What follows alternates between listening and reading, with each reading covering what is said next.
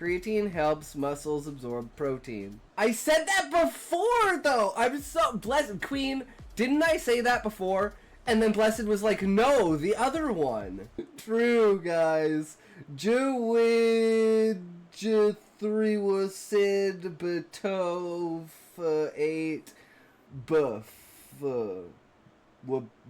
Sorry, smacked my head on my keyboard. So what you want me to ask, Blessed, is you want me to ask Queen. You guys giving me a headache? No, Kelly, no, not the headache. Oh no, wait, it's because the screen is too bright. Don't mess yourself up with bright screens, man. I always turn my screens down as low as I can. She's gonna be happy, Callie, because then she's gonna be like, she can show you her dark side. She'll be like, I've been waiting for this. I was so worried. She's like, I knew you were a bad boy. You've been a very bad boy. And maybe we'll watch it on stream as a debut. And we were also supposed to do a movie day today, but I was just like, yeah, no, that's not happening. And then that bitch attacked her, so she threw a bunch of drinks at the bitch. So what do you think she's gonna do next? Tried and tested, but they keep falling further apart, right? She's gonna be like, boop! I mean, what? They're not real, guys. Sadly.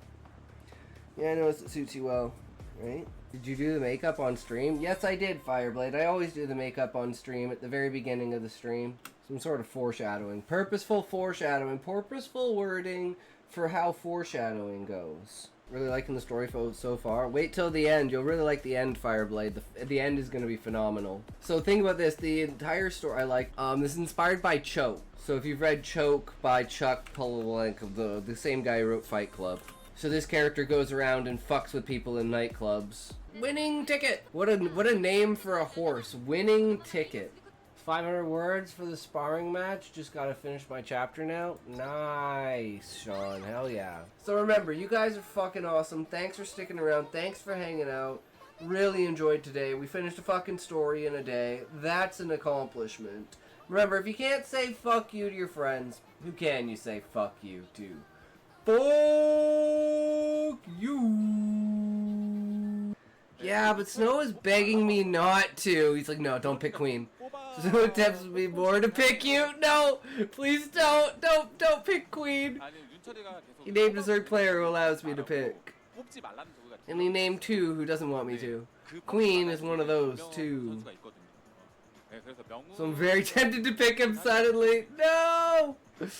I don't know. Both Queen and Bisu are both, like, kind of a little bit weaker than they have been. So I don't know if Best and Queen or Best and... But Best is 100% getting out. Unless there's a major upset and BTS is better than I think he is. I mean, he did get to the round of 16, but so did Scan. No, the thing is, Blessed, is does a tree make a sound if it falls in a forest and no one's there? And the answer is, it depends on how you define sound. The only time that it goes from being particles moving in the air to sound is when it goes through your eardrum. Your brain transfers the particle movement in the air to sound. Em and I do that as a running gag whenever she see trash in the window. We almost need to show, like, that to put fear of littering into people's minds. Almost need to show like that to put the fear of littering into people's minds. Yeah, true, Sean. True. And, Sean, before all of that, you make me take my glasses off so I don't know what's coming. Why don't you just show me how it's done, mate? Oh, God. Oh, God. No thanks. I'm just the mastermind. I'm not the enactor. I will not dirty my hands with such foul things. I do say, first the man was gay who brought my curry. He brought my curry. The man was gay who brought my curry. Actually, the plan after the stream today was to watch Tropic Thunder. Yo, I ain't watched that film since I was about 12. It's one of the funniest films I've ever seen. Bro. Fucking amazing. That is Look, classic. my name's David Beckham and fucking kicks his head, bro. Fucking loves that shit, bro. Well, we had fun today. Thanks for coming by. Thanks for hanging out, guys. As always, you guys are fucking amazing. I love you. Thank you so much. We have a good time. If you can't say fuck you to your friends, who can you say fuck you to? Fuck you! So far, we have the inciting incident that causes the character to come into the world, which is their parents offer them a joint for the first time. They smoke the joint, they inhale a seed that's just like on the edge of the joint. They choke on it, they die. I'm getting to the end of the bags. This weed's getting pretty dry. I gotta go buy another ounce. Oh, the smoke too much. Callie, have you just eaten so much pizza that you're just not in the mood for pizza? Because I don't think you don't like pizza. I just can't get the inflection right. It's too close to brown that I just fall. It's like I have to like teeter on the edge and I just fall into brown. That's why I like the sentence of not every battle is a challenge. He considers a battle to be writing a speech for inauguration. Because it feels almost like an out-of-body experience. Like, I watched myself. As in, like, I'm not in control of my body. But it's actually him watching a video. But that's why I like being so fluid with my ideas and never sticking, like, never marrying an idea. Because you never know what idea might be just slightly better. And then you just keep adding those up and you take your average from here, to here, to here, to here, to here. And now that Asmon's on permanent leave, like I said, this would probably happen. He announced, yo, what's up everyone? How's it going today? Welcome back. We back at her again another day. Hey, I'm always gooning, Book. Even when I'm live, I'm gooning.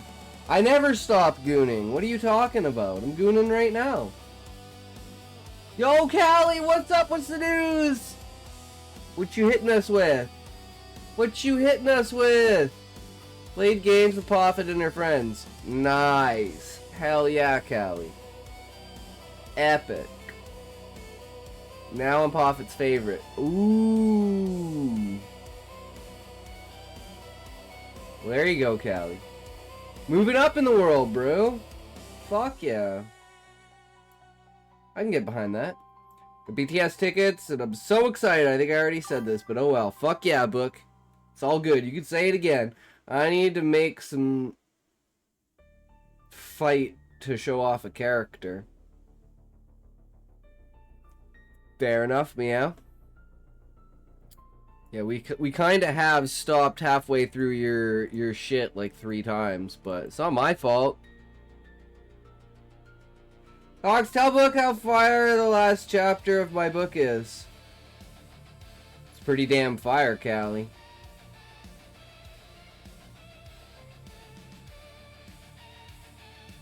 You're gonna be rich, Callie. You're gonna be fucking rich.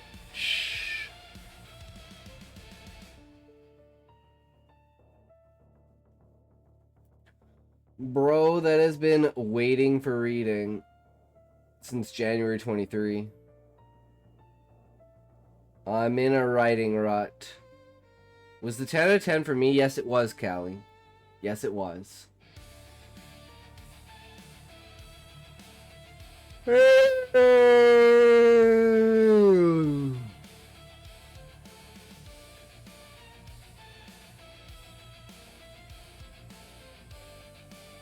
think we read this. I'm not sure how far we read in.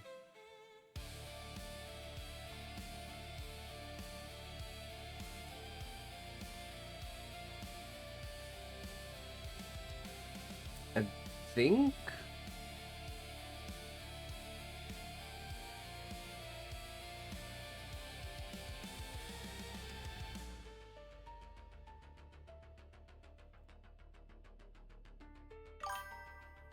Scotty, me next.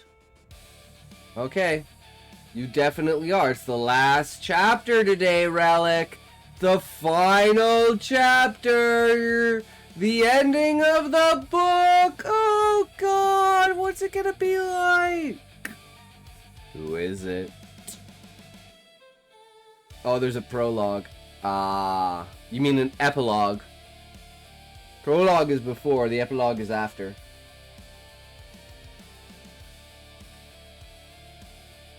Yeah, that. Not exactly sure where we are, but we might as well just start off here, I guess, because this is where it says we were, and it's close to what I don't remember. Okay, let's not interrupt and destroy Meow's story today, guys. Let's take a toke. Before we begin, though.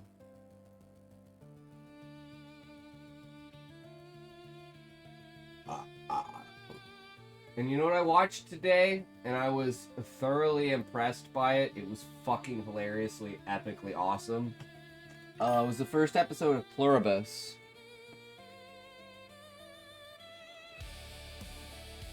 26 is 7 pages long. Ah.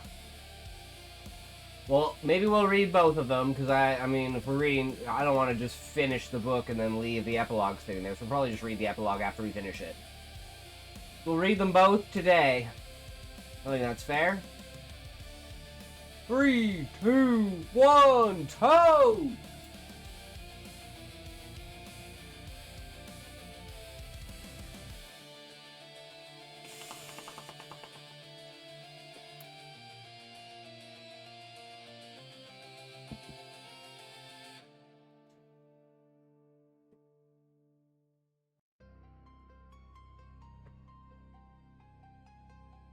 I don't know what we're gonna do, Relic. You're gonna start having to give us the Grimes story after this. That's the one I want to read.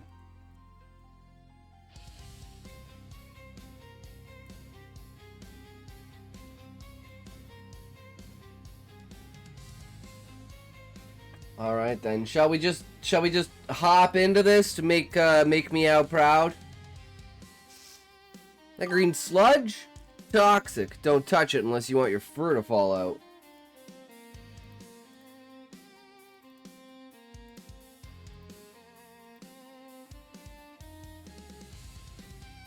And that pipe over there sometimes shoots steam at random intervals. Learned that the hard way. Still have a scar on my... Actually, you don't need to know where my scar is. Centipede emerged from a pile of refuse, segments gleaming with moisture. The outlaw dispatched it casually with a single spear throw, not even breaking stride. Anyway, where was I? Oh, right, food. So at the colony, my colony back with the outskirts, we've got this whole system figured out. Different slug cats specialize in different foods. Okay, we already did read this. How far down did we go? Of course, I'm the best hunter.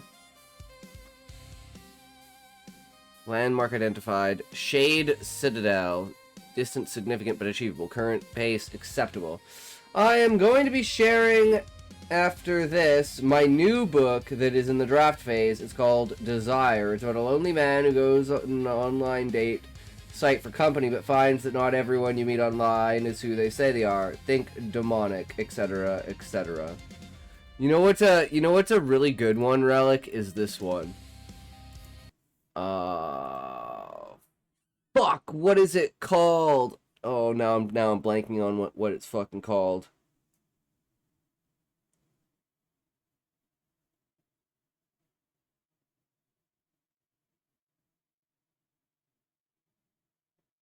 Shit. It's like a style of animation. Fuck.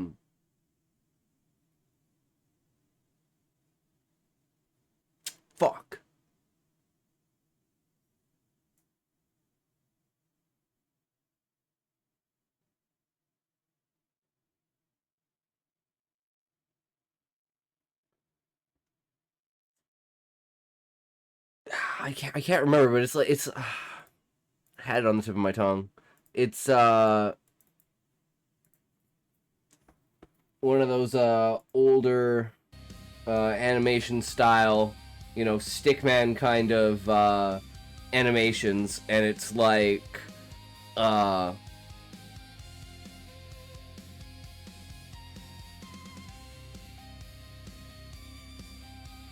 like meeting your girlfriend's parents for the first time kind of thing.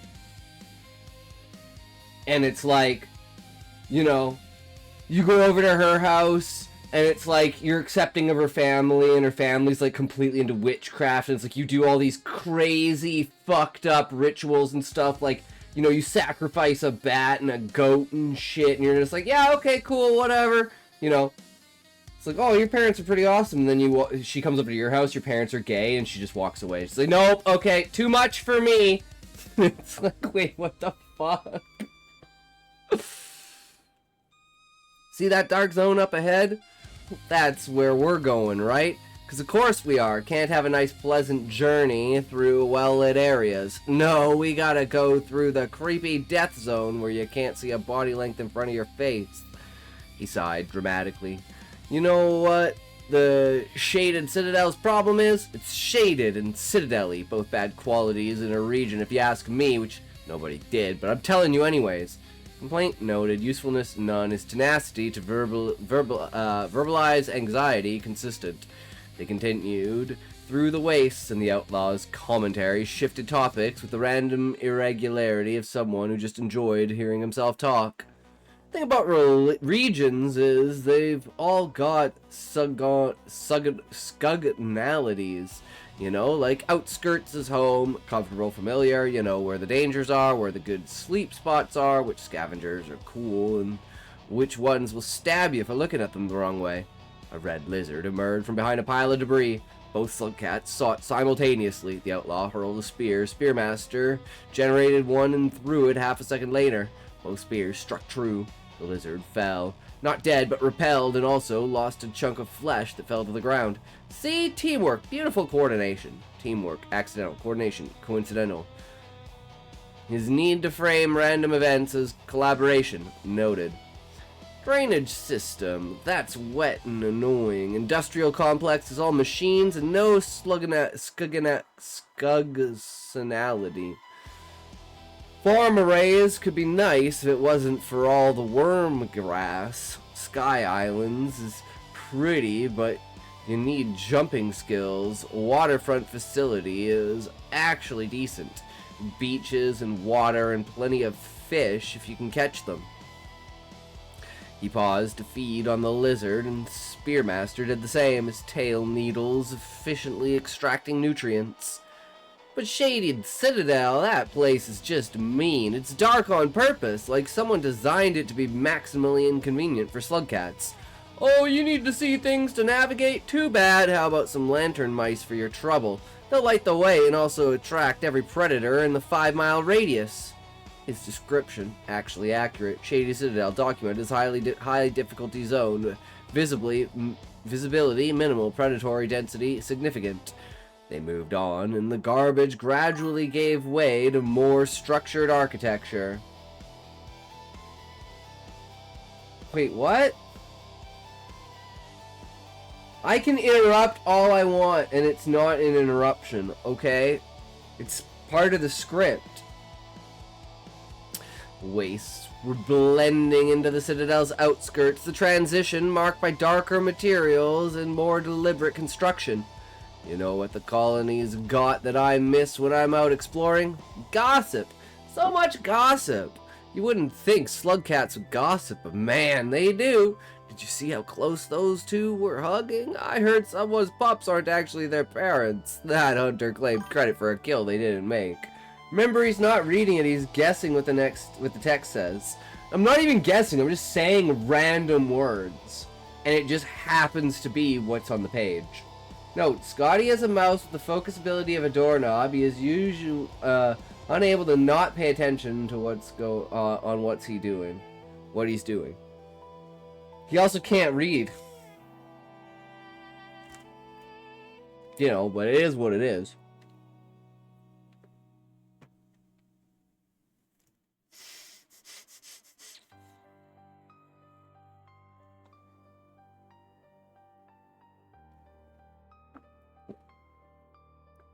Last one was about me. I definitely stole that kill. Worth it for the drama, though. Social complexity. Unexpected in non-iterator species. Gossip as a social bonding mechanism. Documented in ancient texts, but surprising to observe evidence of. His participation enthusiastic. The entrance to Shaded Citadel loomed before them, a massive karma gate carved into stark stone. Behind it, visibility dropped dramatically, the architecture seemingly designed to trap and hold shadows. Right, here we go. into the darkness, again, because that's where you want to go, apparently. They passed through the gateway, and, the world immediately became oppressive. Citadel was vast and vertical, structures rising into darkness above the descending and above and descending into darkness below. A little light existed, gave bioluminescent organisms and the occasional crack in the ceiling high above. I hate this place, the outlaw announced immediately. Did I mention I hate this place? Because I hate this place. Complaint received. Previous identical complaints, 3. Time lapse 40 seconds. They began navigating through the Citadel's passages, and the outlaw's complaints began with impressive speed. I can't see anything. This is stupid. Why is it so dark? Who builds a city and forgets to include lighting? Ancients of technology that could create artificial light, gestured at Spearmaster, but couldn't figure out basic illumination properties? Priorities, people! Complaint 4. We have been in the Citadel for 2 minutes. A lantern mouse scurried past its bioluminescent body, casting a small pool of light. The outlaw perked up. Oh good, a lantern mouse! That'll help us see. Let me just grab it. He lunged for the creature, which immediately fled, taking its light with it. The outlaw was left grasping at darkness. Or it could run away, that's also an option. Worst option? The worst option. Complaint 5. Predictive model. He will continue complaining at rate of 1 per minute minimum for duration of Citadel traverse. Yo, Shadow, what's up? Welcome, welcome. How's it going today? What are you doing? They climbed up a series of platforms, feeling their way more than seeing. Spearmaster's enhanced perception gave him an advantage, but even he found the darkness challenging. The outlaw, meanwhile, had entered what could only be described as a complaint flow state. Was making bookmarks. Ooh, that sounds epic. You know what this place needs? Windows, just like some basic architectural openness, natural light. Revolutionary concept, I know. Silence for 30 seconds. Also, the floors are sticky. Why are the floors sticky? What is the substance? Do I want to know? No, I don't, but I'm walking it anyways because there's no alternative. Need more resin, though, now. Ooh. I used a full bottle and a half. Holy crap. That's crazy. Well, you're going hard, hell yeah. That's what it's all about. Spider's legs descended from above. Spearmaster grabbed the outlaw and yanked him sideways, the legs missing by cent body lengths. The creature retracted, frustrated. Thanks. Hate those things. Hate this place. Hate darkness. Hate sticky floors. Have I mentioned I hate this place? Yes. Repeatedly. Complaint count entering double digits. They reached the larger chamber where multiple paths converged. The outlaw stopped to get his bearings, squinting into the darkness. Right, so we need to go that way, or maybe that way? Hard to tell. Everything looks the same, which is to say everything looks like nothing because it's all dark. Direction indication by marker at 2 o'clock position, partially obscured by shadow but present. His navigation, questionable even with markers. Spearmaster moved toward the correct path and the outlaw followed, still muttering. You know what the colony has? Light. Because we live in a place where the sun exists. What a concept, sunlight. Remember that? I barely remember it. We've been in here for what, 5 minutes? Feels like 5 cycles. They navigated through a series of narrow passages where the walls pressed close. The outlaw's complaints evolved to include claustrophobia along all his other grievances.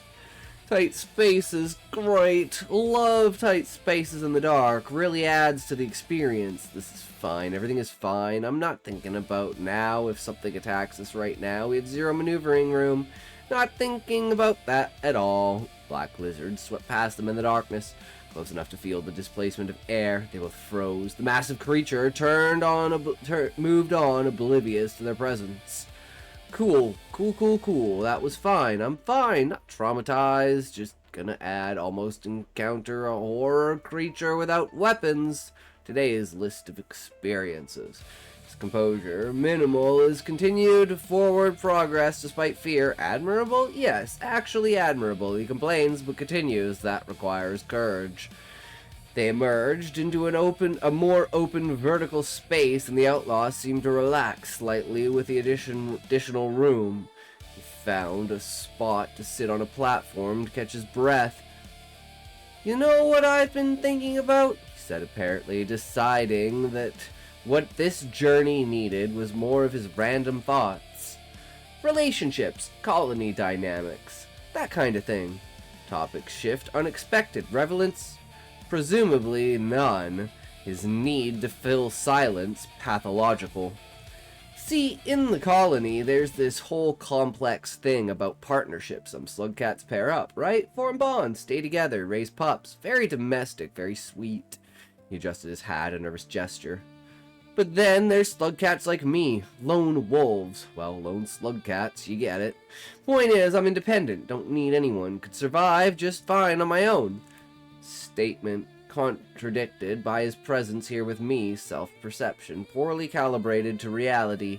But sometimes I think about what I'd look for, you know? Hypothetically, if I were looking, which I'm not, but if I were.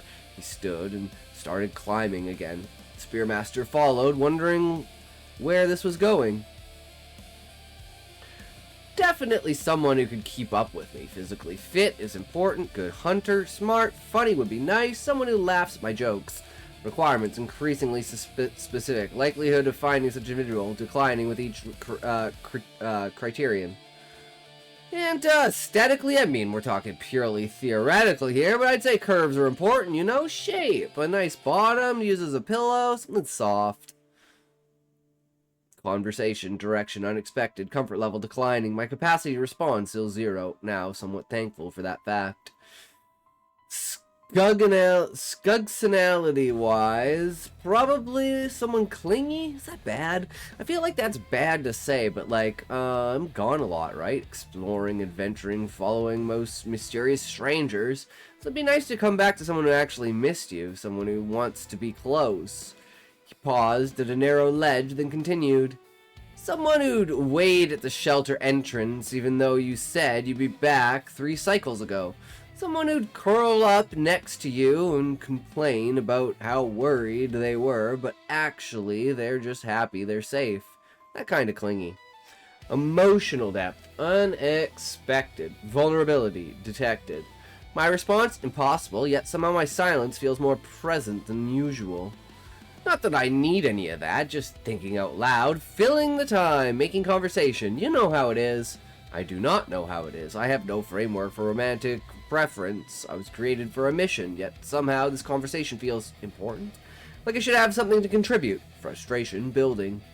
The outlaw glanced back at him, and Spearmaster realized his body language must have changed somehow, conveying something without intention. What's that look for? You judging my taste? It's purple over there, thinking my standards are too high or too low. Can't tell. You've got like one expression, which is no expression. Very poker face, very mysterious. Not judging. Processing. Attempting to understand concepts outside my design. Pair of body lengths. His need for feedback evident. My inability to provide it frustrating for both of us. I bet you don't even think about this stuff. Romance, partnership, all that. You're on a mission, delivering a pearl. Very focused, very professional. Meanwhile, I'm out here having a whole philosophical crisis about relationship preferences. He laughed, but there was something genuine under the humor. Must be nice, you know, having a clear purpose, knowing exactly what you're supposed to do, no time for worrying about whether you'll end up alone in a shelter one cycle with nothing but your spear collection and regrets. Is assumption incorrect? Purpose does not eliminate question. Mission focus does not prevent whatever this is. The sensation of wanting to comfort him, to indicate that he is not alone. I'm gonna get Scotty to do my audiobooks with the bong hits and everything. Fuck yeah, Mike. Okay, hold on a sec, guys. OOC for a sec here. 3, 2, 1, talk!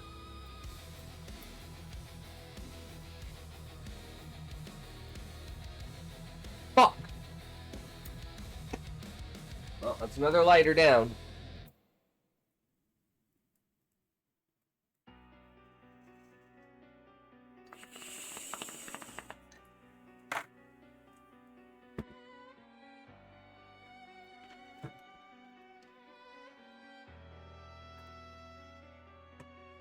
How you doing today, Mike? What you up to?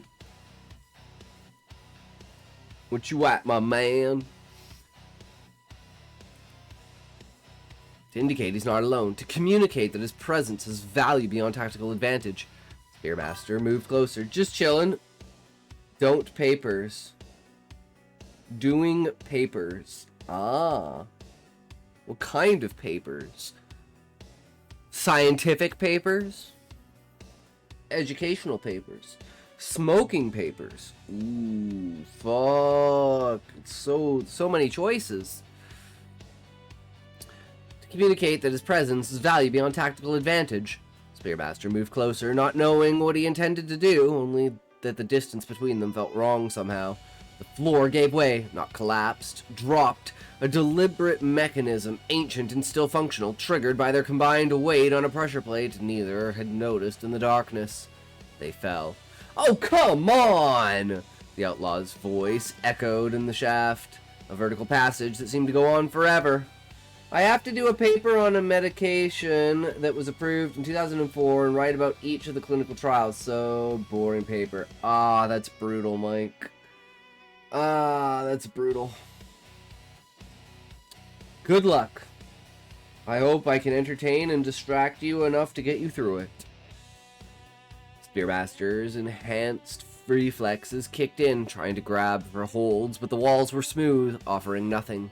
This is why I hate this place! Random trap floors! Fall continued. 10 seconds. 20. How deep did this shaft go?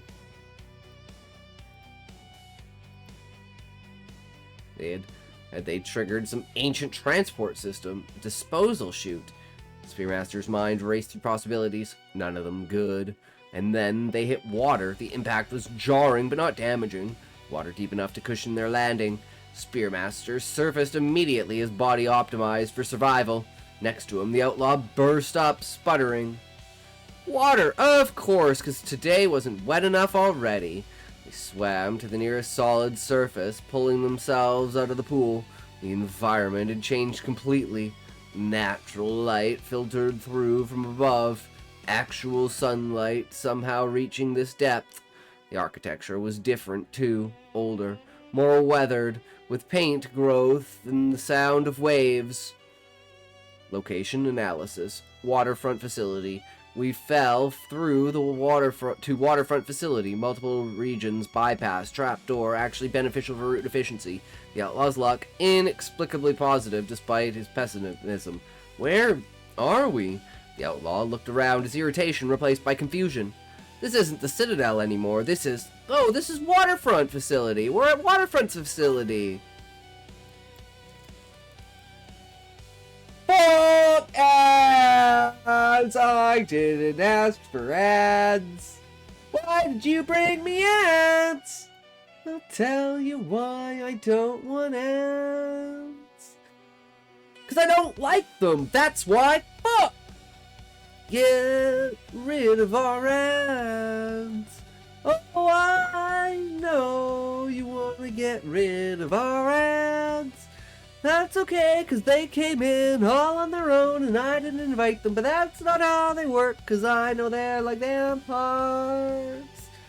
Not quite the way we expected, but they suck the life out of you nonetheless, right? And that life is your money!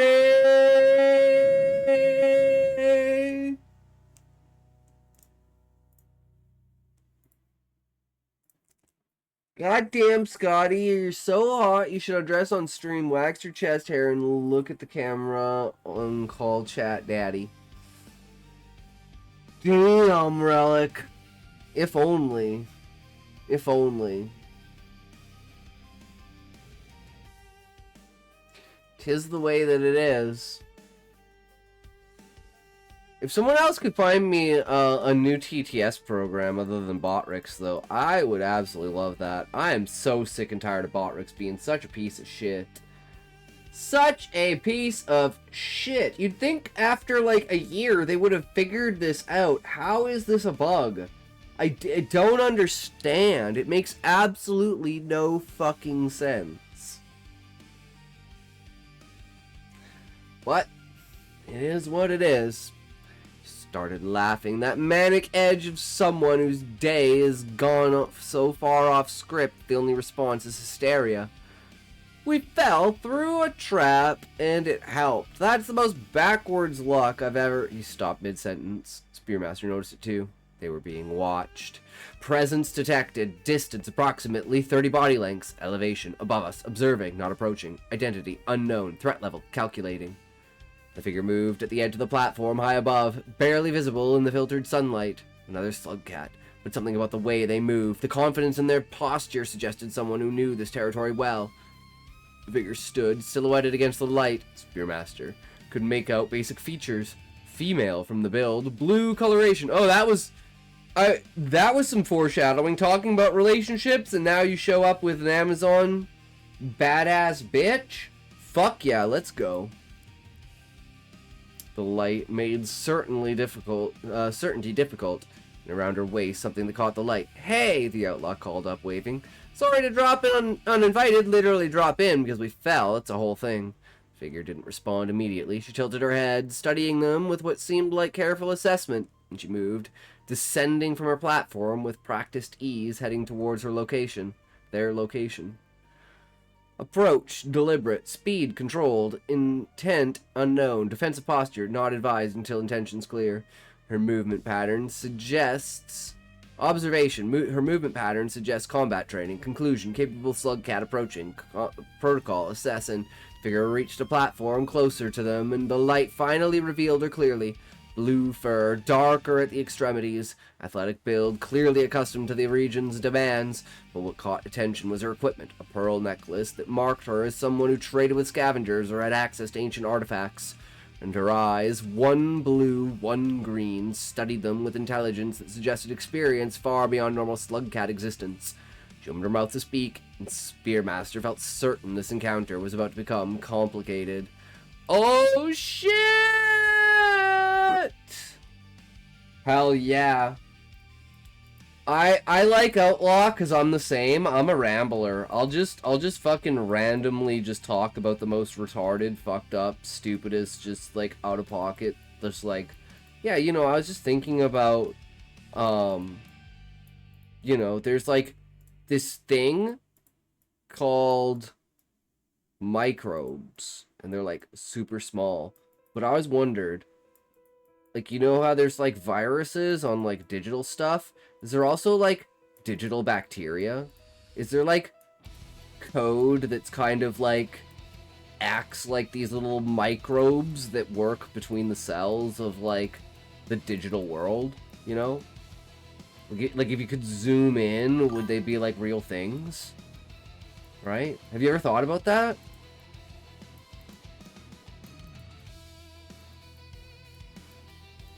I don't know. Just one of those things, right? You can't win them all, that's for sure. Alright, Relic. You're up next. Dun dun dun. Dun dun dun. But yeah, I really like the chapter. Would you goon to an anthrobacteria? Yes. Yes. So we need like a car-sized tardigrade to goon to.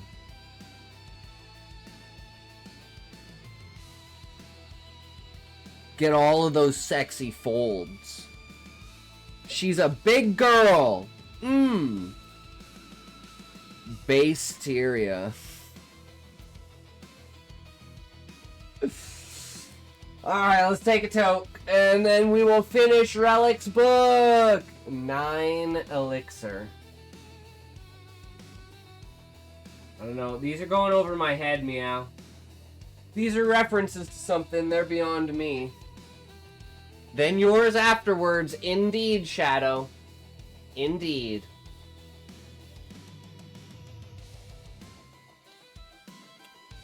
Three, two, one, toke!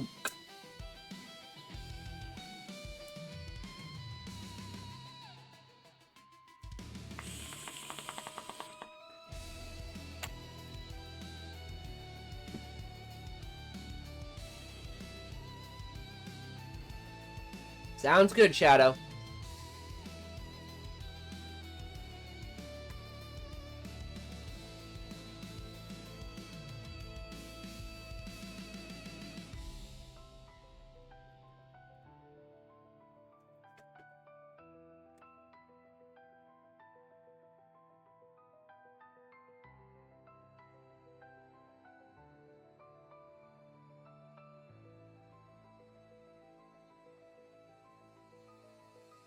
Keys slipped from Evelyn's trembling fingers and clattered to the ground beneath her car. She froze. The air around her stilled in that instant. Dun dun dun! The kind of unnatural quiet that screamed danger. Her breath hitched. Visible in the cold in the space behind her shoulder, she felt it. A presence. She turned slowly, praying she was wrong. He stood barely 10 feet away, still, tall, masked in shadow, but unmistakably him. The man from the sidewalk, the man who had hunted her through the catacombs beneath the Rourke farm, the one who had carved the Silent Nine. He didn't lunge, didn't shout. He simply watched her, calm, as if this were a conversation between old friends. Evelyn's hand moved behind her, reaching for the .38, still tucked into her waistband. But before she could even lift it, he struck. A sharp twist of his arm knocked the weapon from her grip. It skittered across the gravel and disappeared beneath the car. She gasped, stumbling back. Still, he didn't move in to kill her. Instead, he tilted his head slightly like a curious animal.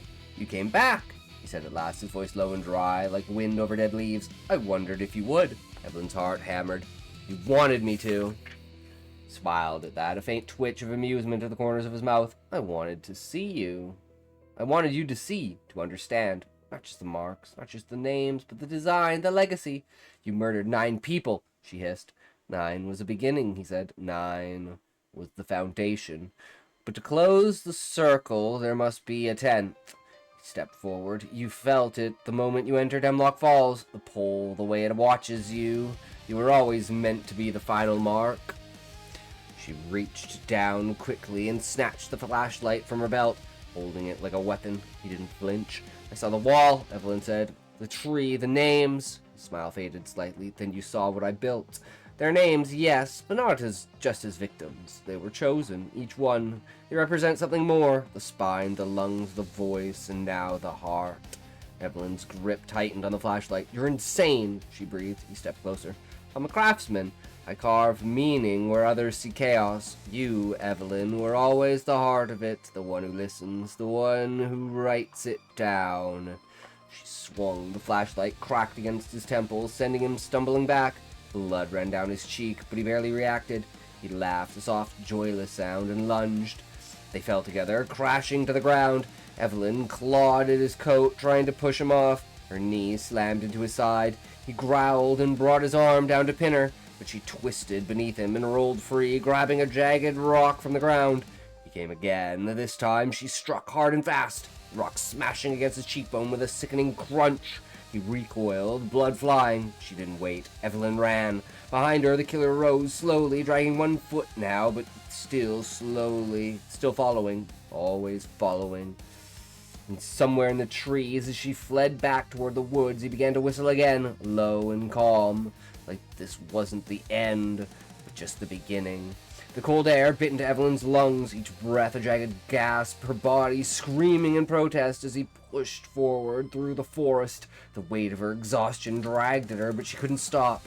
She didn't know how long she had been running, but it felt like hours, hours of endless fear. The thick trees round her a blur, the distant sounds of the killer's pursuit growing ever closer. Flashlight flickered weakly, casting an unreliable beam that barely cut through the shadows. The ground beneath her, her feet was uneven, full of roots and rocks that tripped her up, making each step a struggle. Her heart was pounding in her chest, a frantic rhythm she couldn't escape. Behind her, the killer's footsteps grew louder, more deliberate. She could hear him, but the whistling had stopped. All she could hear now was the heavy sound of boots crunching through the frozen underbrush. Evelyn stumbled, her foot catching on a root. and she fell to her knees, the shock of impact jarring through her body.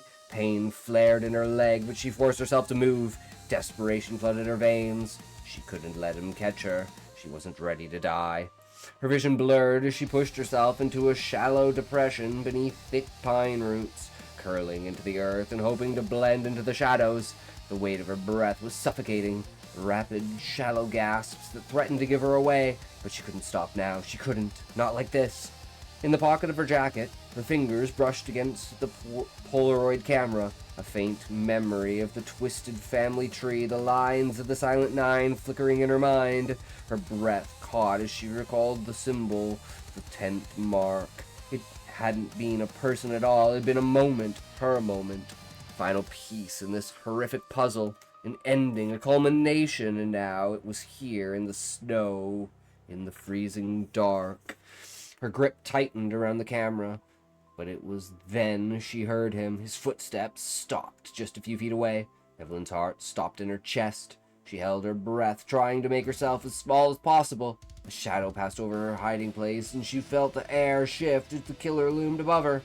"You can't hide forever." His voice rasped low and menacing. He was close, too close.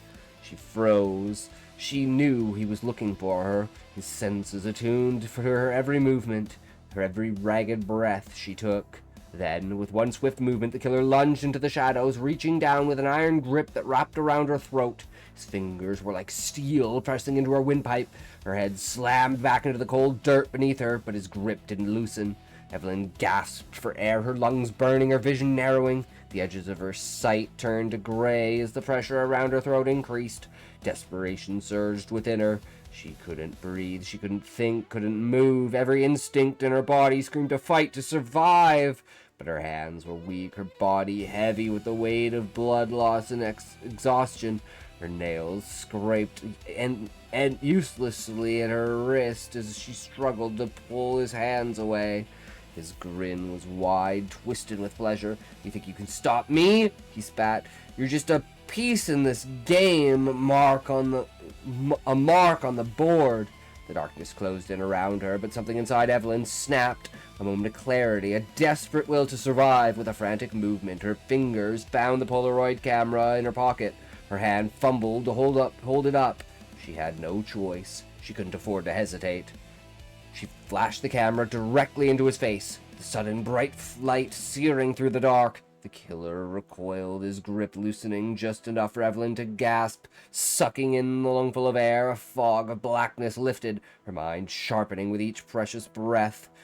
Her heart racing as she pushed against him, managing to slide her body away from the tree roots, pulling herself to her feet with shaky legs. Polaroid camera fell from her hand as she grabbed for the knife on his belt, fingers closing around the hilt. With one quick motion, she plunged the blade deep into his side. He grunted, a sharp hiss of pain escaping his lips, but he didn't fall. She staggered back, his grip loosening, but still alive, still coming after her. This wasn't enough. It wasn't going to end like this, not when she was so close. Evelyn's breath was unsteady, panic creeping into her bones. She needed more. She needed to end it. Her hand fumbled for the .38 revolver strapped to her side. Her fingers brushed against the cold metal, and with a final surge of strength, she pulled it free, the weight of it heavy in her grasp. The barrel was slick with sweat as she aimed it at the killer. She fired. The shot was deafening, its roar echoing through the woods. The killer's body jerked backwards, his eyes wide in surprise. He collapsed to his knees, blood pouring from the side. His breath coming in ragged gasps. For a moment, there was a sickening silence. Then the killer began to laugh. It was a gruesome, guttural laugh full of madness, of victory even in his demise. He coughed, and his laugh turned into a wheeze. "It's never over," he rasped, a twisted grin still on his face. "There's another watching." His body shuddered, and the laugh stopped abruptly. His eyes went glassy. His body collapsed fully to the ground as he succumbed to the injury. Evelyn stood frozen, her hand still gripping the gun. The weight of the moment, the finality of it was hard to comprehend. He was dead. She had killed him. It's gotta be Grange, right? Grange's gotta be the mastermind. This guy was just like an accomplice, like a fucking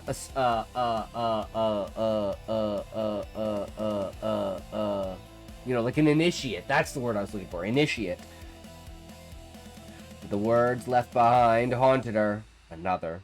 Watching. Oh, shit. The snow around her continued to fall, drifting slowly to the ground, blanketing the clearing in eerie silence. Evelyn's pulse raced in her ears, but she couldn't move, couldn't shake the chilling feeling that something or someone was still out there. Evelyn stood frozen, the world around her muffled as the weight of what had just happened slowly settled into her bones. Her hand gripped the revolver so tightly her fingers ached, but she couldn't move. The killer's body lay before her, his blood staining the snow, an eerie stillness in the air. Her breath was shallow, and her hands trembled, slick with his blood. Her heart pounded so loudly in her chest, it drowned out the soft hiss of the falling snow. The cold didn't register. Nothing did. Nothing, really. All she could think about was the finality of the killer's twisted life coming to an end, and the strange, unsettling words he left behind. There's another watching. The silence in the woods felt unnatural, and yet it was all that surrounded her now. Footsteps. At first, it was a soft, distant sound, too far away to be certain, but then they grew louder, closer, and Evelyn's muscles tensed. She looked around, her eyes darting to the shadows at the edge of the clearing. Flashing lights pierced the darkness, cutting through the cold night like an electric pulse. The rhythm of boots crunching through snow echoed in the silence, and Evelyn's grip on the revolver tightened. Her breath caught in her throat. Was it finally over? Was the killer the only one? Her breath quickened. Through the trees, Sheriff Pike emerged first, his silhouette framed by the harsh glow of the patrol car lights. He slowed when he saw Evelyn, and his face softened, though concern was written all over it. The air between them felt heavy, as if everything they had been through had led to this moment. "Evelyn," he called, his voice carrying through the frozen night. He approached slowly, his footsteps cautious but determined. She didn't respond right away, too lost in the weight of the moment. The hand holding the revolver dropped to her side, her body too worn and heavy to hold it steady any longer. She couldn't feel her hands, only the numbness that had settled deep into her skin.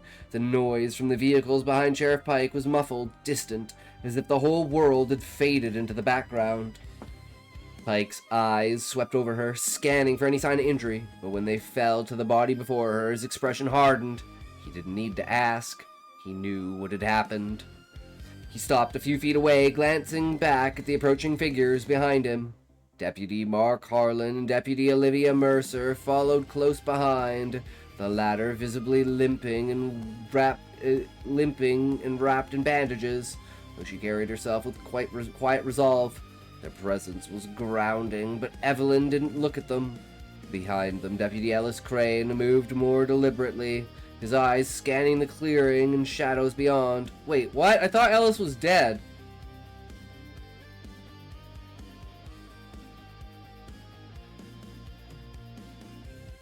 Wait, what? Did she hallucinate that shit?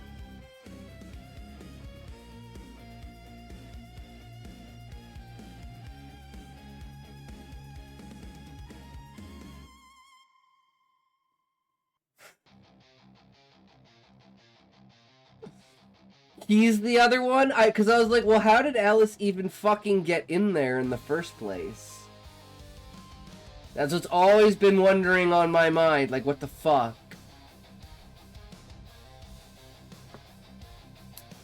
Scanning the clearing in the shadows beyond. He hadn't spoken yet, but his sharp gaze swept over the scene, taking in every detail. The air was thick with unspoken tension. Milo was the first to break the stillness. He came bounding through the snow, barking once before, leaping up and nuzzling into Evelyn's lap. Her hands shook as she stroked his fur, a weak attempt at grounding herself. His warm body at her side was the only thing that felt real in that moment. He rested his head on her knees, looking up at her with concerned eyes. Evelyn exhaled shakily, and it took everything in her not to collapse. Right there, sinking into the snow. But she couldn't, not yet. Pike crouched beside her, his presence steady but gentle. He didn't rush her, allowing her a moment to breathe before he spoke. His gaze softened, his voice quieter than before. You did what you had to do. Evelyn didn't answer. Her eyes locked on the killer's body, the blood now soaking into the white snow. Pike's eyes flickered between her and the scene. It's over. You're safe now. He added. Those words didn't seem to reach her fully. The distance in her eyes was too wide, too vast. There was a long pause, and then Pike shifted his position, glancing down at the ground. But there's something, he trailed off, uncertainty creeping into his voice. There's something wrong here. Evelyn, what did he mean? Another. Her gaze flickered toward him, but she didn't speak right away. The numbness lingered, her fingers twitching, and her absent-mindedly stroked Milo's fur. But nothing seemed to calm the raw feeling in her chest. Her voice, when it came, was barely above a whisper. I don't know. Behind them, Deputy Harlan stepped forward, concern etched on his face. He looked at Evelyn, then at the body, then back at her. We'll get you checked out, he said, his voice low but gentle. You need medical attention. We'll make sure you're okay. Evelyn barely nodded. She wasn't sure what to say. Everything felt wrong, but she couldn't quite put her finger on why. Deputy Olivia Mercer, still wincing from her injuries, stepped up to the group, her arm protectively wrapped around her side. Her expression was a mixture of exhaustion and concern. She glanced at the body, then at Evelyn. We'll figure out what happened here, she said quietly. Deputy Ellis Crane stood a few feet away, keeping his eyes on the surroundings. He was scanning the trees, his expression unreadable. He didn't speak, but his long body language was tense. Every instinct in him was trained on the shadows, searching for something that didn't quite fit. He caught Evelyn's gaze briefly before shifting his focus back to the clearing. As the group gathered, crackling quiet of the woods seemed to deepen. A strange unease spread through Evelyn, as if the tension in the air was more than just a product of fear. Suddenly, Evelyn felt it, a sound far off in the distance, a movement. She wasn't sure if it was her mind playing tricks or something else entirely, but a chill shot down her spine. She wasn't alone. Her heart skipped a beat as she turned sharply, scanning the trees, her breath catching in her throat. The shadows felt thicker now, the space between the trees feeling too wide, too empty. But no one said anything. The others didn't seem to notice. Pike noticed her stiffening posture, asked, What is it? I don't know, Evelyn said, her voice low, her heart racing. There's something out there. The group paused, their eyes scanning the woods around them. But everything remained still, too still. Pike placed a hand on her shoulder, grounding her. It's over, Evelyn. The killer's dead. You're safe now. No more running. She didn't answer right away. Her gaze drifted back to the clearing, to the body lying still in the snow. The snow began to fall heavily, blanketing the entire scene in the soft, eerie silence. But Evelyn couldn't shake the feeling that something else was still lurking out there, just beyond the reach of the light. Alright, and then we have chapter 26, which is the final chapter. Are you guys ready? We're gonna take a toke before we do this. I hope you explain why Crane is there, because I'm super confused, bro. I'm like, wait, he died be dead, right? He died be dead, right? What the fuck is going on? You fucking with my mind here, Relic.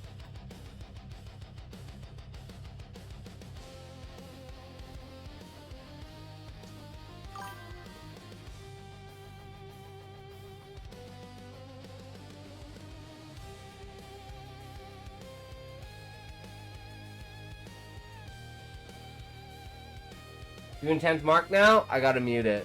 Was it her mind playing tricks? Or is he the mastermind? Or another accomplice for Grange? And he was there to play a role. To be a backup. 3, 2, 1, toke!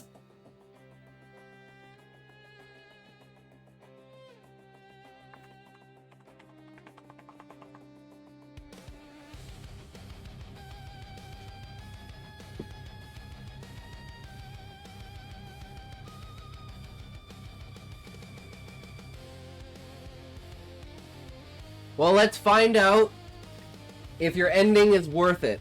Because so far I've thoroughly enjoyed the book, Relic. But I still think my ending is better than your ending.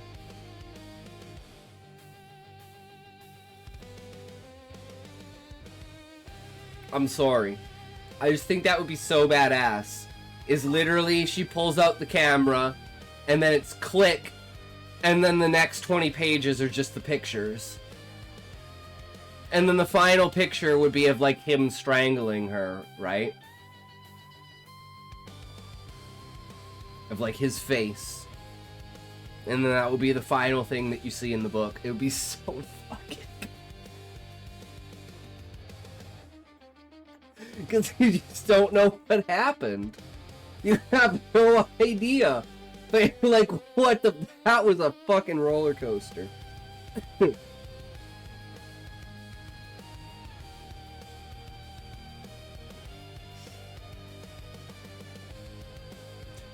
The wind howled outside, swirling snowflakes through the streets of Hemlock Falls.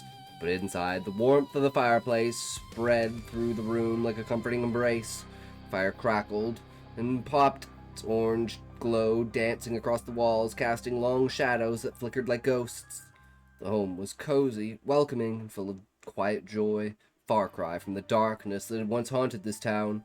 Evelyn sat at the kitchen table, a steaming mug of tea in her hands, the aroma of cinema and cloves mixing with the sharp scent of the pine trees outside. The house smelled of warmth, of home and new beginnings. She looked across the table at Olivia Mercer, who had become not just a colleague, but a good friend over the past year. Their shared history had formed a bond between them, one that had withstood the weight of the Silent Nine, the horror of the Hemlock Killer, and the lingering shadows of their pasts. They both laughed softly as Olivia recounted the story from the year before, how she had nearly frozen to death while trying to clear her driveway during a snowstorm. Evelyn chuckled, shaking her head.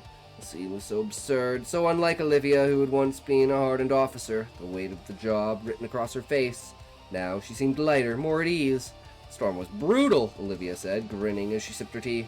But I tell you, I've never been more grateful for a snowplow in my life. If I didn't know any better, I'd think it was the work of the town's ghost looking out for me. Evelyn's smile softened. The past year had been one of healing, and laughter was a part of that process. It was now slow, but the moments of peace, of normalcy, had come. It wasn't always easy, but they had found ways to move forward one step at a time. I can't believe it's been a year already, Evelyn said, her voice low and contemplative. She shifted her cup in her hands, watching the steam rise. Feels like yesterday everything came crashing down. Olivia leaned back in her chair, her gaze thoughtful. Yeah, but look at you now. Look at us now. She gestured to the room, to the house, to the town that had begun to find its balance again. We made it through. We got our lives back, one piece at a time. Evelyn nodded. Fuck! I just can't do anything right, guys. What is this? I swear the world's just out to get me. It's a giant conspiracy. And at the center of it is them trying to stop me from telling you the truth. And that truth is...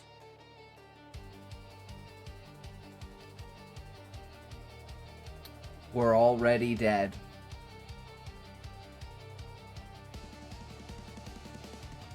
I mean, what? Guys, I'm not suicidal, okay? Trust me, I'm not suicidal.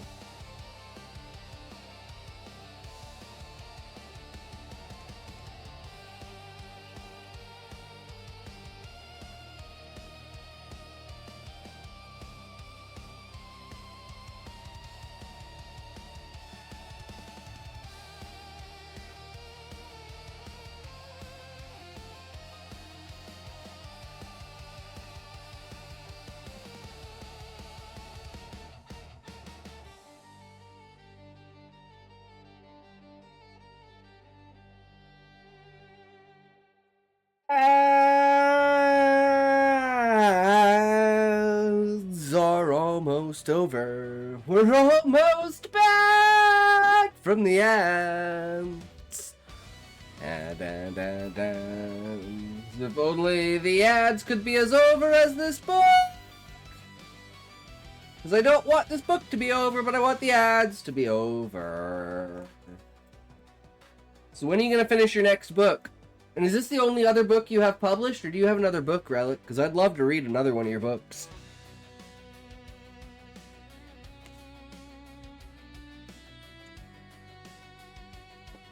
Evelyn nodded, her mind momentarily drifting to Daniel, who was in the next room, drawing pictures by the warmth of the fire. It's the only book currently published. Alright. Soft sounds of his laughter floated in from the living room where Milo, the dog family. The Lawrence Grimes Book 1 is coming out by the end of next month. Fuck yeah. Okay, I'll have to buy that one, Relic. The family dog lay sprawled out on the rug, eyes half closed in contentment. The world felt peaceful, almost perfect. Yeah, you need to get your other book out. I don't know what GTW. Get to work. For a moment, she let herself believe that that was it. Past was truly behind her. You ever think about how we survived? Evelyn asked, her tone quiet. There was a weight behind the words, a flicker of something old and unsettling, but she didn't want to acknowledge it fully. Fuck you, awesome guy. True.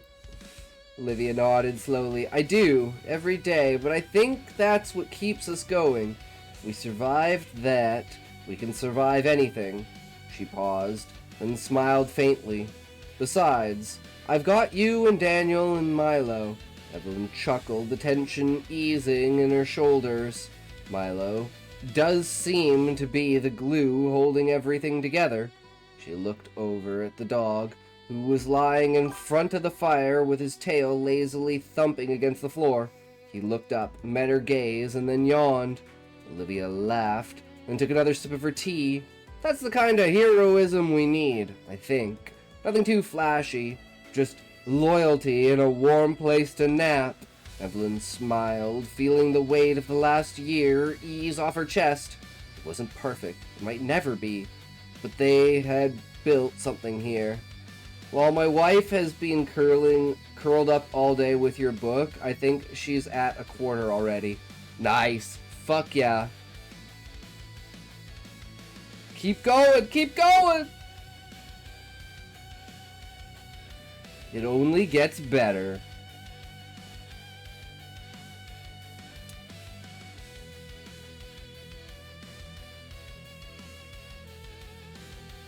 Evelyn chuckled, the tension easing in her shoulders. Milo does seem to be the glue holding everything together. She looked over at the dog, who was lying in front of the fire with his tail lazily thumping against the floor. He looked up, met her gaze, and then yawned. Olivia laughed, then took another sip of her tea. That's the kind of heroism we need, I think. Nothing too flashy, just loyalty and a warm place to nap. Evelyn smiled, feeling the weight of the last year ease off her chest. It wasn't perfect. It might never be. But they had built something here. She'd found a home, and Daniel had found his place. For the first time in a long while, Evelyn could feel a sense of peace in her bones. Suddenly the sound of Milo's soft barking from the living room broke the silence, followed by the gentle padding of feet. Speaking of which, Evelyn said, standing up, I think someone's ready for his bedtime story. Olivia chuckled. It's amazing how that dog always seems to know when it's time for snuggles. Evelyn smiled, and the warmth of the moment settling over her like a blanket. She excused herself and walked into the living room where Daniel was already sitting on the couch, his little hands clutching his favorite book. Milo sat at his feet, his head resting on the child's lap. You're ready for your story, mister? You ready for your story, mister? Evelyn asked softly, crouching down beside Daniel. He grinned, nodding enthusiastically. Yeah, Mommy, the one with the dragon and the magic sword. Evelyn laughed softly as she took the book from his hands, settling beside him on the couch. As she began to read, a fire crackled in the background, and the quiet peace of the room surrounded them. She felt a deep sense of gratitude. They were safe now. They had made it through. Outside, the snow continued to fall, slow and steady as the town of Hemlock Falls settled into its quiet winter night. Firelight flickered softly in the living room as Evelyn tucked Daniel into bed, the familiar ritual of bedtime offering a soothing comfort. Milo, content and lazy, had followed them into the room, hopping up onto the bed with a soft grunt. He settled down at the foot of Daniel's bed, his warm body a reassuring presence as always. Evelyn pulled the blanket up to Daniel's chin, smoothing it gently before sitting beside him. His wide eyes were already half lidded, but there was a small smile tugging at his lips. "All right, sweetheart," Evelyn whispered, holding up the book in her hand. "Tonight's story is the one with the dragon and the magic sword." Daniel sat up slightly, excitement lighting his face up. "The one where the knight saves the village?" "That's the one," she said, grinning at him. As she began to read, the words of the story came alive in her voice. She felt a rare sense of peace settle over her. These small moments of normalcy were what she'd been fighting for all year. The warmth of the room, the crackling fire, the safety of her son in bed beside her. It was everything she'd hoped for when she'd come to Hemlock Falls. The story unfolded slowly, the brave knight facing down a fire-breathing dragon to save a distant kingdom, and the dragon roared in the pages, books. Daniel leaned closer, his eyes wide, hanging on every word. Milo raised his head briefly, his ears twitching in the mention of a dragon, but he quickly settled back down, content to stay close by. Evelyn's voice softened as she reached the end of the story, her finger trailing down the page. "And so the knight's bravery saved the kingdom, and the people of the land were forever grateful." Daniel yawned, his little body stretching as his eyelids drooped. Stories of magic lulling him into a late sleepy daze. "That was a good story, Mommy," he murmured, his voice thick with sleep. Curled into the blankets, pulling them tight around him. "The knight was really brave." Evelyn smiled, brushing his hair from his forehead. "He was. But you know what, buddy? You're just as brave every day." Daniel's eyes fluttered closed, a peaceful expression overtaking his features as he let out a small sigh. Milo sensed the moment, drifted to settling even closer to Daniel, his warm body a comforting weight at the foot of the bed. Evelyn stayed by the side for a moment longer, watching as her son drifted off to sleep. She felt the familiar pull of exhaustion herself, but she lingered, cherishing the quietness of the night. It was one of those rare moments when everything felt right. Well, she's gonna say my book is trash. Just as she was about to leave the room, she heard a soft click of the door from the living room. Olivia was standing in the doorway, her jacket on, the evening warmth having slipped away as the cold night air crept into the house. "Should get going," Olivia said with a small apologetic smile. "I've got a bit of a drive ahead of me." Evelyn gave a nod, standing and walking over to the door. "Of course. Thank you for staying, Olivia. It means a lot to have someone here, especially with everything." Olivia smiled warmly, her eyes soft. "You don't have to thank me. I'm glad to be here. You know that." They exchanged a look that spoke of a deeper bond, one forged through shared trauma, but also through moments of quiet understanding and trust. There was no more tension between them, no more awkwardness, just the calm camaraderie of friends who had been through too much to pretend otherwise. As Olivia zipped up her jacket, Evelyn stepped closer, giving her a hug. It was brief but meaningful. "Drive safe," Evelyn said, her voice filled with a quiet sincerity. "I will. I'll check in tomorrow, okay?" Olivia replied, stepping back and giving a nod before turning toward the door. "And if you need anything, you know where to find me." Evelyn watched as Olivia disappeared into the night, the door closing softly behind her. She lingered by the doorway for a moment, looking out at the falling snow. Her thoughts drifted back to the life she'd started to rebuild. The house was quiet now, the last embers of fire flickering in the hearth. Evelyn took a deep breath and exhaled slowly, feeling the weight of the year lift just a little more with each passing day. For the first time in a long while, she felt like she could finally relax. "Hey, there's a spelling mistake in here." Oh, is it not gonna focus?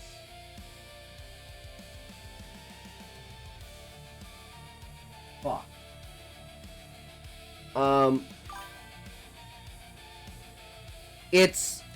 This is the spelling mistake.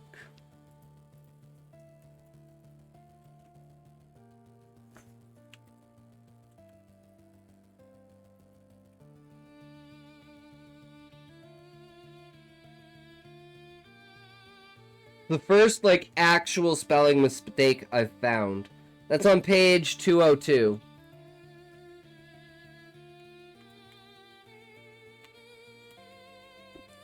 It's just space bar in the wrong spot. Ghosts of the past were fading, even if only for a moment. Now, I would say, Mike, maybe check page 202 on your book and see if it's a print issue or if it's a text issue. Because it might just be a mistake in the printing of the book, but if it's consistent across books, then you might want to make an edit for that relic. She turned back toward Daniel's room, the warmth of the house surrounding her, and tiptoed over to the window, pulling the curtains back slightly. The snow outside was peaceful, soft, and endless, blanketed everything, hiding the scars of the past, making the world feel fresh, untouched. But she looked out into the darkness. She couldn't shake the feeling that something was still out there, something waiting. She brushed it aside, knowing it was probably just her mind lingering on old fears. After everything, she had earned this peace. With a final glance at Daniel, now peacefully sleeping, Evelyn walked back to her office to finish what she had started earlier that night. Evelyn sat at her office desk, the only light in the room coming from the soft glow of the desk lamp and the crackling remnants of the fire still warm in the living room. The winter evening outside had settled into a quiet stillness, the snow falling in soft, steady flurries. The house was empty for now. The only sounds were the soft creaks of the house settling and the gentle rustle of paper as Evelyn ran her fingers over the pages of her manuscript. It had been a year since she'd first arrived in Hemlock Falls, escaping the chaos of her past, but the weight of that year had shaped her in ways she hadn't expected. The Mystery of Hemlock Falls, her first book, written with Daniel and Milo by her side, was finally finished. The last page was just before her, the final words written in her hand, the culmination of all she had worked through. It was more than just a book. It was a new beginning, an escape from everything that had tried to hold her back. This was her story, her voice, her healing. And now it was complete. Evelyn leaned back in her chair, a sigh of satisfaction escaping her lips as she glanced down at the manuscript. She held it close to her chest for a moment, breathing in the scent of ink and paper, the scent of newness. She had done it. She had survived, and now she had a story to tell. Fire crackled in the living room, its warmth just beyond the threshold of her office. She took one last look at the last line she had written, final sentence marking the end of her journey. She couldn't help but feel a sense of peace at the thought. It wasn't just the end of her book. It felt like the end of one chapter of her life and the beginning of something new. Before she could contemplate further, a soft knock on the door interrupted her thoughts. Her hand froze on the page as her heart skipped a beat. It wasn't loud, just a quiet tap. At this hour, no one was supposed to be here. She wasn't expecting anyone. Her mind raced for a moment. Was it Olivia? She had said she'd drive home, but perhaps she needed to drop something off. Evelyn stood, moving cautiously towards the door. Her footsteps seemed too loud in the stillness of the house as she reached to the doorknob. She opened it, but no one stood in the hallway. Her heart thundered in her chest as she peered out into the darkened hallway. Cold air creeping in from the door left ajar. The faint glow from the streetlights outside illuminated the snow, casting eerie shadows across the floor. There was no one in sight. But on the porch, just beneath the small overhang, an envelope lay in the snow, untouched. Evelyn's hand faltered as her eyes fell on it. She wasn't sure why, but the sight of the envelope filled her with a strange sense of unease. Who would leave an envelope out here, especially this late at night? She stepped outside, the cold biting at her skin, but she barely felt it. Her mind was on the envelope. She bent down, picked it up, and felt the weight of it in her hands. The paper was thick and smooth, unmarked except for a single strange symbol. It wasn't one she recognized, though it looked almost familiar, like a dark memory just on the edge of her mind. Without thinking, she tore open the envelope. Inside was a small piece of paper. She unfolded it carefully, and her breath caught in her throat as she read the words, "Be seeing you, Evelyn." Her eyes widened as she stared at the note, her fingers gripping the paper tightly. The symbol from the envelope, with its strange encrypted lines, felt the direct echo of the past. The tension in the air thickened, and she had the unmistakable sensation that she wasn't alone, that someone was watching her, even in the dead of night. A sudden gust of cold wind whipped around her, the chill biting into her skin, and Evelyn pulled her coat tighter around her body. She shivered, her gaze still fixed on the paper in her hand. But as the wind picked up again, it felt as though the very air around her was closing in. "Be seeing you." The words like a reminder, an ominous echo from the past. She wasn't sure if it was the weight of the year or something more, but she felt unmistakable creeping sensation of dread curling around her. Something wasn't right. The darkness of the night seemed to press in on her, and for a moment Evelyn felt like she was back there, back when the mystery was fresh, when everything was still dangerous. I don't know, for her to even continue to hold the book up, she has to like it. She quits books hella fast. Hell yeah, Mike. I mean, I wouldn't be able to put this down after the first 3 or 4 chapters. It just keeps fucking going and going and going. You're just like, it's a fucking roller coaster. And I was worried about the end up until this last page. But I trusted you, Relic. She froze for a moment longer, the cold breeze swirling around her, carrying with it the sense of finality, of unfinished business.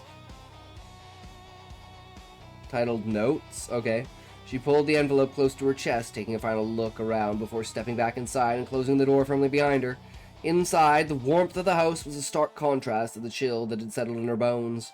She stood in the hallway, the paper still clutched in her hand. Fire crackled softly in the background, but it didn't feel warm anymore. The sensation of being watched, of something lingering in the shadows, wouldn't leave her. Evelyn set the envelope down on the table beside her. She looked at the strange symbol one more time, her mind racing. What did this mean? Was this just another twist in her own tortured mind, or had someone been waiting for her, even after everything? She turned back toward the living room where Daniel slept soundly in his bed, Milo curled up at his feet, a peaceful scene. Her son was safe, she was safe, but the unease lingered. The world outside was silent, too silent, and though she tried to push the feeling aside, she knew, deep down, that the peace she had worked so hard for might not be as lasting as she hoped. Ooh, end of the book. Woo! Author's note. The 10th mark was never meant to be easy, not to write, and certainly not to live inside while it came to life. This is a story about fear, grief, and the quiet, creeping dread of being isolated, misunderstood, and hunted. But beneath the horror lies something deeper, survival, the human will to keep moving, even when everything says stop. I wrote this book for anyone who's ever felt like an outsider in their skin or a stranger in their town. I wrote it for those who carry trauma quietly and who listen to silence as if it's trying to tell them something. I wrote it for those who refuse to look away. The Hemlock Falls is fictional. The fears in this story are not. Violence, especially the kind that hides behind politeness and small-town smiles, is very real. Systems that allow it to fester are often worse. Evelyn's journey may feel extreme, but I believe horror works best when it tells the truth in the darkest way possible. Thank you for taking the risk to walk this road with her. If it left you haunted, unsettled, or strangely seen, maybe you found exactly what you were meant to. Keep your lights on, keep your breath steady, and remember, the moment you start to feel safe is when the real danger begins. Damn, that's epic. Fuck yeah, dude. I like the ending. It's obviously from the information that is given, you have to think that Ellis is the other guy. But the fact that she never called him out, never said anything about him dying, never said anything about him being in there, I think is a little weird. But what is she gonna say?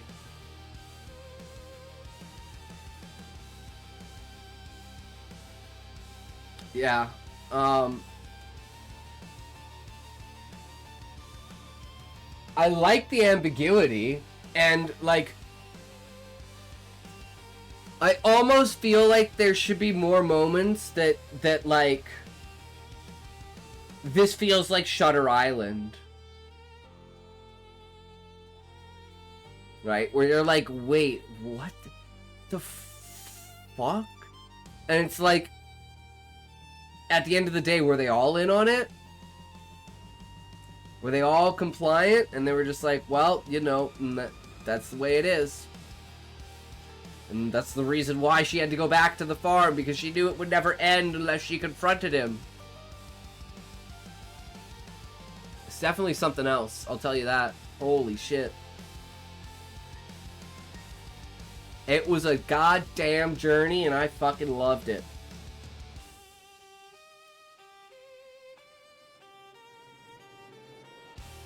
I kind of really like the year later coming back of being like, yo, now that everything's kind of chilled, it's like, well, you know, we're approaching the solstice again. We need that 10th soul. Come on. Let's go. And the fact that it's like, you know, the cycle's been going on for, like, decades, essentially, right? So it's like, yeah, you can't stop something like that. It's like a force of nature, almost. Haven't decided if there will be a book 2 or if Evelyn will appear in another book later on, but I left the ending open, and it's meant to make the reader think who the other people are. Yeah. I love that.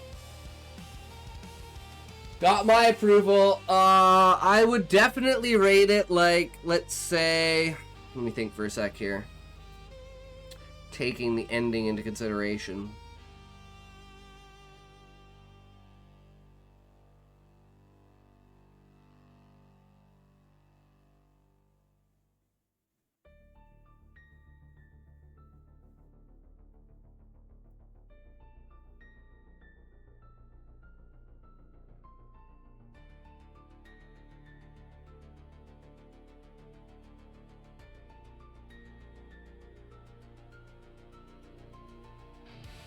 I'm like, does it deserve an 8?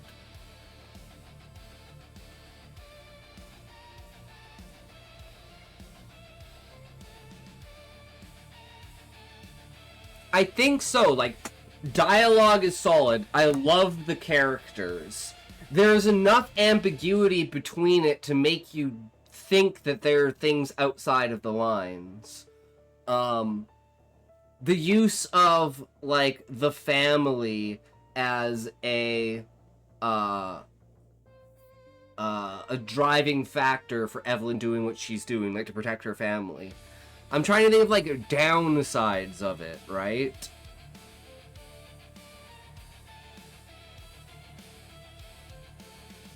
Like downsides are the ambiguity for some people, definitely. You gotta think of it on a wider scale, but that is kind of like a part of the genre. So there's that, as well as never revealing who the actual killer is. I like that ambiguity, but again, that's like it makes the killer insignificant in a way, which I really like, but some people may not, right? So it's like,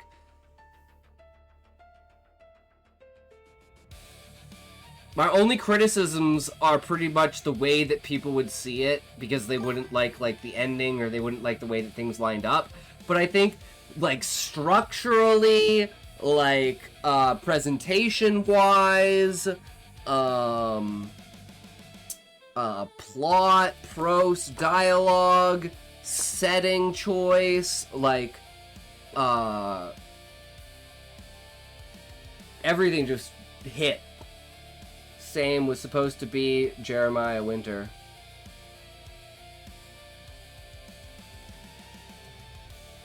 His name was supposed to be Jeremiah Winter.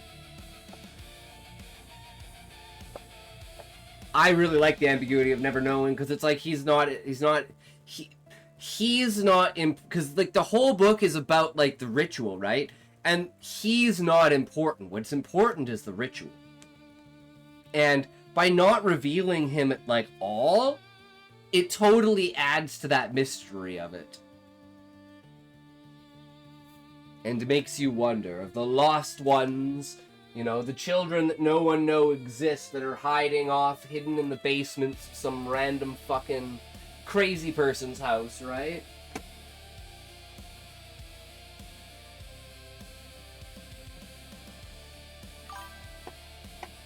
What would the overall score if you give it a 1 out of 5 stars?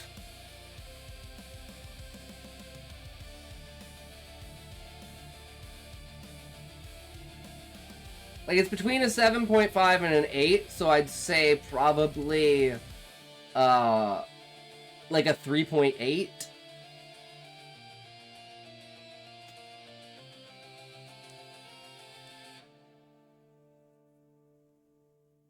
I think 3.8 is pretty fair. Because it's not like it's reinventing anything. It's not like it's doing anything new, right? It knows what it is, it plays what it is, and it does what it is very, very well.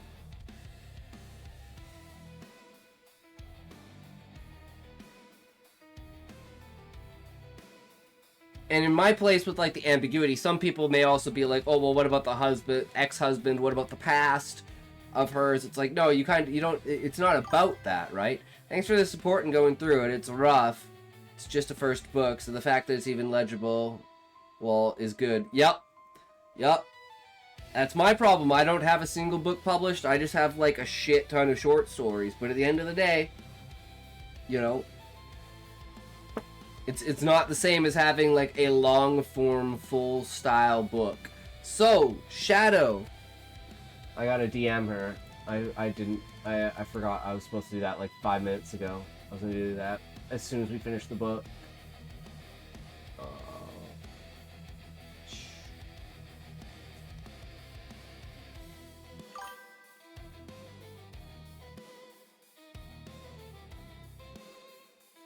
But yeah, no worries. Always appreciate finding something that's, you know, enticing to read, has good structure, gives off the good vibes, has a relatable style, right? Like I said, like I love the ambiguity. The leaving it up to the reader, like trusting that the reader is smart enough to like understand what you're trying to do with the book. So being like, I don't get it. What the hell happened at the end? Like, what? Who's doing what? Never reveals the bad guy. Who's the what? I don't like this. You know.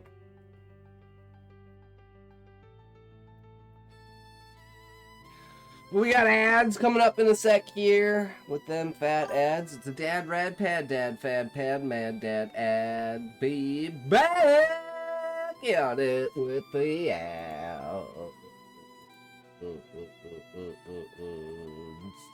Ads. We back with ads. So we can be up and ads, up ads, ads. Ads go up and up with ads.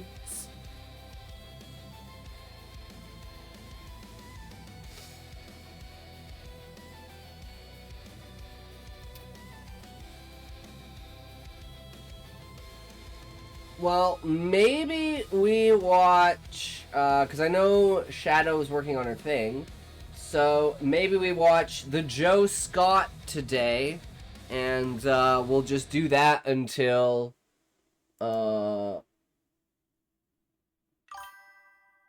Shadow shows up. I guess we're waiting on ads anyways. We're waiting on ads anyways, so fuck it, right.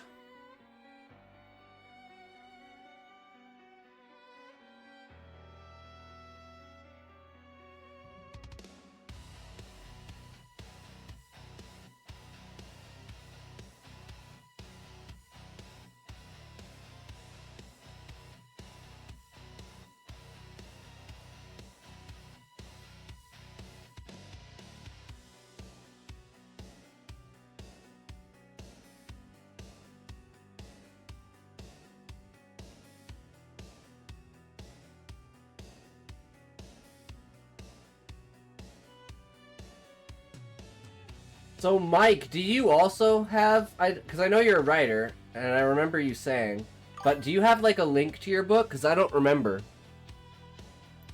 I'm retarded.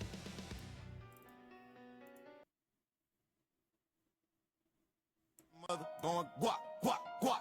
On a sucking Bubba's dick, slurping nut like his mother. Going guap, guap, guap. On his Arkansas brother, playing that shit like a saxophone. Presidential topic while they all alone. Don't give a fuck about Hillary. Donald Trump blow it up like a Wall 3. Trump suck Bill's dick, got his big old belly sick. From the come, pink ton. No, the question is, guys, the actual question is, okay? I'm gonna propose the question to you, right? Okay.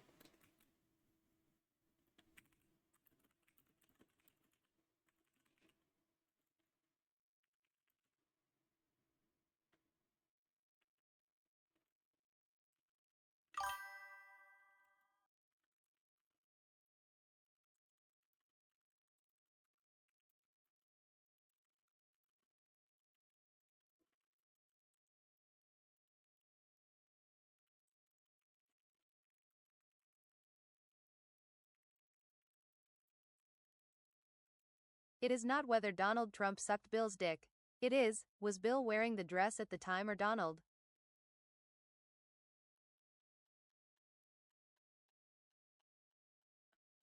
We know they have a picture of Bill Clinton with the dress on, but we don't have a picture of Donald with the dress on. All right, well, I guess you're just in time, Shadow. So we'll take a toke, and then we'll start it up. Another big fat chapter ready to go.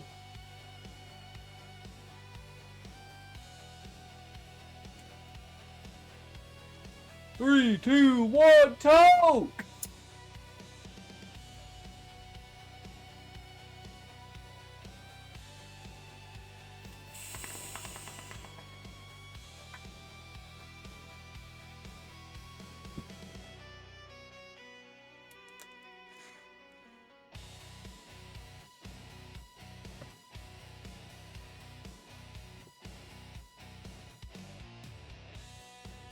Alright, here we go. Shadow's Story.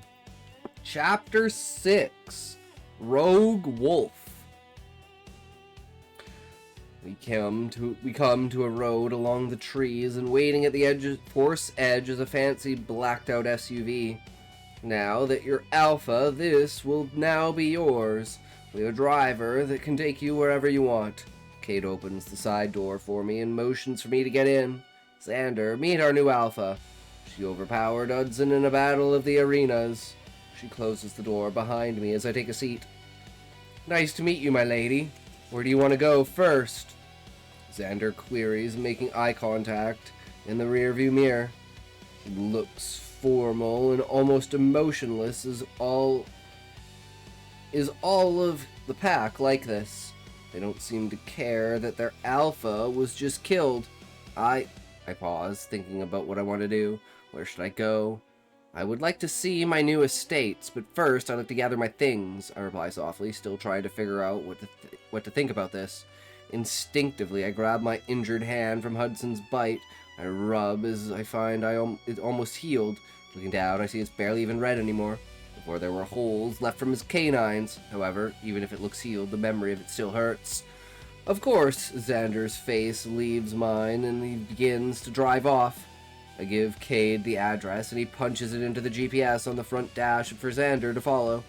Scooting back in the seat, I try to calm my nerves. I feel tense with the silence around me, like the air itself stopped moving and I'm stuck in place. Seeing the city lights coming through the trees, and I let out a breath I didn't realize I was holding. It didn't take long for us to pull up to my hotel. Cade opens the door and watches me walk through the entranceway. I could feel his eyes on me all the way down the hall as I walked to the room I was staying in. I couldn't close the door soon enough. The moment the door latch was in place, I felt relieved, like closing it somehow snipped a tether that connected him to my every move. Did that really happen? Or is this all just a bad dream? There's no way I killed an Alpha, right? Forcing myself to crack the door open, I glance down the hall. Sadly, I see Cade standing, waiting for me in return. Nope, not a dream. Close the door harder than I'd like, causing the pictures on the wall to rattle. Skidding across the room, I barely catch one of it as it falls to the ground. I feel like my heart is pounding out of my chest. Hanging the picture back on the wall, I glance over to make sure it's straight. Can I run? Will I even make it very far, or do I have no choice than to go with them? I walk over to sit on the floor of the bed and stare at the pile of my belongings across the room. Really don't have much. Maybe it won't be that bad. At least I'll have something to call mine. What am I saying? No, I'm not an Alpha. I can't do this. I have to get out of here. I grab my bag and stuff and stuff the rest of my belongings into it. Tossing one of the straps on my shoulder, I make my way to the door. I'll have to be fast. I hope they don't see me. I can't go at the front, so I'll have to find out an exit out the back. I reach for the door as my nerves tense, making me feel sick to my stomach. Shaking my head, I reach for the knob. Before I can open the door, it swings open and smacks me in the face. Falling on my ass, I grip my head from the pain of the impact. I wanted to yell, "Who just did that with the door?" till I see it's not Cade. It's the maid of the hotel. "Oh my, I'm so sorry, miss. Are you okay?" She drops the cleaning supplies that are in her hand and kneels down beside me. Reaching her hand out, she tries to help me up. When Cade barges in and pushes her to the side. What happened? He growls. He turns to the maid and towers over. What did you do? I opened the door on her. She fell back. And she fell back. I'm sorry, it was an accident, I swear. The maid whimpers. Cade looks at her, about ready to kill her. He begins to move closer to her when Xander shows up behind him, clearing his throat. He gains Cade's attention. I'm sure she didn't mean to, right? Xander says calmly. No, of course not, she stutters. Cade glances at her. She seems not to care that she's sorry, and starts clenching his fist, unsure about what he's about to do. I managed to force my voice out. Enough! I'm fine. She said it was an accident. Getting up on my own, I rub my head thankfully. The pain is already subsiding. So much for running again. I find myself letting out a small sigh. I glance over at the maid and give her a smile. It's okay. She gives a slight nod and grabs the cleaning supplies from the ground. Grabbing my own things off the ground, I move past Cade and Xander to head back to the SUV. Not waiting for them, I hop into the back seat. Doesn't take long till they both get in and into the front seats and begin to drive off. May I ask, miss, what do we call you? We don't know your name, Cade asks, breaking the silence. Thinking for a moment, I really don't want to be called by my last name. Well, Willow do. I'm not used to this, but I'm Alpha now. I make the rules now, right? You can call me Willow. About 30 minutes pass, and we pull up to a fenced-off house community. Xander punches some numbers into the gate box, and we proceed inside. There are about 50-plus houses, all large, with a cottage feel to them. Be right back. Alright, sounds good, Shadow. A house surrounded by tall birch trees at the end of one of the long roads stands out from the rest. A simple ranch house, painted white with a dark gray trim. It's captivating. Pulling up, an older woman walks out to the porch. Who's that? I'm afraid to hear the answer. That's Angie. She was Hudson's mate, he replies, opening my door. Fuck, am I gonna have to fight again? I killed her mate, and I'm supposed to take all the possessions, including this home? I pause before getting out. I'm left deep in thought. Mates have connections with each other. She would have felt his death the second I sank my teeth into him. Getting out of the SUV to follow Cade, I follow him to the front of the property where she stands. I'm sorry, I offer, not knowing what else to say. There's a moment of silence as she looks me up and down. Huh? You must be strong not to have a scratch on you, Angie says, raising an eyebrow after seeing my shocked face at her reply. I healed the only injuries I sustained by the time we arrived here. I had a gnarly wound on my hand from him biting my paw. Thankfully, the damage from when he bit my tail is not as bad. Also, there is no need to be sorry. It's the wolf's way, and I'm not... If I'm to be honest, I never liked my mate. My parents forced me to be with him.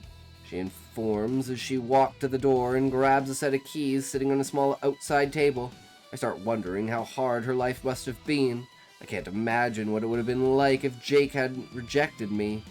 Here, I won't be needing these anymore. She hands the keys with relief in her eyes. Is she really okay with all of this? But where will you stay if I accept this? I don't want to take everything from her. I know how it feels to have everything taken away, and I don't want to put anyone else through that. I have my properties and savings that he never knew about.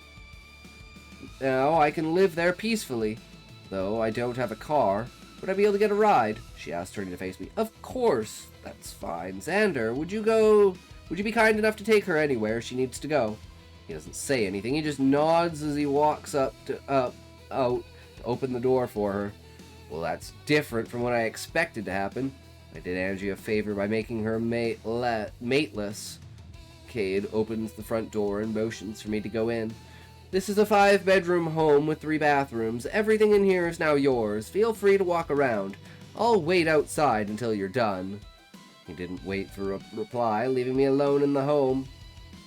The house is huge, but still cozy. Large windows cover the living room wall with a view of the forest and a small pond out back. Walking around, making my way to the second floor, I find the first room. This must have been old Alpha's room. His scent is on everything. Coming to the last room, I'm pleased it doesn't smell like him or Angie. This seems to be the guest room. Can't get used to a house that smells of another wolf. Heading back to the first floor, I see stairs going farther down. Starting to head below, I pause. It's dark and gives me a bad vibe. reminding me of Jake's basement. Not wanting to be creeped out more, I turn around to head back up. Hello? Quiet voice speaks from further down the stairs. The fuck? Why did I hear a voice down here? Turning the lights on, I see what looks to be a jail cell. Walking to the door, I see a woman sitting in an old mattress, dressed in nothing but a ripped-up shirt. Her knotted hair reaches her mid-back. Looking around the cell, I pause when I find chains on the walls.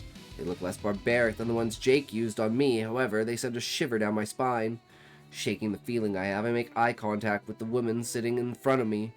What are you doing down here? What's your name? I ask as I begin looking for a key or a way to open the cell door. I'm Sarah, Hudson's slave. She quietly answers in a fearful tone. There's that word again, slave. Leonard Wolf fights to take control. Cade! I yell. He comes running down the stairs. Yes, is everything alright? Care to explain this? I ask in a low growl. Yes, ma'am. Hudson found her on the border of our territory, so he made a slave out of her for trespassing. He answers easily, without a grace of guilt. Anger raging again. I feel my newly acquired alpha authority surge through my veins like a flame. This ends now! As the new alpha, I'm ordering everyone to release their slaves. If they disobey, I'll kill them myself. I snarl at him. Let her out, now! Quickly pulls out a set of keys and opens it. Are there any more slaves here I should know about? I glare at Cade. No, Alpha, she's the only one. Hearing my heart pounding in my ear, I start pacing back and forth in the hallway. Cade, do I have any unoccupied condos in this city? I pause before I begin to help her out of the small room. I'm furious at Cade for not telling me about this, but my new priority needs to be her and her safety.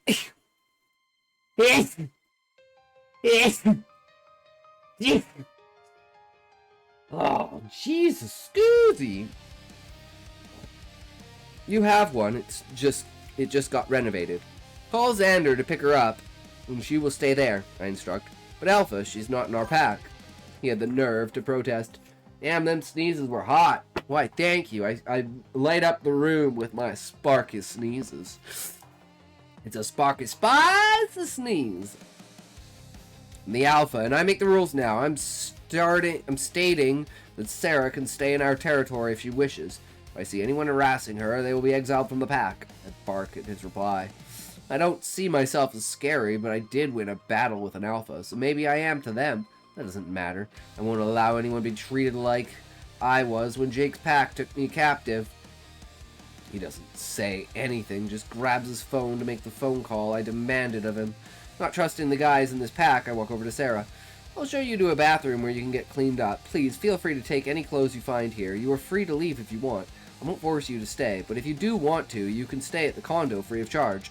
Her eyes lit up. Thank you. She's overwhelmed as tears spill down her cheeks.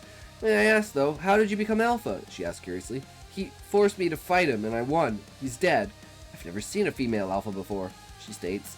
She isn't wrong. I have never heard of a female having Alpha authority. I know females can rule alongside their mates, but having an unmated Alpha female is not known to shift her kind. I never really thought about it, not knowing what to say. I just shrugged. Cade walks back in and informs us Xander will be here soon.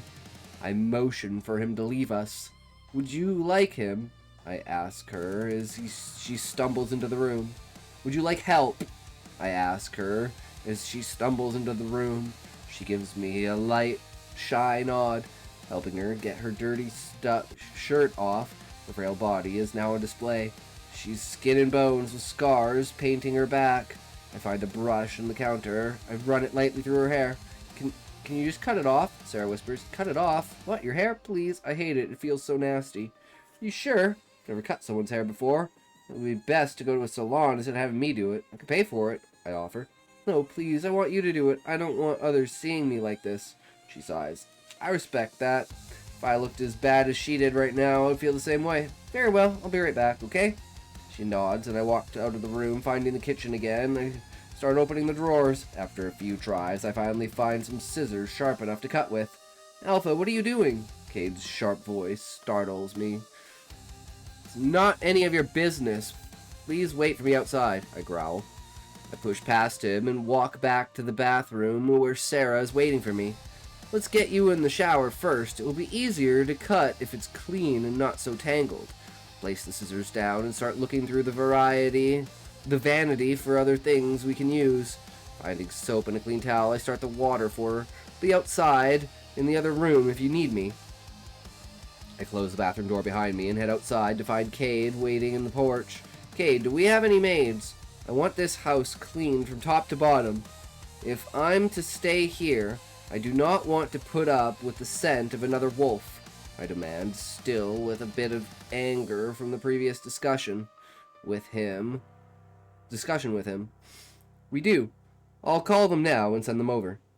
I've also called the pack's asset manager. I know it's getting late, but we should get everything into your name by morning. They should be here within the hour. He meets Xander as he walks up and fills him in on my request. I leave to head back into one of the bedrooms, finding a walk-in closet. I find rows of nice clothes from business outfits to casual. There's a bit of everything in here. I find a soft sweatshirt and tights for her.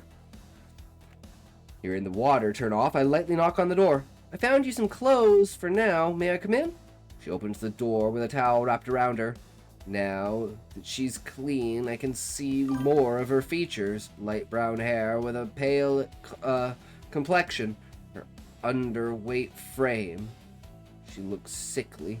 Did they even feed her while she was here? Found something? I did. I forgot to change the title, though. The found something was your story, Fish. But you can find something, please. It's called You're Dead. What did you say? Should I order us some food for us? I ask. Yeah, of course. What would you like? Pick anything. Nothing too fancy. Maybe just a simple burger? Her face turns red at the request. Coming right up. I'll make the order and then we'll start on your hair, yes? She nods again and I head out to make the order. Adding a few extra things, we have about 30 minutes till it arrives. After I meet her back in the room. So, this is the style you want, or I don't know how I'm gonna do this. I've never cut anyone's hair before. I can't be that hard, right? Anything works, it's just something short. Picking up the scissors, I motioned to a chair and grabbed her to sit on. I think we both are holding our breath as I go to make the first cut. One snip after another, her hair falls to the ground. It doesn't take long till it starts taking shape. Well, how does it look? It's perfect, thank you. The end result turns out to be something like a pixie cut. Frames her face nicely, just as we had done blow drying her hair. We heard a knock at the door. It was the delivery person with all the food I ordered. Burgers, fries, 2 salads, and some Italian-style soup. Also ordered a full spiced cake for after. I'm sure as she's hungry as I am, if not more. Taking the food to the dining room, her eyes widen at the portion of the meal that now sits in front of us at the table. Whatever we don't eat, I'll make sure to box the rest up for her. Xander walks into the room, and as we are finishing our meal, I'll be outside waiting for when she's ready to go. Alright, thank you, Xander. Probably shouldn't keep him waiting. I know you still have things to do tonight. Sarah stands from the table. Are you sure? I don't mind. Yeah, I'm sure. Nothing against you. I really appreciate what you've done for me, but I want to leave this place. Nothing good happened while I was here with Hudson. I understand. Let's pack up the rest of the food for you and take it with that. Also head into that room. Going across to the room I found the clothes in. Take anything you want from there. Hell, take all of it if you want. I'm going to toss it if not. Thank you. Shortly after Sarah leaves, there's a knock at the door. Cade stands from the dining room chair and goes to open it. Trump does look like he has some soft-ass hands, perfect for the ball cupping. Absolutely, Mike. I could definitely see that. And you know, he's already got the motion down, right?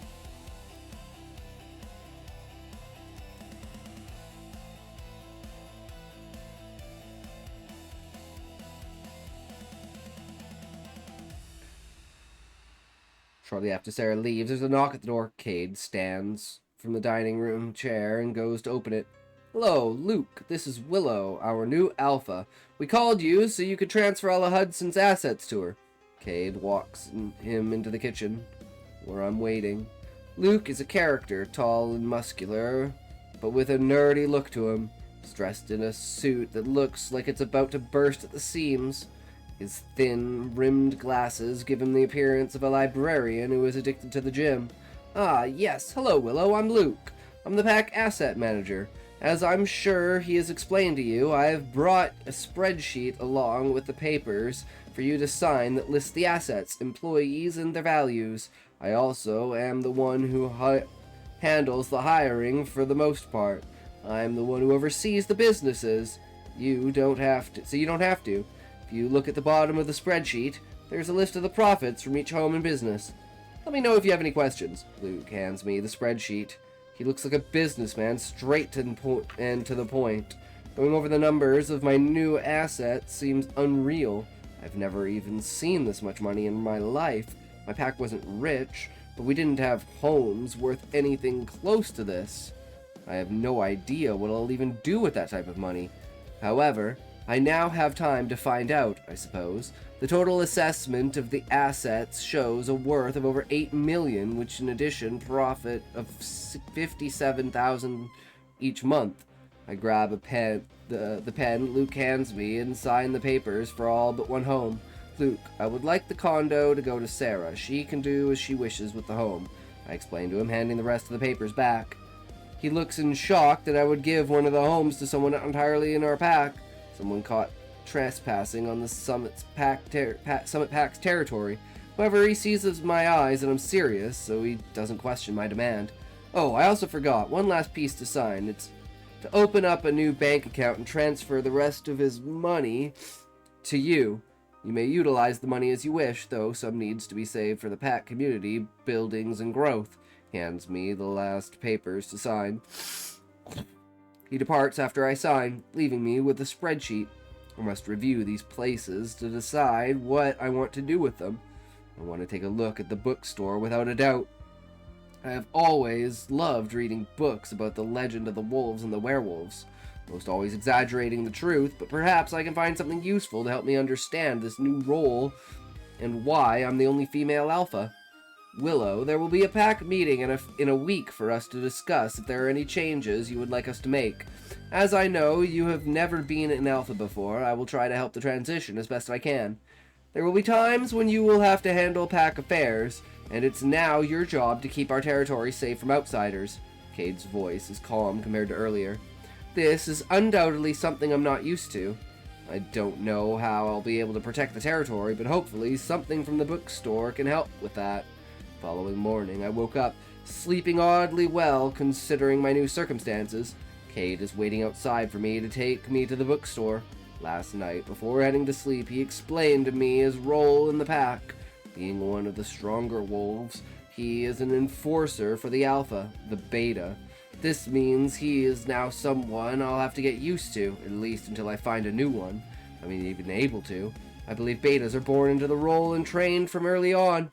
I don't trust him fully, knowing he is one who stopped me from leaving in the first place, but I'll give him the benefit of the doubt that he was just following Alpha's orders. Before getting to the bookstore, Xander stops at several other places. I was forced to leave everything behind when Jake's pack kidnapped me. I can't replace some things, but I can try with the rest. First things first, I need a new phone. I ask Cade if my bank account is ready. He confirms it is and takes me to the bank to pick up my new card. Walking to the ATM, I check my balance to see how much I have available. I damn near faint. Yeah, this is going to take some time to get used to. Reading the screen, it shows the balance of over 6 million. Staring at the numbers, I decide I need to be smart with this money. I'll limit myself to about 1,000 till I get everything I need. Once I acquire my phone, Cade puts his and a few other pack members' numbers into it. Xander's, Luke's, Monica Vagan's, and Merle Barnes are all added. Who's the last two? I ask. Those are the managers of the tavern and bookstore. I will email them yours as well, but that way if they need to report to you, they can without issue. He replies. Thanks. May we head to a clothing store? I would like to get a few more outfits. Of course, Alpha. I know this place. I know just the place. Shortly after, we pull it to what looks like a massive warehouse. Pull up. to what looks like a massive warehouse. This looks like somewhere you get lumber from than more. This looks more like somewhere you get lumber from than clothes. Hesitating, I follow Cade inside. Surprised at what I see. Inside is brightly lit with white walls accented with gold beams. At the entrance is a sitting lounge with oversized chairs and a fireplace. The floor looks like it's made out of granite and reflects the lights above. As far as the eye can see, there are rows of clothes, housing goods, furniture, and even a pet corner. Now I can see why this place looks like a factory on the outside. This place has to be large to store this much stuff. Here is a map, Alpha. Cade hands me a folded up brochure that is a detailed map of the layout. Following the map, I find the clothes that are my size. It doesn't take long till my arms are filled with clothes draped over them. Finding close to 10 different outfits, I decide that's enough. We'll have to wait here a moment. Xander is getting some things for the SUV. He motions to one of the lounging chairs, placed around the fire. I let out a small sigh as I sink into the chair. You like the chair? Cade sits in the chair next to mine. I do, it's soft. Cade doesn't say anything and gets up to head back to the checkout counter shortly after he returns. 2 will be delivered to your home by morning. You didn't have to do that, you know. If the Alpha likes something, we will get it. No questions asked. I shake my head as I follow him out of the store. I place the bags of clothes next to me as I scoot into the back seat. Finally, we pull up to the bookshop. Its Victorian style is breathtaking. It's a 2-story that's painted light blue with brown trim. Looks like an old dollhouse. The sign above reads Summit's Reading Nook. Cade walks to me at the door and holds it open for me. I'll wait in the car. Take your time here. Greetings, miss. May I help you find something? An older voice says. If I'm to guess, that is Monica. I'm just looking around, not sure exactly what I'm looking for yet. Okay, dear. Well, my name is Monica. If you need any help, just holler, she says, walking back to the front counter. Thank you. My name is Willow, and I will if I need assistance, I reply. Miss Willow? Oh, you're the one in the new boss we get to...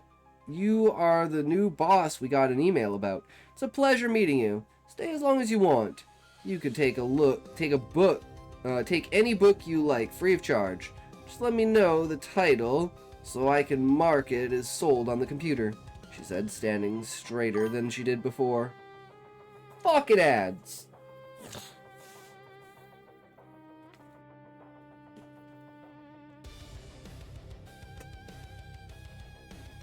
Oh, why do and me, why and me, be,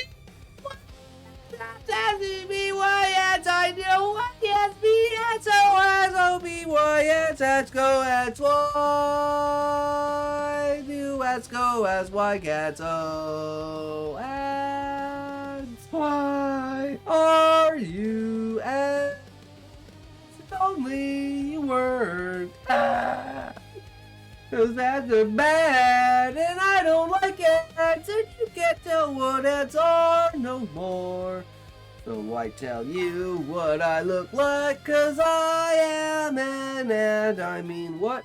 No, I'm not an ad. An ad for you, an ad for you, an ad for you, an ad for me, an ad on for ads. Oh, I can add on an ad. Can ads on with an ad for an add-on? Will ads, well, it's on, be added. Ooh, there are too many ads for the ad to add. I don't know about adding ads to an ad when there's ads on an ad, but I'll add when ads do ads for ads, because that's what an ad does, add when ads are ads. So that's why we always say it's a perfect timing. It'll interrupt, but it will be a moment you will remember. It will be important, and it will care. And do's what does with what's got for is. I'll tell you what's on. I don't know what I've been told. These ads are getting mighty old. True, Sean. Yo, how's it going, Sean? What you up to, brother? How your day going? Miss Willow, oh, you're the new boss we got an email about. It's a pleasure to meet you. Stay as long as you want. You can take any book you like free of charge. Just let me know the title so I can mark it as sold on the computer, she said, standing straighter than she did before. I nod and walk around for a bit. Finding a section of mythology, I look through anything I find. Most things I've seen and read before, so those I know will be of no help. Book after book, there is nothing I don't already know. Some talk about how a human can transform into a wolf, and some are even detailed on our mating rituals. I definitely do not need to read about the birds and the bees. Any closer to normal sleep? Woke up at 4 today. 4 p.m. Definitely 4 p.m.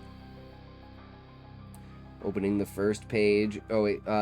Losing hope that I'll ever find anything new, I sit on the ground next to one of the shelves. Glancing up, I see a book in the paranormal section. Book's titled The Battle of the Beasts and the Blood Moon Wolves.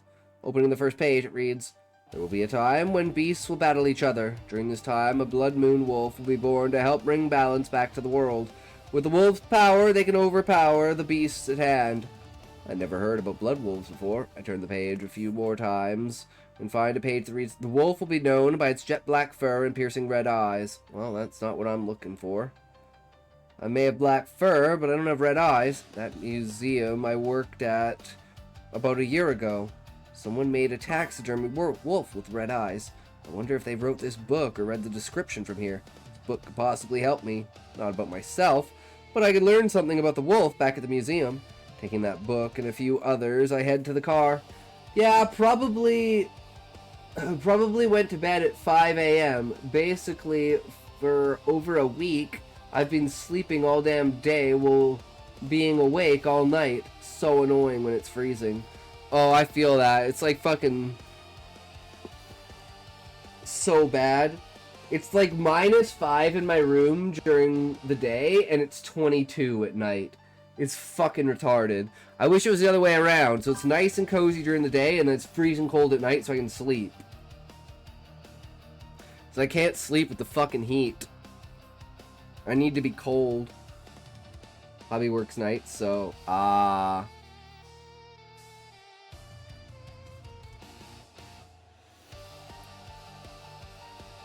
would rather be awake at night. Yeah, I'm a night owl. 100%.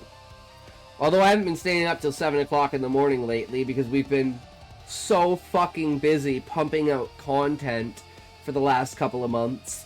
And I can't wait for this week doing the Diablo. So I want to do like a video game set. So I want to do like the full Diablo set, which will be every act, one day, 5 episodes, a week, 3 weeks, and then after that I want to do like different RTSs for different stories, and do like a Command and Conquer one, do like a Stormlight one, do like a Age of Empires one, do a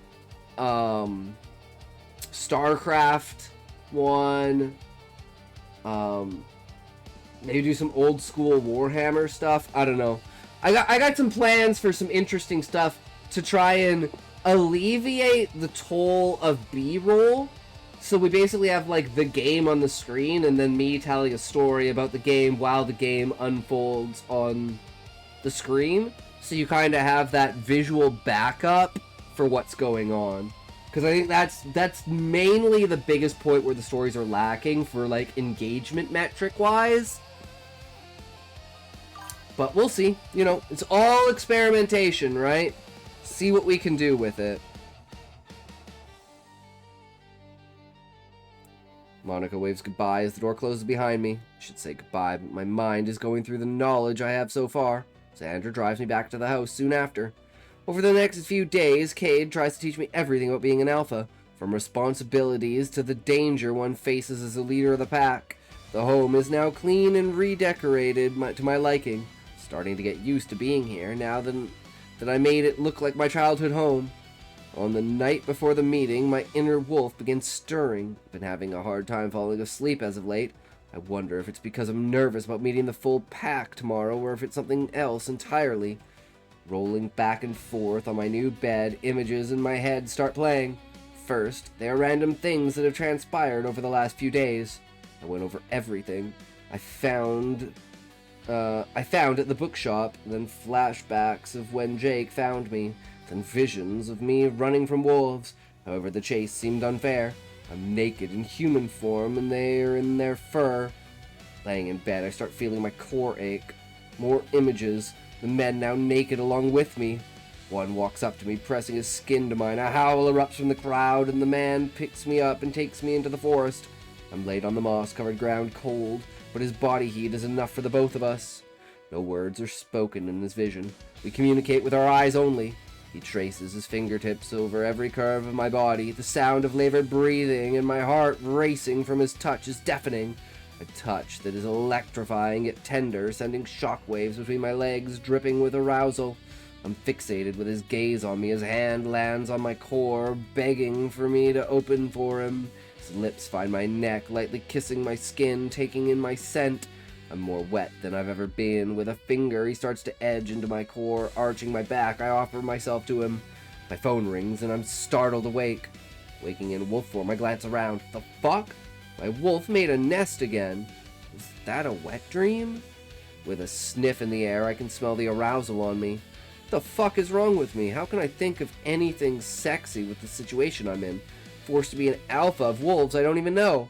Cade calls my phone again. This time I answer, but don't say much. I just make a moaning sound from exhaustion.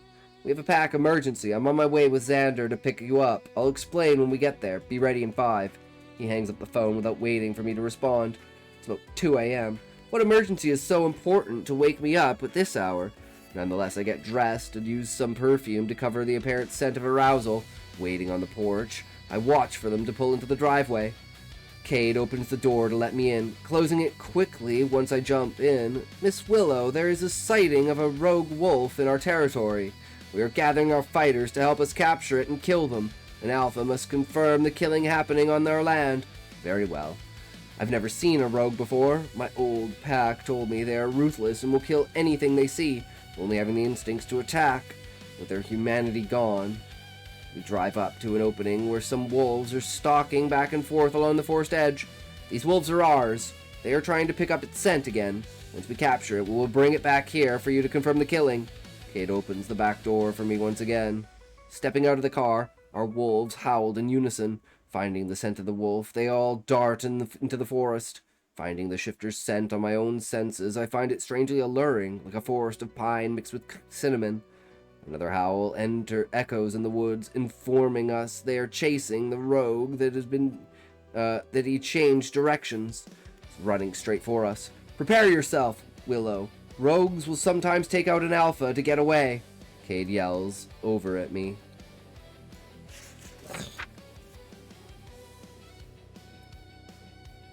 End of chapter 6. Ooh. Oh. Again, I just love how you just go through it. You're just like, yep, this is what's happening. This is how we do it. This is how we go. That's what it is. Get used to it. We got everything set up and ready to go. And then just boom, out of nowhere, we're just headed down another path. Oh. We don't need this time sitting to the side. We just do what we got to do. What we do, what we got, I tell you. So now, if no one else has anything else, because again, I don't know if Mike has something if he wants me to read that. I don't remember because I'm retarded. Smacked in the face with the conflicts. True. Or Book, or Callie, if you guys are still here. What's the plan, guys? We've been on, like, radio silence for, like, 2 weeks. And every time I try to get a hold of you guys, no one fucking talks to me. I feel like this isn't going as planned, you know? But is what it is, right? Because I'm like, do you like that one, though? How she handled being alpha so far? Yeah, and I like the fact that she's, like, kind of nervous about it. You know, she doesn't exactly know how to command people, but it's like when she gets something in her mind, she's like, yeah, no, we're just doing this. Fuck this. We're changing everything about this. Now the question is she going to let the power go to her head? 3, 2, 1, toe!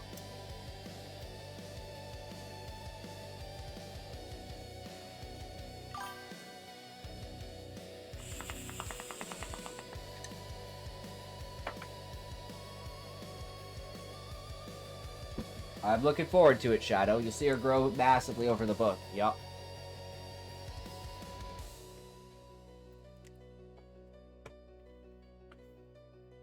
So now the question comes. We are at the final moment. So, do we do Stoner Girl Evolution?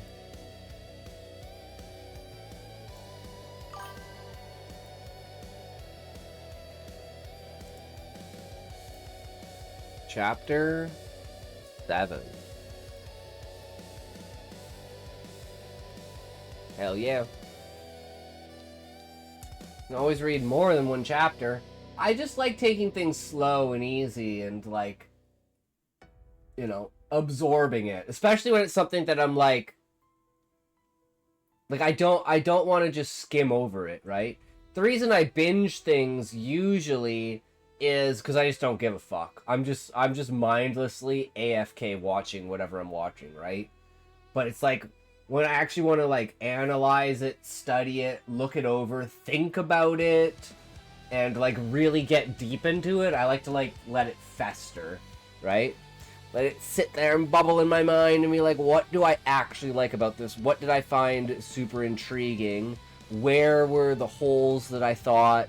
Like, I can give it an actual critical analysis. Because there's just too much information, it just kind of gets lost with it, right? And I'm using it as, like, a means of studying to make my own writing better, right? Like, this chapter, is going to be, like, a bunch of dialogue back and forth, and I've been dreading this chapter because I fucking hate dialogue. I'm bad at dialogue. But we're just gonna have to go with it and do it and just fucking... It is what it is. I know exactly what has to happen. I know what they have to say. This is all backstory.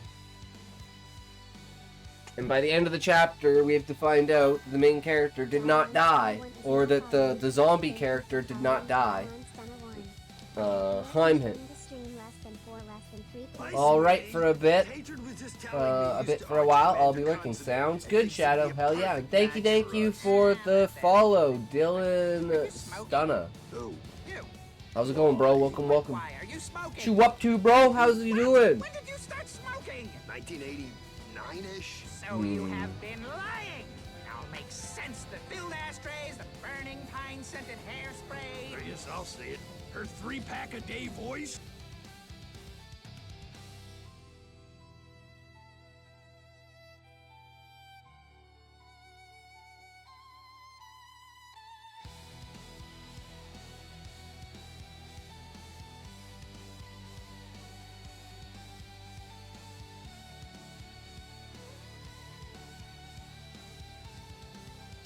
Oh.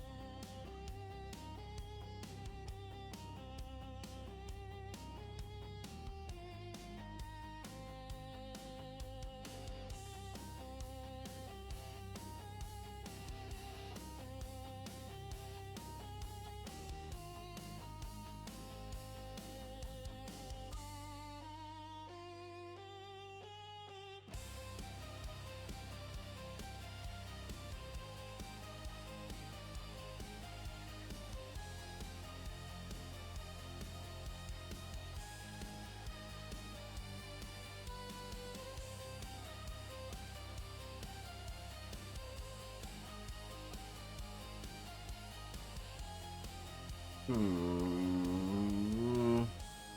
yeah, that's a pretty good intro there.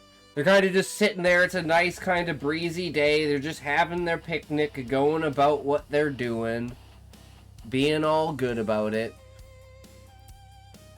while he's trying to like adjust his face enough to make the sound. Okay, I think we got ourselves a working mouth now. Some time to wipe the rust off.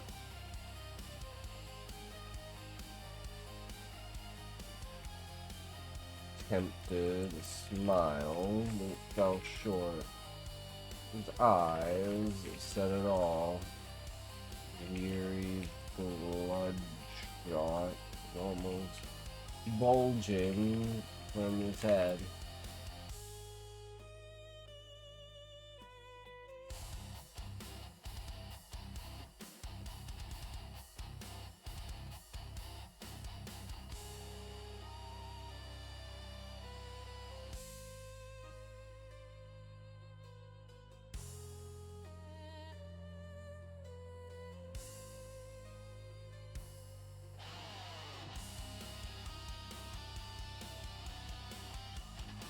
Now, I'm gonna have to go back and see what the fuck I did here.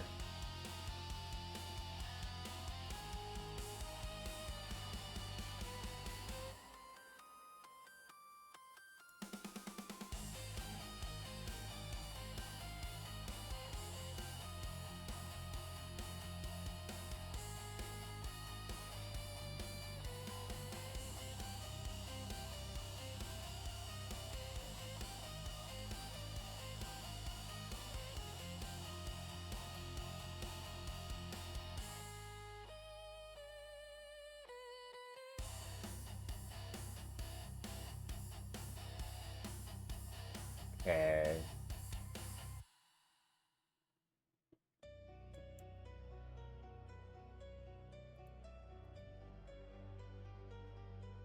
Oh. What should we do?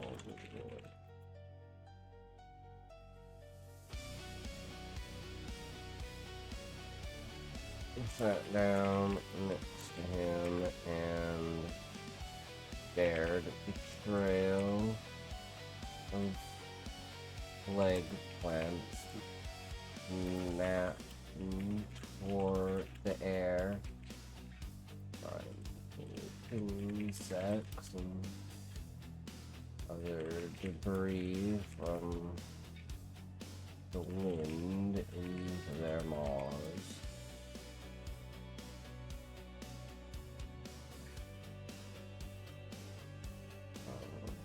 You're just like an angle. must Your be- face is acute. I don't mean you're severe. I mean you do make me poot. But it's just cause I am nervous, so instead of talking, I play you my lute. True, Callie. Holy shit, that's great. I love it. So, Callie, like, what's the plan? Like, have you talked to Book at all about, like, what we're doing? Because, like, I'm still waiting to figure out if Book has that audio file that I'm supposed to turn into a video. Like, it's been, like, 3 weeks, and we haven't done, like, anything with this. I don't know what's happening. I don't know if we just decided that we're not doing it. Like, what's the plan? Because I'm still sold. You must be familiar with this land at least a little bit.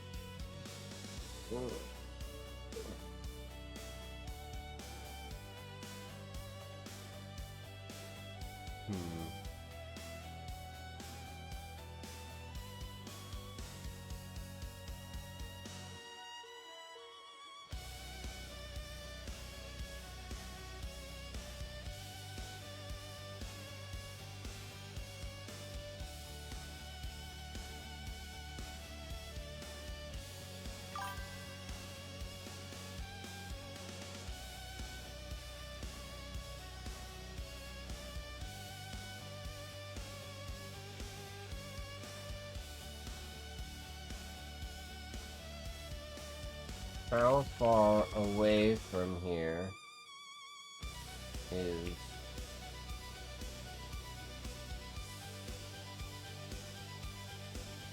your home?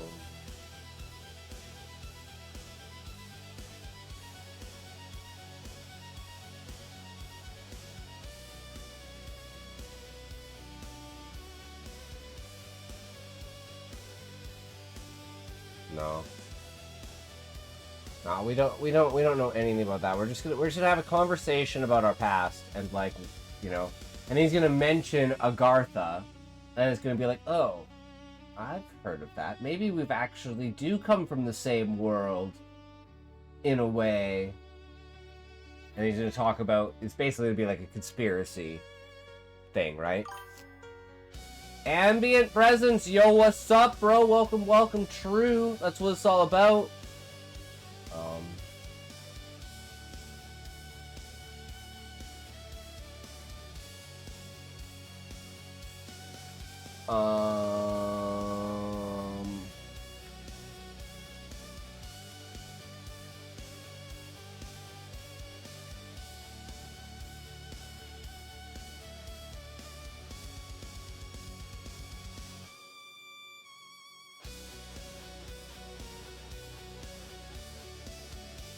Trying to think how to start the conversation, right?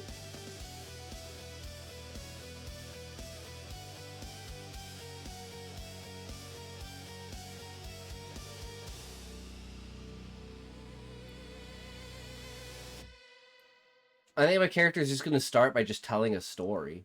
And then they'll just tell stories back and forth while they're waiting. And then it'll be like, well, wait, what? So it's like, how was this pilgrimage that you were going on?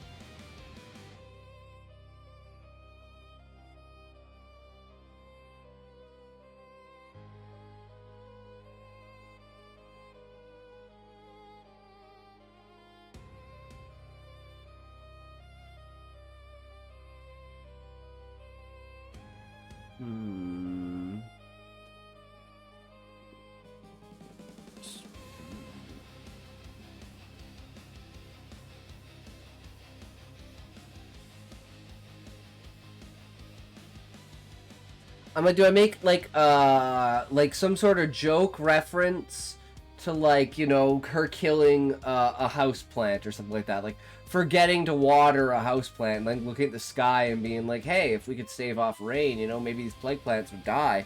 I don't know what the whole thing about these are, but, you know, it is what it is, because they still kind of don't know.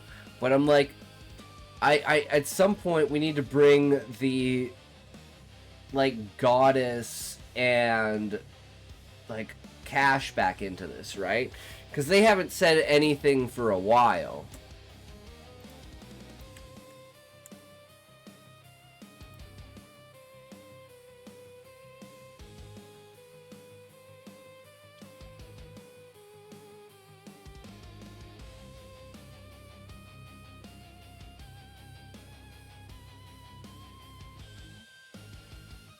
Okay, so this one time I was watching TV with my brother. This commercial where he talking plant and was like dancing cactus. It would mimic and replay what you spoke to it.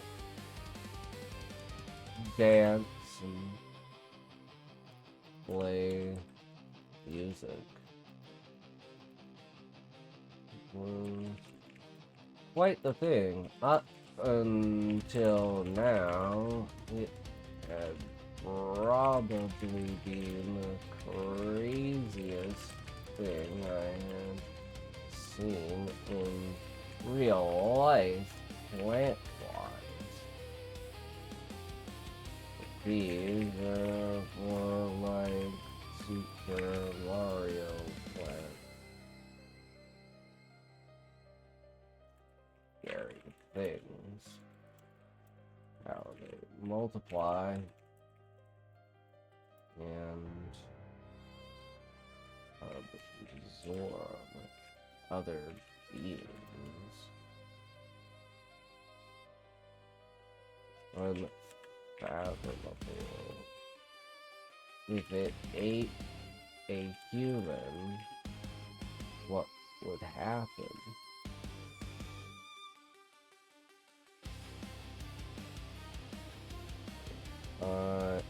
Yeah.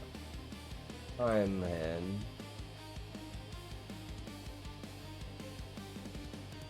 Mirth. And looked at me. Nothing good, I would, imagine. Giant plant monster roaming around, eating people. Maybe that's a bit scarier than zombie.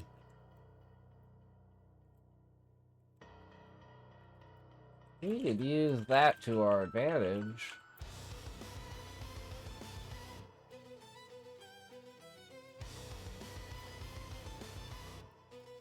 To the side and smirk.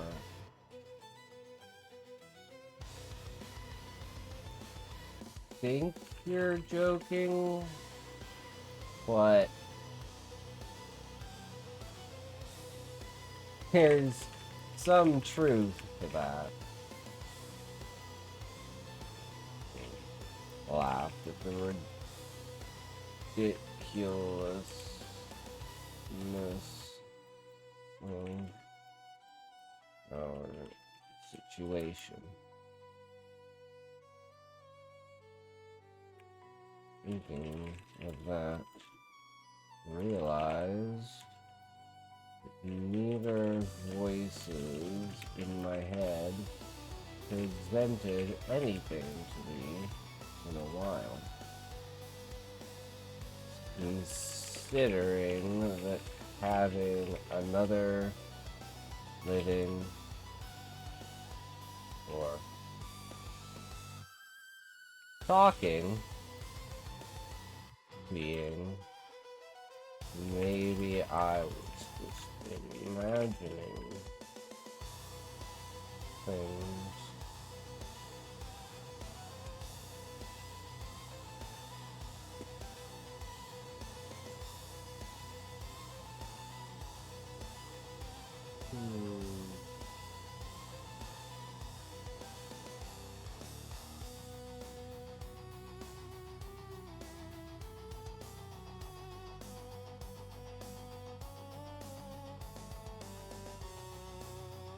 Alive? Well, zombie's not really alive, right? How do we put this in the proper word? Maybe I was just imagining things. My mind coping situation.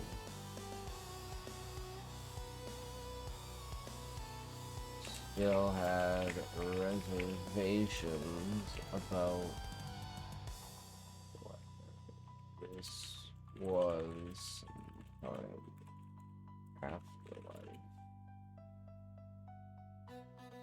Having a zombie as a companion doesn't do much to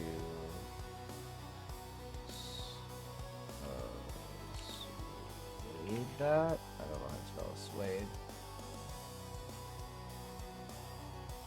Maybe swage that.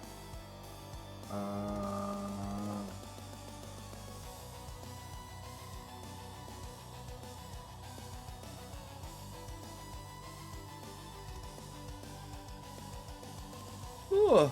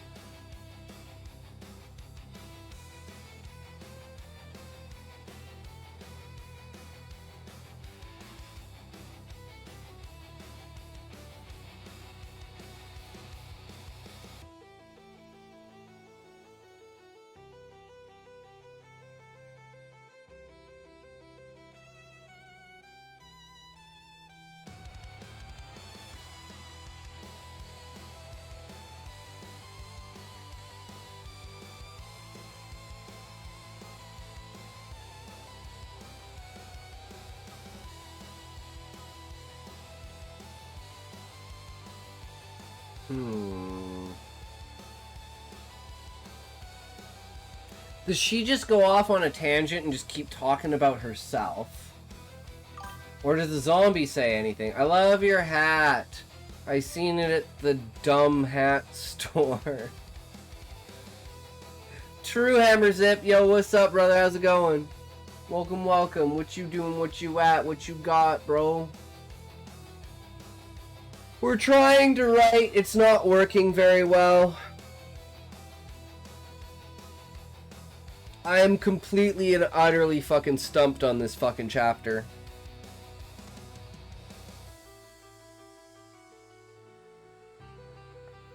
I know what needs to happen, I just can't do it.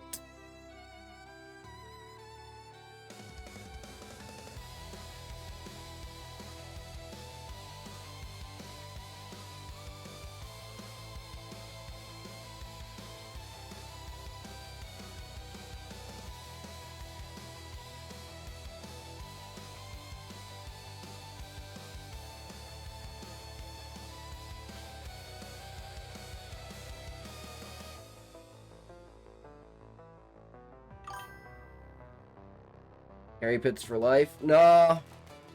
Usually they're not. We got... what? This is like the biggest time. Yeah, we got 7 days. So a week. A week from today, makeup stream. Let's go. Oh. Okay, I'm starting to think I need another character. I think this would be easier facilitated with another character.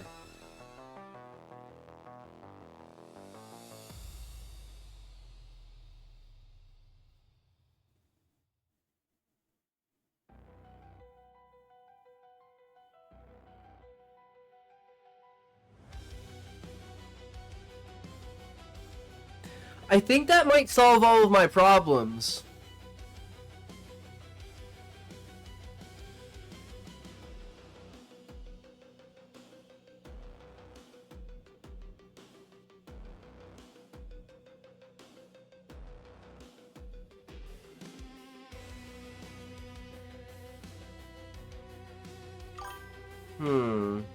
Can we team up to take over a channel? We can, Hammer. What's the channel?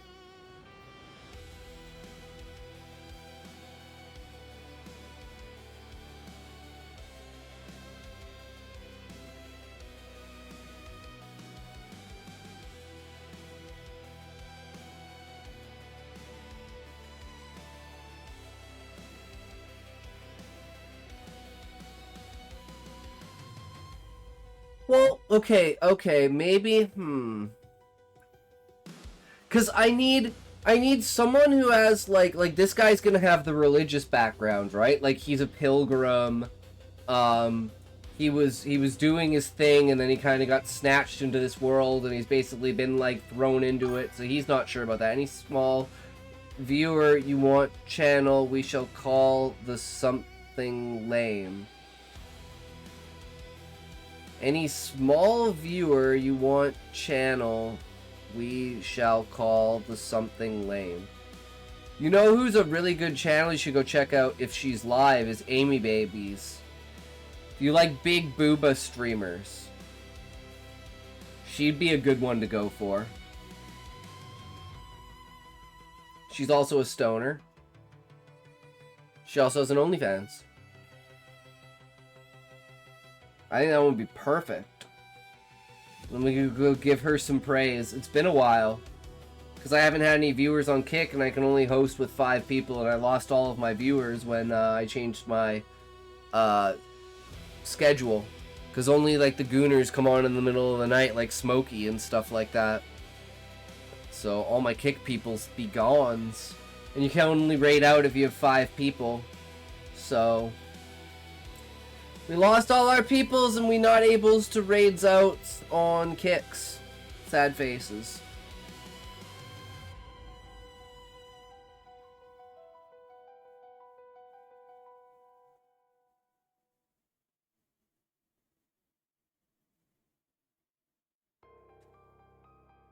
Now I'm just rethinking this entire chapter. I'm like, maybe we just go back to the fucking drawing board, and that's the reason why I'm struggling so hard with this. This is supposed to be just bullshit, type it out, get it on the paper, but I just can't fucking do it.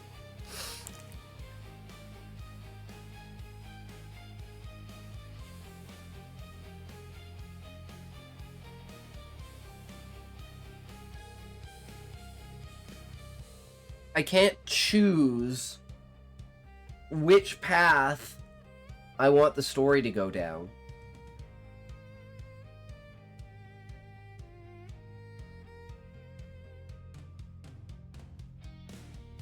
Because I could have another zombie come out and have that one be from Agartha. I could have Agartha being the name of the nation because he said it was from a world of Nuimam.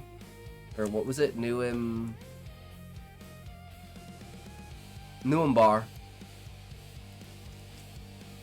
The world of Nuambar and the nation of Agartha.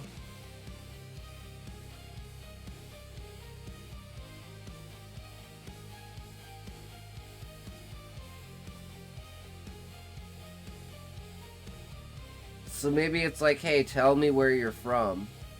But then I'm like, how is this relevant to the story? Finding out specifically where this person's from. I know this person's going to be like a main character, so it's probably really important. But it's like, how do I present this in a way that's not just like... Oof, I don't know.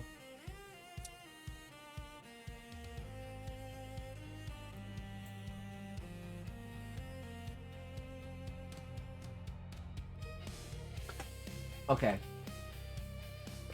Many people come back from the dead. Where you are from? I absent-mindedly blurt out. May have been slightly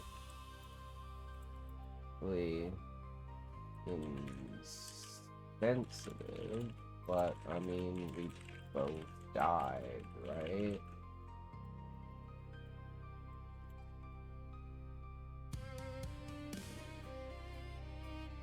Well, I mean, he has similar feelings to me.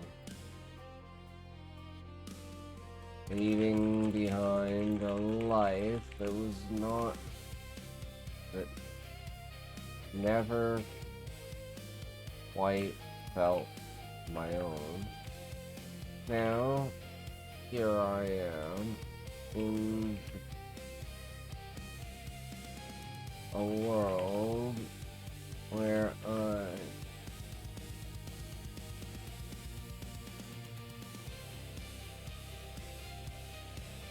accomplished something that has put me on the radar. Well, I have no idea what actually happened.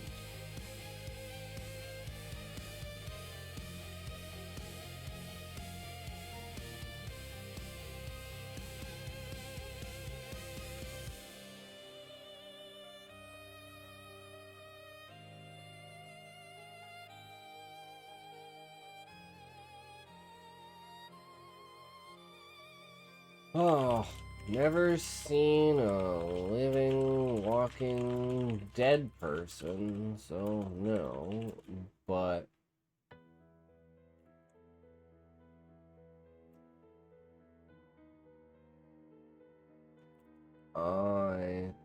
Okay, and then this goes into, yeah, but I'm pretty sure I didn't die, and there's a reason why I don't think I died. Does that play into my faith?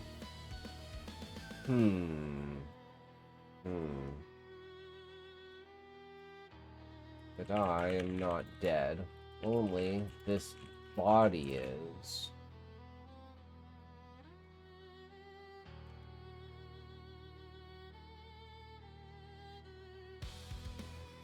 Whoever's it is. Words. Yo, what's up? struck me with a strange feeling as the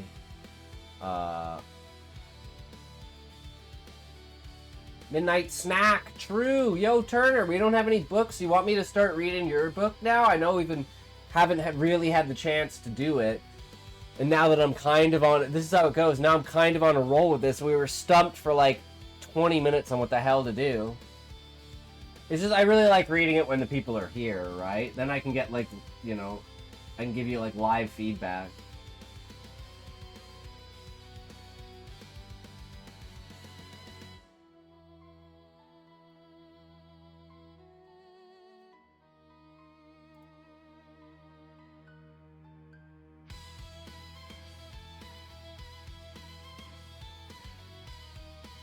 I'm going to think about this chapter more, I think, because I need to change it up a bit, what's actually going to happen here.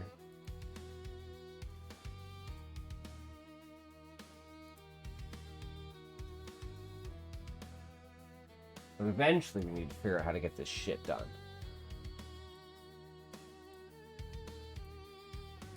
Eventually we will. And that's all that matters. And we'll have as many as we need.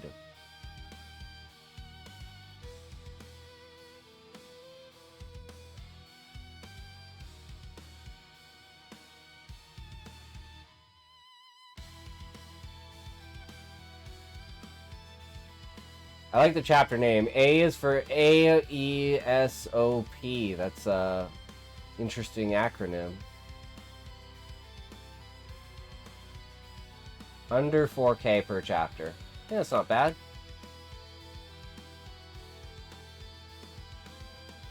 It's a solid chunk, right?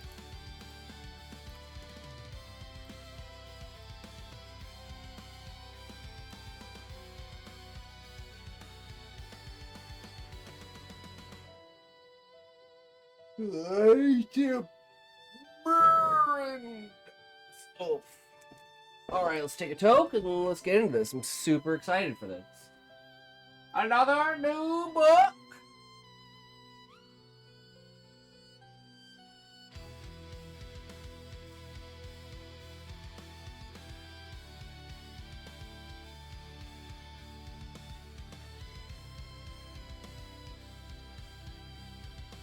Three, two, one, toke!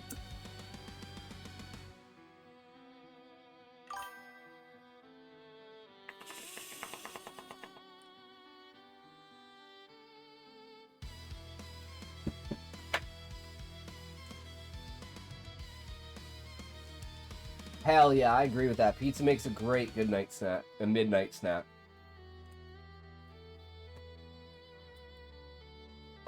Bagel bites before bed. That's what I'm all about. Cover them in cheese and bacon. Green onions. A little bit of mushrooms. Stack that shit. Green peppers. Fucking good to go. Onion bagel with cream cheese, green olives, and pepperoni. Ooh. Ooh, not a fan of pepperoni, but everything else. Alright, here we go. Chapter 1. A is for AESOP. To call humanity's first contact with an advanced interstellar species a catastrophe would be unfair. A proper one would have included a war, most likely planetary occupation, and definitely a mothership that humans would do anything to destroy, in the misguided belief that doing so would just make all the other alien ships stop working. You know, like all those science fiction worst-case scenarios that make such popular movies on Earth. Instead, it would be more accurate to say that humanity's first contact was a fiasco. A ludicrous, humiliating, and uncomfortably awkward event for just about everyone involved. Awkward is already a really good word for it. Horribly awkward, like repeatedly, devastatingly awkward in a way you just don't talk about, especially with your interstellar neighbors. So of course I'm gonna tell you all about it. It all started with the installation of the final sensor for Project AESOP.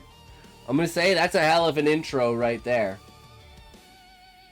already dragged me in. I like the voice. I like the nonchalant aspect of it. And then it's like, alright. It sets up the story, right? This is a space story. This is about aliens. And this is about encounters gone wrong. Thank you. I love my asshole narrator. It reminds me of like D-Naught's story, only he does all of his with dialogue. It's a very interesting approach to characters. But it's like the dialogue is fucking crisp as shit.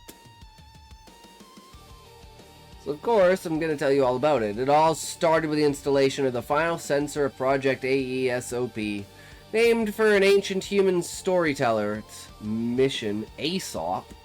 Its mission was to inspire a new generation of explorers and scientists.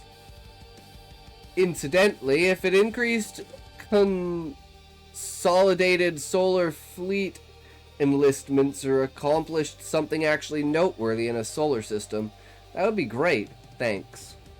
With a tagline like, "To forge new stories in the stars." What could go wrong? It was catchy. You have to give the PR department that much. It made for good posters and embroidered souvenirs at the gift shop. This program's funding was extraordinary. Its costs were extraordinary, and its scientific principles were extraordinarily questionable. The goal of the project, AESOP, was to deploy 8 advanced exploration and survey observation platforms to the Kuiper Belt. Most humans call them the AESOP platforms. Yes, I'm aware that is saying platform twice. That's just how humans are, and it's one of those little things you either find endearing or frustrating about their species. Even the acronym was questionable. They chose the acronym AESOP before they knew what they were going to build. The Greek storyteller it's based on is technically supposed to be pronounced Aesop, where the A is silent. Not that keeps most of them from pronouncing it Aesop or AESOP. Honestly, I can't even blame their education system. English as a language barely makes sense in the first place, let alone rely on it to teach anything. So fucking true. Fuck English. God. It's the worst language. Although I don't know that. It's the only language I know. But I know it's bad. Like, I know Japanese is much better. Much better. The only thing I would do with Japanese is I would remove kanji, but then that would have the same problem that English has, where it's like words that sound the same, like read, read, wound, wound, right? Stuff like that. It's like kanji prevents that from being a thing. Which is, I mean, an inventive way of removing that aspect when you don't have enough letters and you don't want to make words super long. Just kind of makes sense. And then conglomerating different words together, or pieces of different words, to make a whole picture of something. Which is kind of what we do. I taught English in Japan for a year, a little more than a decade ago. Damn, yeah, I took Japanese in school. I have my workbook behind me. I just love Japanese. Just never, you know, I'm a lazy piece of shit and I do way too many things, so I just never followed up on it, right? Yay, being silent would have been more appropriate because advanced didn't describe anything about the systems. First few missions, maybe, but after that, the only thing advanced about the platforms were their age. Which is kind of funny about this, Turner, because I don't know if you've watched Pluribus yet. You seem to be a sci-fi guy, but I watched the first episode of Pluribus today. Mint. Never heard of it? Oh my god, I have to show you. I believe season 1 just ended. It's so fucking good.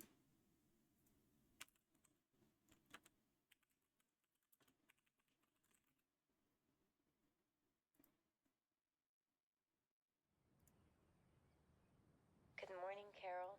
Is there anything we could do to cheer you up? When you After watching the first episode, the whole trailer hits differently. Because you know what happened. Hey, Carol. We just want you to be happy. Can I ask a question? Certainly, what would you like to know? How do I reverse all this?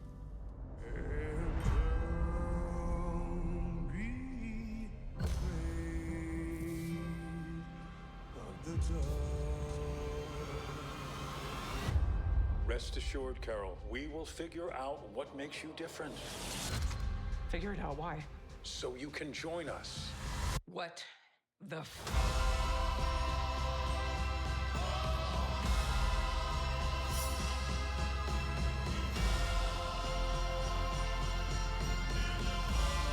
We would move heaven and earth to make you happy.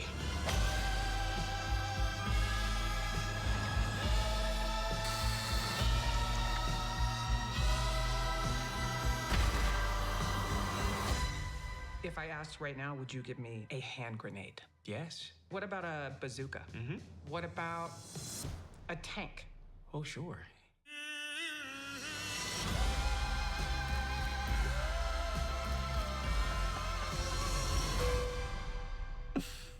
Feel free to move about the cabin, Carol.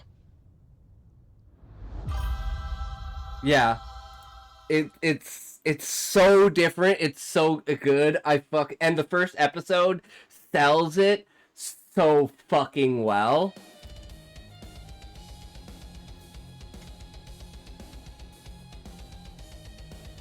But after that, the only thing advanced were the platforms, were their age. Exploration, is typically going someplace, investigating something. The humans were putting an ugly piece of antiquated technology out in literally the middle of nowhere, so they wouldn't have to do either of those things. A survey is typically a careful inspection and cataloging of something. Do you know what there is to catalog in the Kuiper Belt? All the smaller bits that were not invited to the Let's Form Planets party 4.5 billion years ago. If the bits were sentient, they'd still be sulking about it. That's worse. What's worse is humanity has changed the definition of planet 18 times in the last 200 years. All those bits are currently being called TNOs, or Trans-Neptunian Objects again. They used all to be called KPOs, or Kuiper Belt Objects, minding their own business in the Kuiper Belt and not even getting the name for it. I'd sulk too if I had to deal with that level of pedantic identity crisis. Observation. Well, actually this one sort of fits, but not because of anything the platforms did. It fits because almost every visiting interstellar species flies out to the things to observe them with a general sense of, why the hell is this out here? And a confused look on whether expressive anatomy, whatever expressive anatomy that species has. And finally, platform.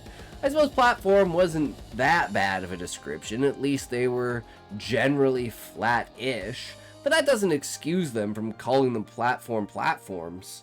And while we're on the subject, let's talk about placement, because that's really bothered me for a while now.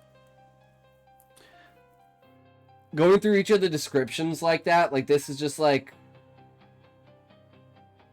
okay, but what's actually on them? Like, is this like the golden record? Like, this is obviously like more advanced, because they're already saying that like humans are already in space. This has got to be like, you know, year 2500, maybe year 2300, something like that, right?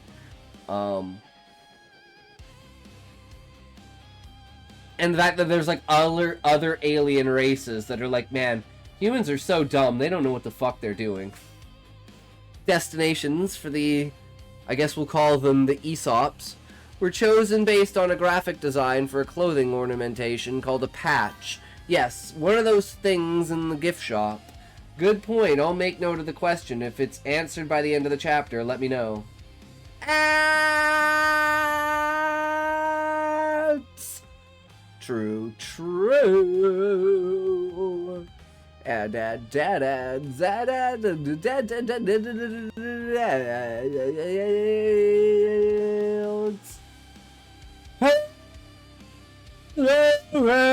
I've gone.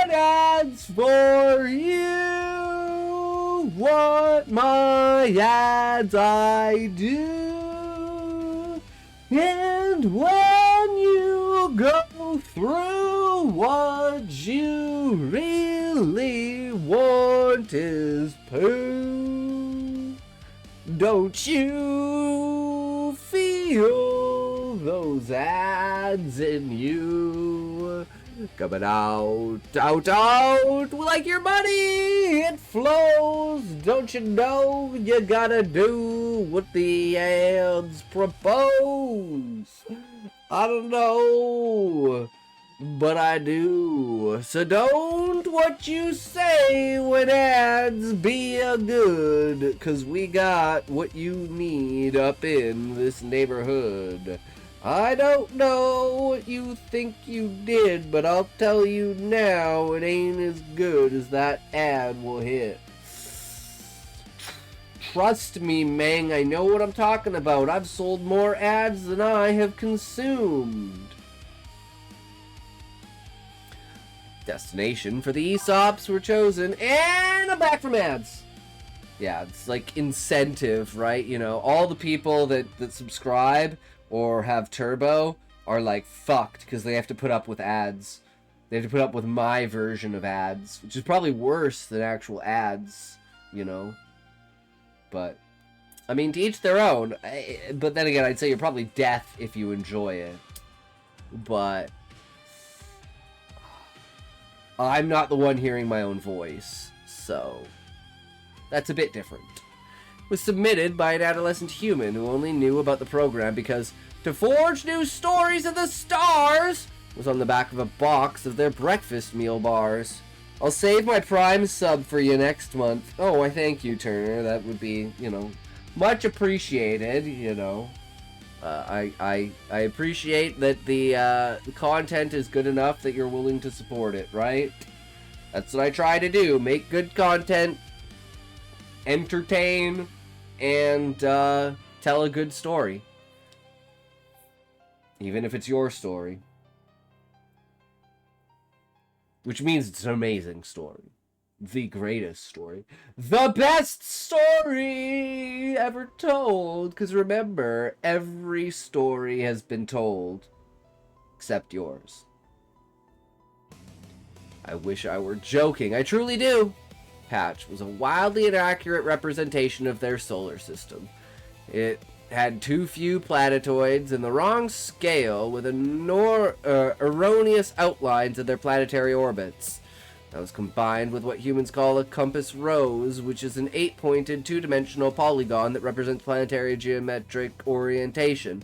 Space does not have a geometric orientation. There is no north in space. With that level of scientific inaccuracy, it should not surprise you that the ESOPs were not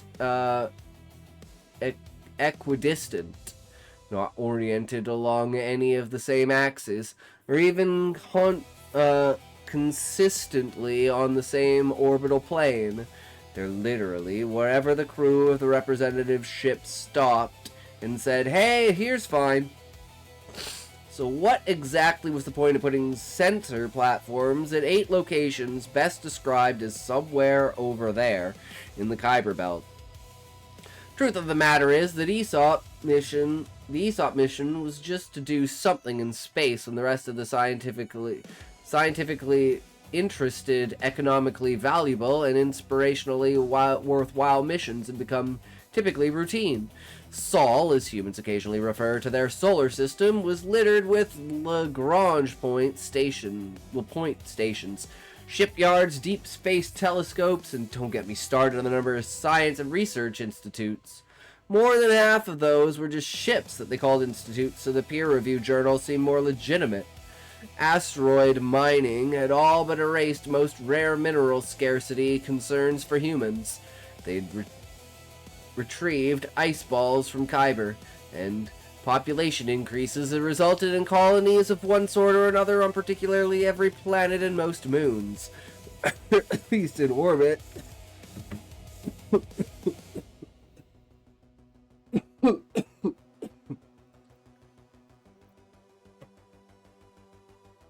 Or at least in orbit if the planet was that uncooperative. Space was no longer the frontier, it was the boring suburbs. Usopp! Aesop, Usopp, Isop for Usopp! True, Callie.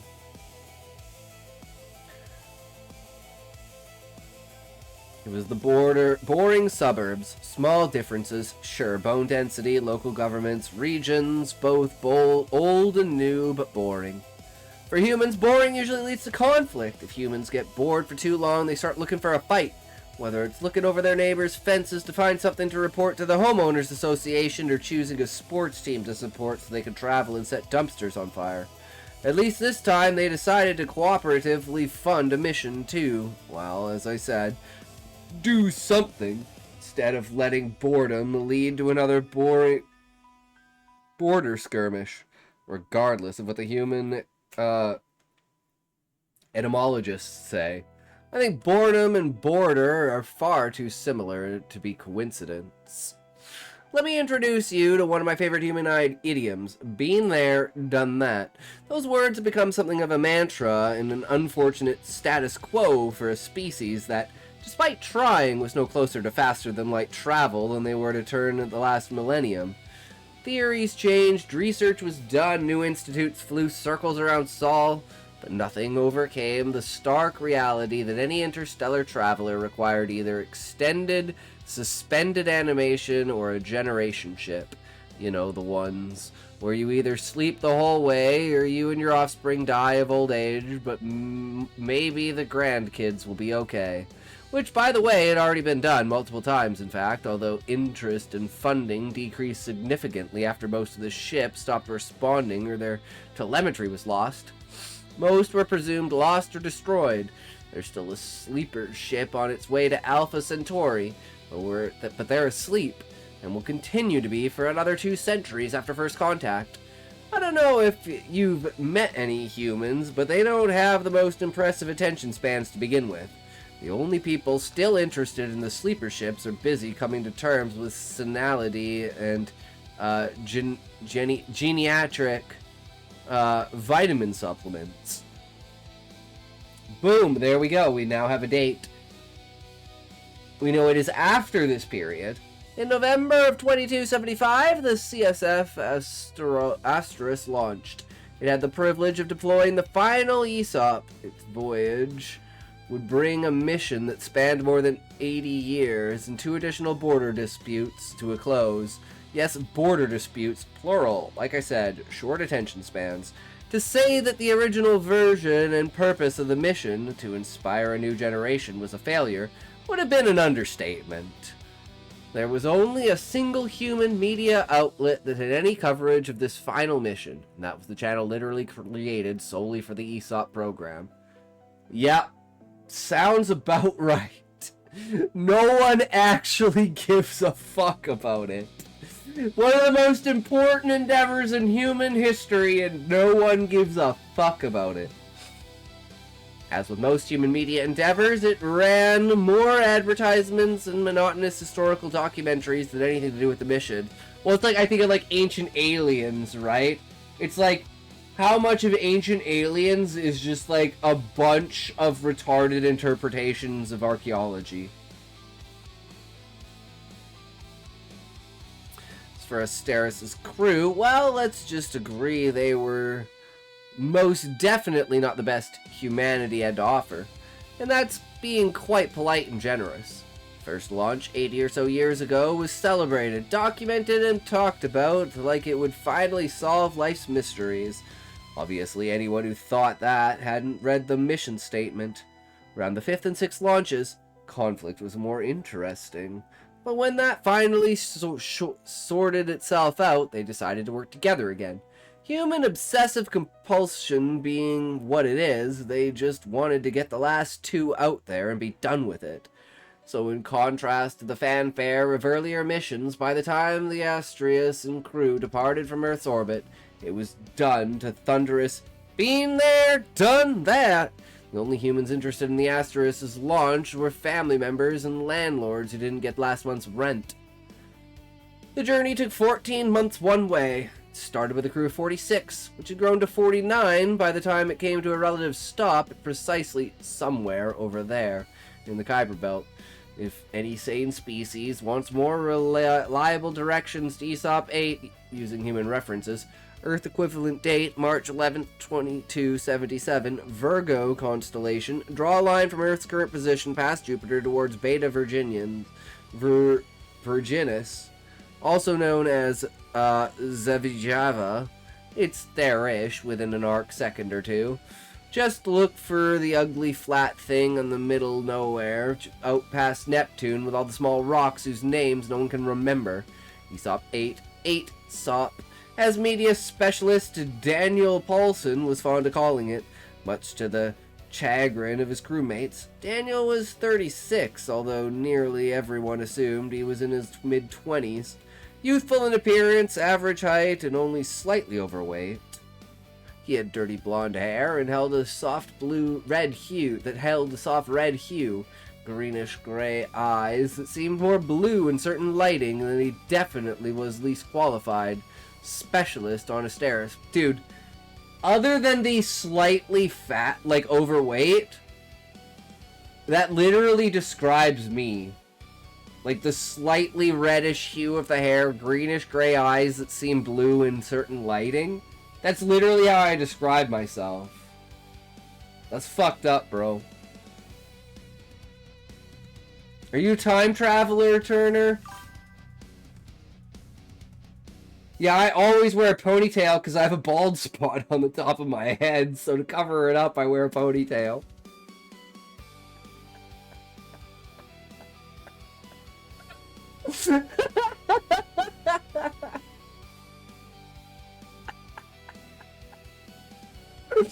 That's fucking amazing. Oh my god. Yeah, keep reading. Alright. I already like this. Daniel had spent the majority of his life consuming media from the 19th, 20th, and 21st centuries. It was a fascination with the hope humanity had, as he described it. Mostly that just meant enjoying science fiction, romantic comedies, obscure cartoons, and graphic novels from an era before most of it was generated by AI. As media specialist, he performed minor handheld and projection technology repair, with some software and database duties thrown in for dramatic effect. I mean, dramatic quite literally. He maintained the entertainment systems and facilitated the distribution of media. He provided access to databases full of music, movies, and books, and games, many of which were added to the Asteris from Dan's extensive personal collection. Hey, true, Void. What's up, Void? How's it going, Void? What you doing today, Void? Some titles were more morally ambiguous than others, although for humans that really depends on who you're talking to.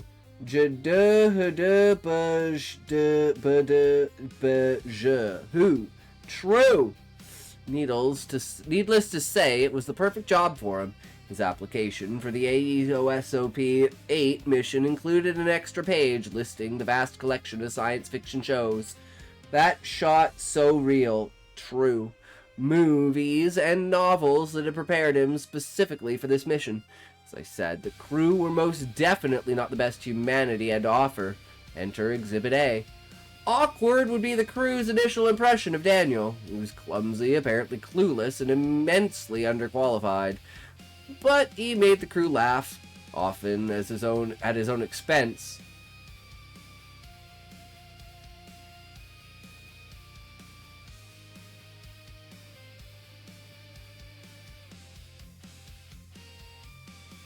Have you been stalking the stream for like 2 years and basing this character off of me, Turner? This is fucked up, bro. This is really fucked up.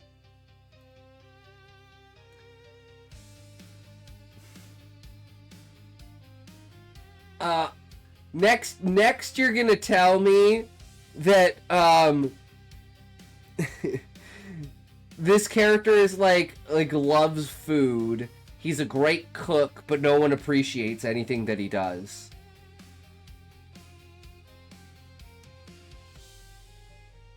I'm just going to give up if that's true. Often at his own expense, and people often found it easy to relax around him. Daniel had other redeeming qualities that became apparently short after launch. Nah, he's got issues. I mean, I've got issues. But we just try not to talk about those. So, oh, does he have a temper? Does he have a temper? I have a fucking temper. Oof. I have a really bad temper. And my worst problem is that I let things fester, and it's like the straw that broke the camel's back, and I'll freak out for no reason at a random person. For like 6 months of like build up. Is that accurate? As the media specialist. Yeah, no comment. As the media specialist, Daniel didn't judge, and he was discreet. He would find you a book on raising your child in near zero G, and then very next day make an anonymous drop-off of a smutty romance novel using the fake potted plant down the corridor from the mess hall. He could even arrange a pickup for a morally gray graphic novel that your wife almost found this morning. Actual physical media. Yes, I know that hardly makes any sense, especially since the books were just data pads in various shapes and sizes.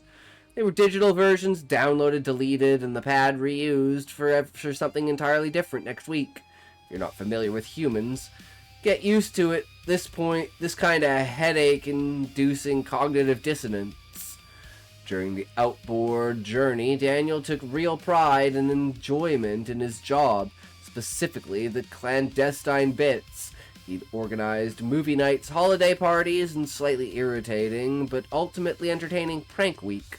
He was quick to make a recommendation on whether you were looking for, although almost without fail, it would be vintage science fiction or a hopelessly romantic comedy. However, his most valued and endearing trait from the crew's perspective was his meticulous mission to delete any watch histories or behavioral tracking that either the ship AI or CSF command attempted to implement. He knew people's secrets and he kept them. For those not familiar with human privacy concerns, command hierarchy, and the effect on general ship morale, this made him widely known and secretly popular. Somehow he'd managed to delete or block every advertisement, infomercial, and spam communications since launch. No small task, since the entire media database they got from Earth was practically infested with trackers, adware, and 2 non-sentient AIs programmed to assist in scams. When asked how he did it, he would smirk knowingly, his attempt to be mysterious and dashing to impress one of the few single women aboard. It did not work. Yep, true! Tries to be frickin' like cool, but he's just clearly not. Neither the mysterious nor the impressing the ladies part. That, maybe more than anything else, was the saddest aspect of Daniel Paulson, trying so hard to be liked, to be useful, to build friendships and find family in the stars, only to spend the entire 14 months feeling alone. He had fostered friendships, but never felt secure in them, built a reputation, never knowing how much others valued him. His very essence, his being, ached for recognition, ached for something to feel real. He also ached for connection and touch.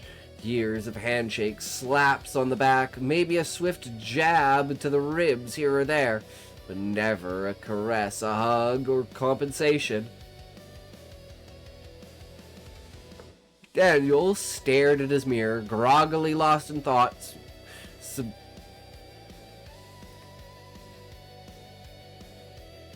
suppressing memories he didn't want to remember.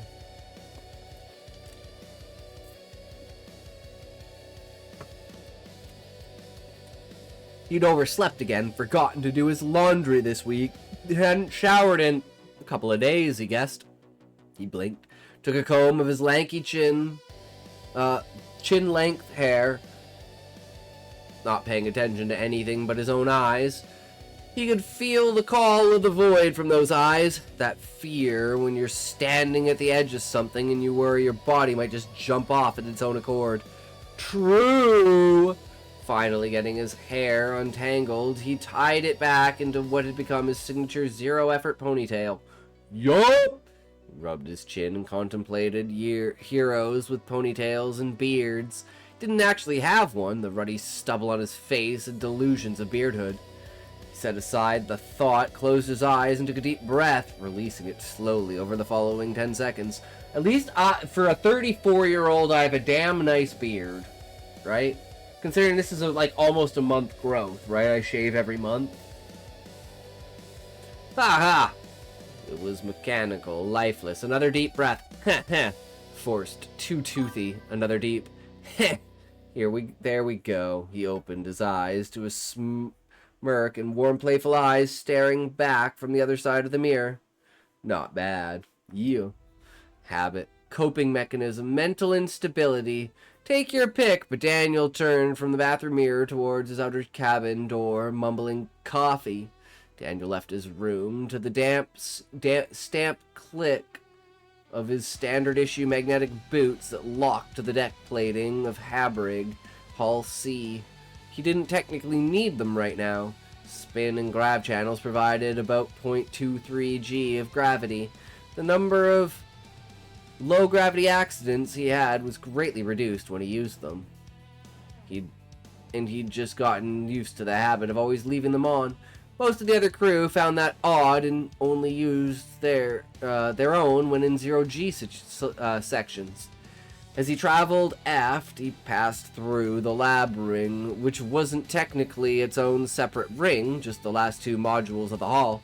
He reached the spine elevators and sighed. Riding an elevator up and becoming weightless in the process was unpleasant for an earther like himself, like riding an elevator that never actually reached where it was going, infinitely up. The only other option was climbing a ladder, slowly weighing less the higher you went. Center length of the ship was called the spine and had two levels, upper and lower. The lower was only for pipes, wires, and machines that no one knew what they did, but knew they needed. The spine was practically zero-G, some piping for the gravitation channels that ran through the length. But without spin, it was only slightly more than microgravity, even less than Luna gravity. The mess hall was the med ring. It wasn't a single room, more of a collection of dining, food prep, and service areas. It was on the other side of a 10-meter busy section of the spine and the gap between the rings they called a traverse. It was a short float walk with another spine elevator down to the outer edge of the med ring, exiting in front of the mess hall. Well, most people didn't have a problem with going from 0.23 to micro 0.32 G. It made Dan queasy every time. He only passed a few faces on the way, none that needed conversation. He ignored whatever they were saying under their breath as he passed. Dan entered the mess hall as workers were wiping down the tables. Brunch was over and they were closing down until dinner. He didn't really eat in the mess hall anymore, usually only once a week during the Sunday banquet, after last night's pre-banquet conversation with Amos. He was likely not going to be attending those anytime soon either. He just needed to get some coffee and maybe a protein bar. Hey Dan, overslept again? Morning, Ed. Why are you up here wiping tables? Building the muscle. Ed curled his right bicep. Didn't need any more of them. Ed Decker could have competed in bodybuilding. He wouldn't have won, but for a hopper, he was impressive. It was more likely he was in medrig for one of the workout rooms. He decided to help food services with cleanup. Ed was one of those people who just helped everyone with everything. Dan took a reusable coffee thermos and started filling it at the dispenser. Heh, I thought I'd be in cargo, stowing stuff to leave. Can't leave until we get a good test. Ghost ship is still showing up. Dan froze. Ghost ship? I thought that got fixed. Nah, Kelsey told me that the 2000 restart cleared everything up. No more ghost ship. Skirting the system, traveling at 0.25 C, but at 2200 it showed back up. Stronger than ever this time. It's the way out at ESOP 7 and darted out of range towards 6. Must have stopped for gas or a tune-up, last reading said. 74C. Dan's hands were shaking and he busied himself capping the thermos. Weird. Weird part was how it was moving. It was changing direction, speeding up and slowing down. Like it was looking for something. It's 74C. That's insane. That's not even obeying of physics. David prided himself in his pursuit of realistic science fiction. Technobabble about how you just jump to light speed or fold space or slipstream yourself past all the math was fun on occasion, but all the good science fiction just suspended the belief enough where you wondered if that just might be possible. I know, right? Tomorrow will make it 2 weeks overdue thanks to that ghost ship. Not gonna lie. Exciting as hell for the first hour, funny as hell for the first week. But everything after it's got everyone on edge. Ghost ship. It's entering and exiting hyperspace. Everyone knows that. Learn to fold space, humans. What the fuck is wrong with you guys? Yeah, I noticed. Dan's face blanched and his eyes went someplace far away from his prepared mask. Ed noticed and tossed his rag on a table. It only took Dan a heartbeat and the smile was back in place. Dan thought a knowing wink should do for Ed. He wasn't the type to ask too many questions. Toss my rag! Yo, Smokey, what's up, brother? How's it going? Been a while, bro. Where you been at, Smokey? What you been doing? What you had? What you do? What you go, bro? Everyone been wondering what you been at. Was Kelsey able to get the night off? Rom-com by popular vote. Ed blinked, reached for the rag, and put on a smile. Not as good as Dan's, but definitely passable. Yeah, Kelsey loves this one. She was practically bribing everyone to vote for it. Next time, tell her just to bribe me. I'll give her the friends and family discount. I'll do that.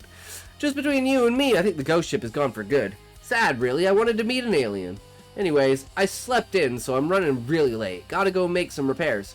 Check drop-offs and make sure everything is ready for tonight's movie night. See ya! Dan performed his knowing wink and grabbed a protein bar from a bin and shoved it into his pocket. Left Ed alone, staring at the open door, a look of worry on his face that Daniel had always mistaken for pity. That was a ride. I love the beginning of just setting up the setting, getting everything going, and then it just slowly works itself into the character and just leaves with that. Yeah, maybe too many big words. No, it's perfect for a science fiction. If you're reading science fiction and you don't know big words, I think you're in the wrong genre, bro. Do not drink water. Do not leave your seat. Do not move your feet. Do not stretch. Do not go to the bathroom. Have another toke. True, Smokey. True.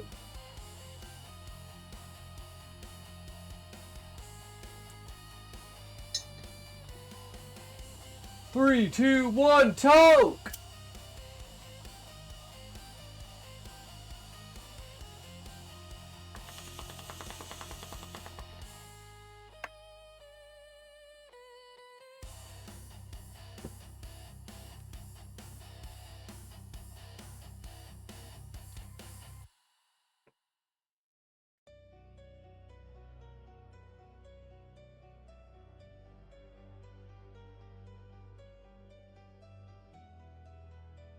Well, we got an ad coming up here.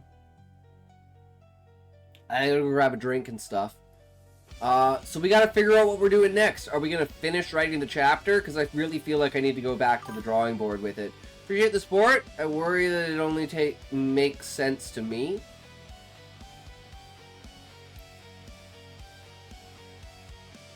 What makes sense? What only makes sense to you? Not sure of the context of that.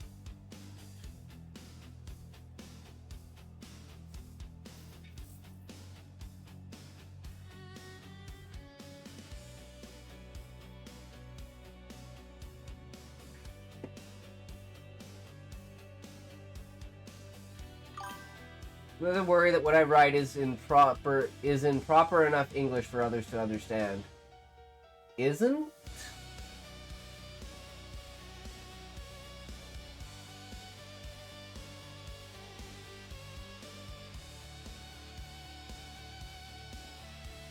I don't know, I understand it, but then again, I'm an idea person. I'm not about the words on the page. Have a shave, you hobos. A week, Smokey, a week. Like, I worry.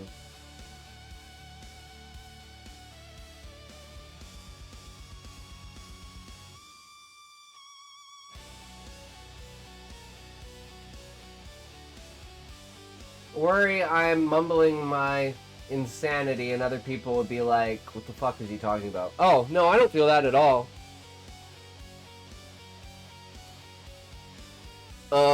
No, read Callie's work and then say that, Tangent. Get Butterflies with Vertigo, read that, and then tell me that you're just mumbling insanity, because that's basically what Butterflies with Vertigo is. You really have to, like, grasp onto it to figure out what the fuck is going on. I'm just, like, really good at connecting things together, so it made a lot of sense to me.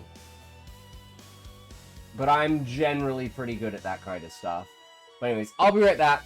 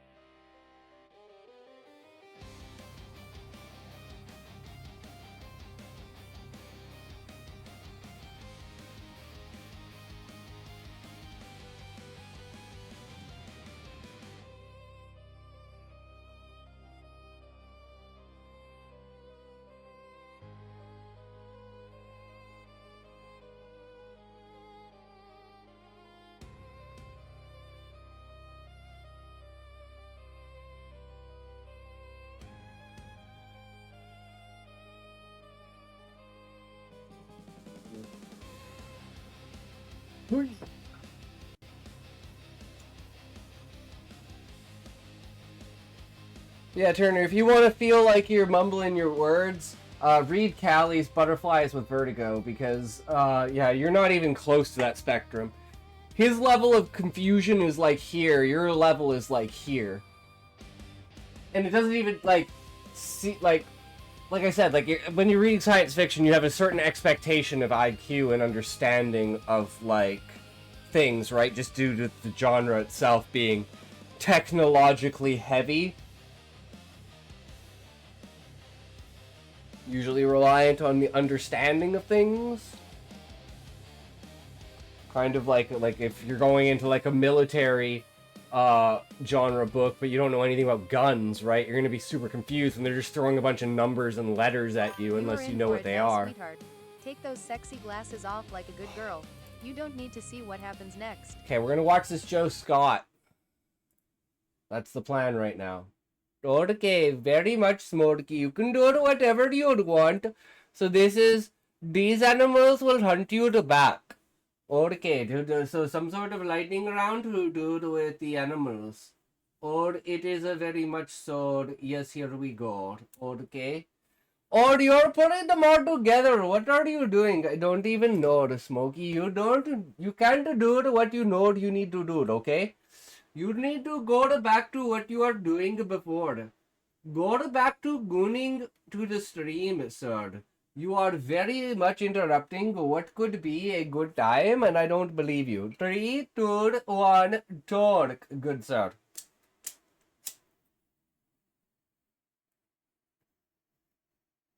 I miss my sexy librarian. You can put those sweet sight setters back in place, slut.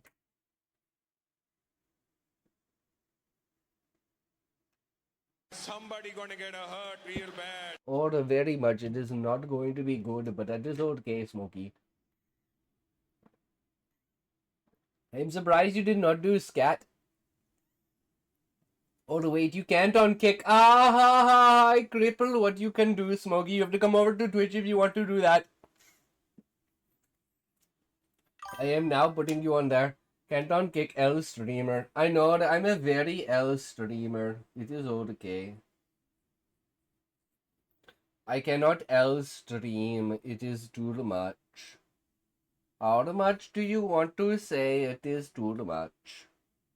I will tell you that right now, okay? And then we will get into it and it will be very good. But I cannot tell you what I do not know. And what I do not know is that you are going and over what you got. And I don't know why you do what you do, but it is very Go back much to normal, too bitch. much. This shit ass accent is killing me.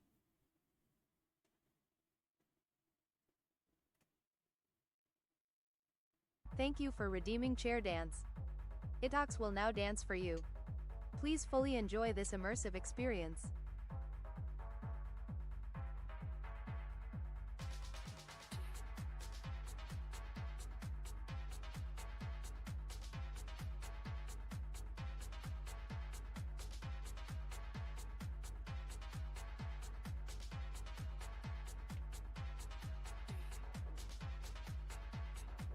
Keep dancing, bitch, it ain't over yet.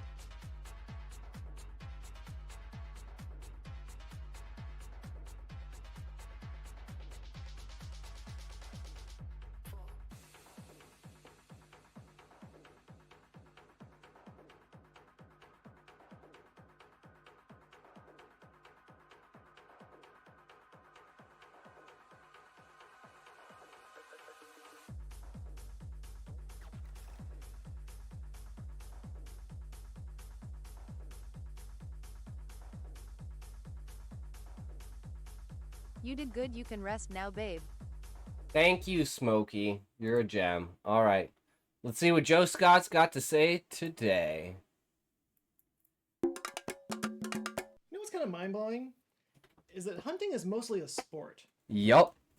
It did not used to be a sport. Yup. For thousands of generations of human history, hunting was a matter of life or death. Yup. You went out on raids to hunt deer or buffalo or mammoths, whatever. Your very survival hung in the balance. Your family, your entire village relied on you to take down this prey, not just for food, but for clothing, for tools, for shelter. They did all kinds of things with these animals. Let nothing go to waste. The cost for failure was Gotta eat the balls and the dick. was the risk. Because the animals with the most resources What we do with the are asshole? the biggest and most powerful animals. We give them to the assholes. Bison. But have you ever actually seen a bison? These things are friggin' tanks. They could easily take you out of commission or out of existence if you're not careful.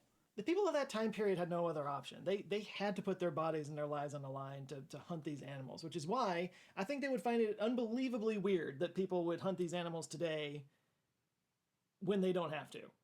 Dude, there's a Walmart right there. Granted, there's less risk nowadays because you can shoot at animals. I'm Canadian, and hunting is a huge part of Mother Nature, sometimes but with certain animals, Canadian life. She'll get you a lot more. At least out here in the West. These are the deadliest animals in the world to hunt.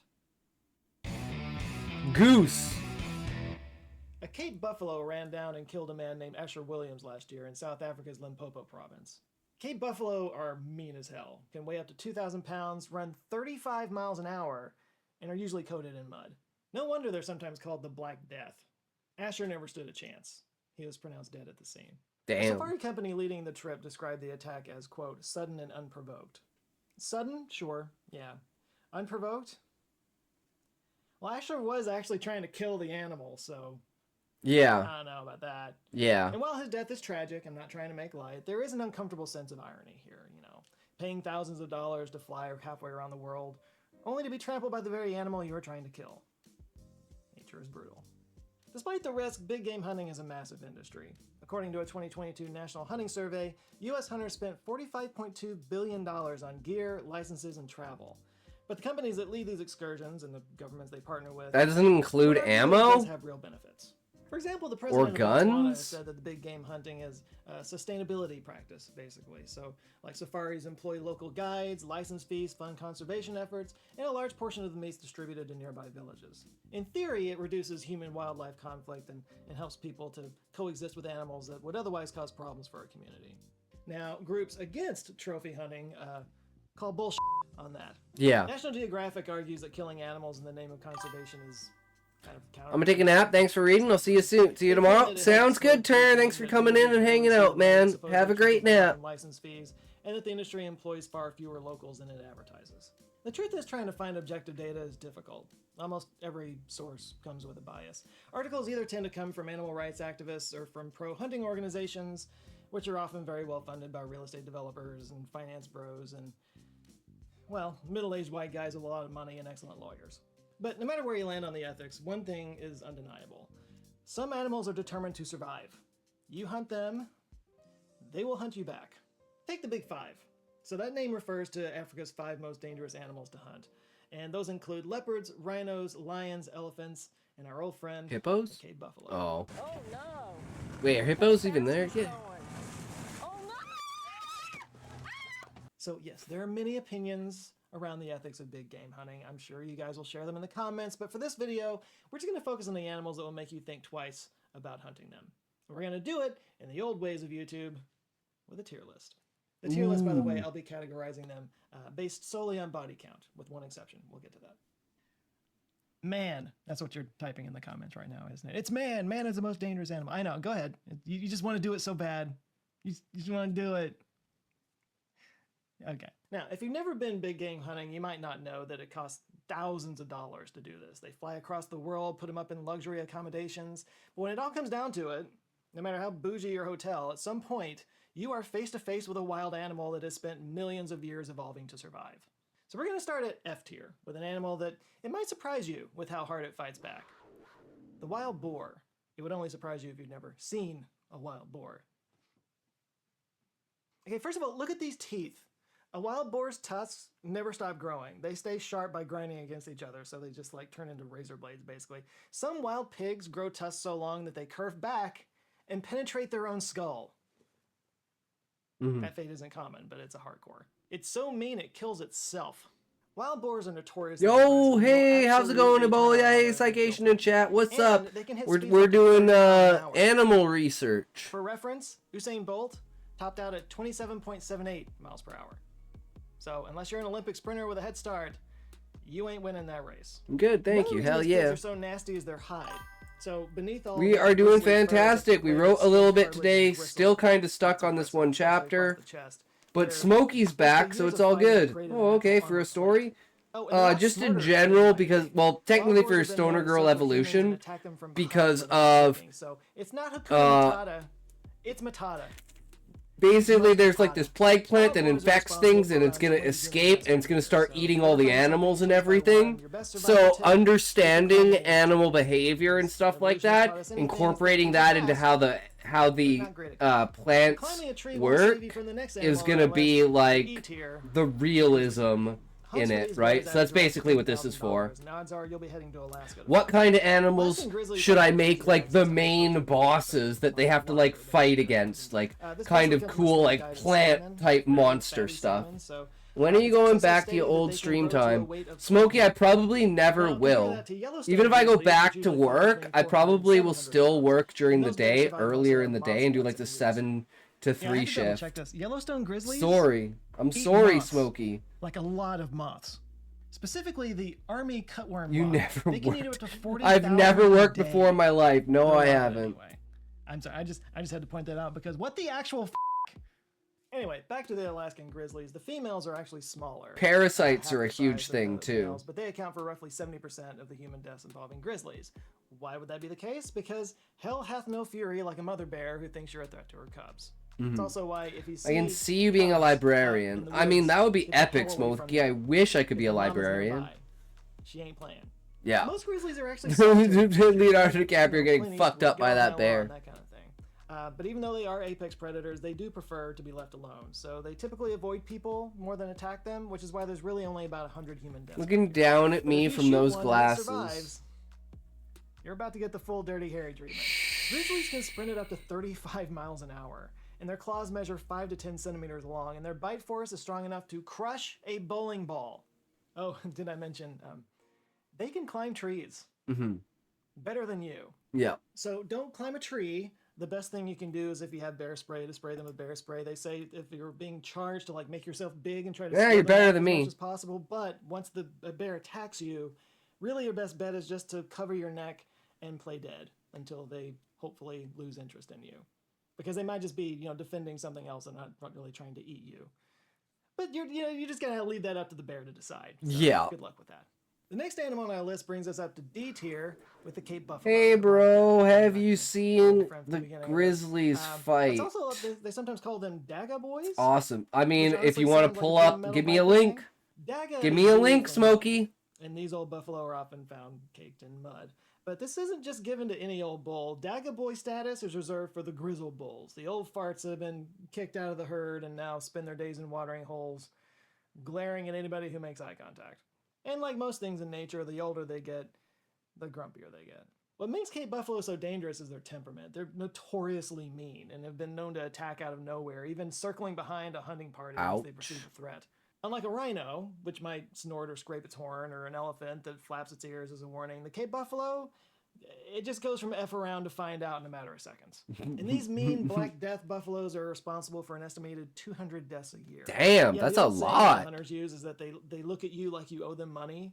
Like they just look like they want to tear you apart. And then they do.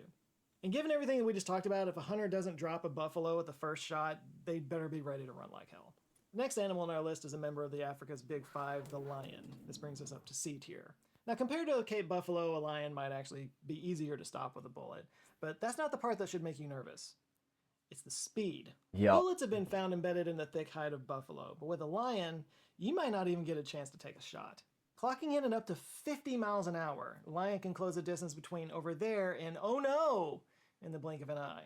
Not only are they crazy fast, but they can jump as high as 4 meters and as far as 11 meters. That's 12 feet and 36 feet. It's like the About the little length of an bro average just telephone. wanted to And they have shag. the strength to pull down a giraffe while running. I think if I ran and leapt and tried to pull down a giraffe, things would go differently. But I haven't tried, so. As for hunting lions, it's Poor largely giraffes. done for Giraffes used to be trophies. fucking From a conservation brontosauruses, standpoint, man. their numbers have What dropped the to fuck 1. happened? Just like 200,000 chickens lions used to be segregated into about T-Rexes. 25,000 What the today. fuck happened? Even so, they're still called the king of the beasts for a reason. That reason being that lions are hypercarnivores, meaning over 70% of their diet is meat. And if given the chance, they will eat a human without hesitation. Yup. They say if you ever encounter one, the best advice is not to run, because running triggers their instinct to chase, and you will lose that race immediately. Lions have also been known to pull people out of their huts in local villages at night, and they're responsible for about 250 human deaths a year. Now we're at B tier, and this one is big. It's really big, with some weighing up to 24,000 pounds and towering 4 meters tall. We're talking about the African elephant. It's the largest land mammal on Earth. Elephants Male are males usually weigh fucking between epic. 10,000 and 15,000 pounds, while females are roughly half that size. They thought. Did you know that they originally thought that the Cyclops? They thought that the elephant skull was the Cyclops because the hole where the trunk is, they thought was the eye, and they thought it was a giant. Different human groups by their voices alone. Researchers actually found that elephants reacted much more defensively to the Maasai tribe, who traditionally hunt them. It's 5:23 in the morning for you, Smokey. What the fuck are you doing up? The elephants treated the women and children differently than they treat the men, because the men are the only ones who actually go out and hunt. That's not instinct, that's discernment. Elephant Yes, intelligence cutie. is so well documented that it has its own Wikipedia. Now watch my They clip. can learn to use paintbrushes and create art. Wait, When it's just a cat dies, the clip? mother's known to It's kind of not a lag full behind the herd for thing? days, making her own sounds of weeping. Elephants will gather around their dead, touching the body with their trunks. They'll stand there quietly. No, it's 13 and minutes. persevere Okay, and we'll to wait till the figure end out of what this. happened. In short, they mourn their dead. That is intelligence. And that's what makes But it I gotta go dangerous. check on my food. It's something I read that's actually But yeah, very elephants crazy. and giraffes are Even some though of the they two weigh species thousands of that pounds, like they with as much as 3 or keep 4 their cars, females they're after surprisingly breeding stealthy. because they Hunters have use them to reported pass elephants on slipping through knowledge. dense brush without snapping a twig. And they can do this because their feet are packed with extra padding that acts like kind of built-in shock absorbers, like 4-meter tall ninjas. That said, you know, we're talking about how intelligent elephants are. They're also very emotional animals, and when they get mad, things can escalate quickly. A big game hunter named Thunis Botha of South Africa was crushed to death when a charging elephant picked him up with her trunk. The hunting party shot and killed her, but he was crushed underneath her. In another case, Jose Monsalves was hunting in Namibia when a group of elephants trampled through his hunting party and crushed him. From what we know about their discernment for hunters, though, you gotta ask, were they startled or were they just making the first move to protect themselves? There's no shortage of videos showing elephants charging at hunting parties, though in most cases, unfortunately, it doesn't end well for the elephant. But proceed with caution. It might be worth mentioning, though, the meat from these hunts usually goes to local villagers. But still, all that said, elephants are responsible for around 400 to 500 human deaths per year. Which brings us to our A-tier animal, the crocodile, which made its way up there through pure unapologetic murder stats. Like, you can't ignore that these are basically present-day dinosaurs. Like, evolution just, reached this point and was like, it, no notes. Fixed, just right there. There you go. Crocodiles kill an average of 1,000 humans per year. 1,000. Now, not all of those involve hunting, but basically Took me a little while to find it, but your animal research reminded me of this guy. Their favorite strategy is Dude, to it's a wait silently in the cyclops, river but it's away got and then ambush its prey 2 as it eyes. approaches Does the that water make for it a a drink. They can hold their breath for bicyclops? 2 hours, and for a 1,600-pound lizard, I they don't know. move really fast. In a short burst, they'll snatch their target and drag it into the water to drown it without even a second passing. But once a crocodile gets its jaws on you, it's game over. Their bite force is estimated at 5. Oh wait, was that not? Did I misclick that? Let me open this again. Oh, it's because I don't have Instagram.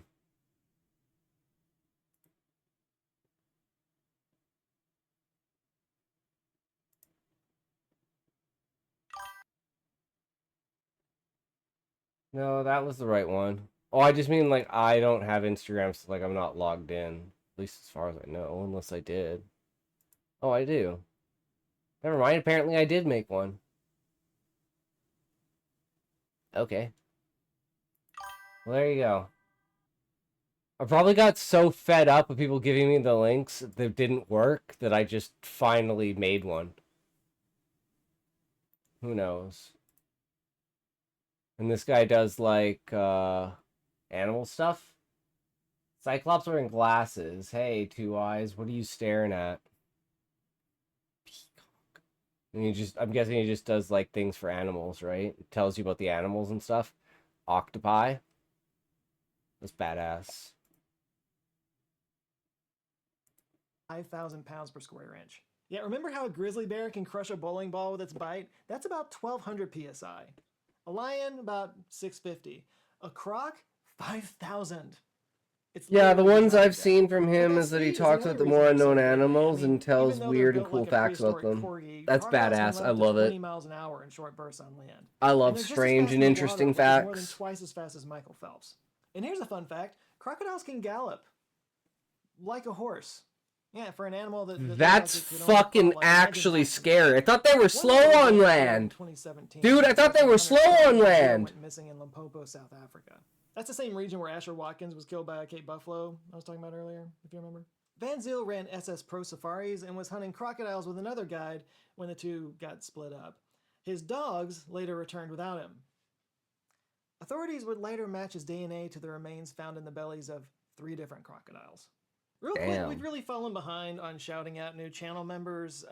We can blame it on the holidays if you want, but let's bless some channel members real quick with the power of Zoe. Here we go. We've got Esper Solaris, Stinky, Hippos kill Yes, an the estimated hippo. 500 I knew it was going to be the If you're hippo. paying attention, that's fewer than crocodiles, but most crocodile deaths are actually related. Okay, well, let's just go back to Hippos and bears combined.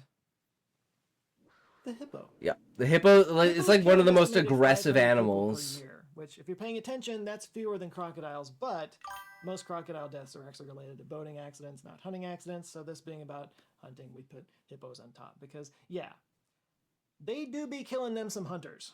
Hippos are highly aggressive and very territorial. Mooting! Mooting! Okay, no, we have to do this.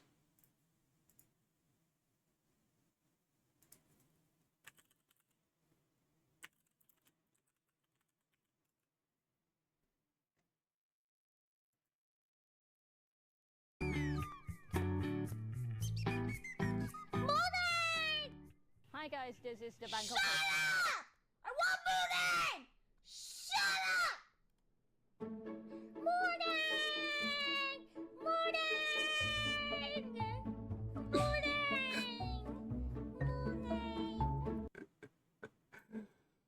Oh, so good.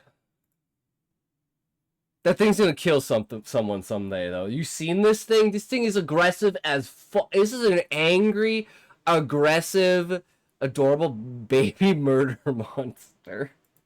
Adorable Shrek ears, but don't be fooled. When they are triggered, they can move with a lot of speed. Their bite alone is the stuff of nightmares. So their jaws unhinge to 150 degrees, and they can snap them shut with the force of nearly 2,000 psi. They've been known to bite a crocodile in half. Their lower tusks can grow up to 1.5 feet long, and they grind against each other constantly like a whetstone. The edges are not as dull as they look. Most human attacks occur in the water. So from below, a hippo sees the silhouette of a boat and assumes it's an intruder. So boats get capsized or crushed, and the rider takes the hit. Oh, and by the way, on top of all this, hippos are vegetarian. Those tusks are for rage alone. And don't take a yawn for sleepiness, by the way. That's your warning sign. They do that when they feel threatened. If you see a hippo yawn, don't go, run. Hippos will charge pretty much any man or animal that annoys them.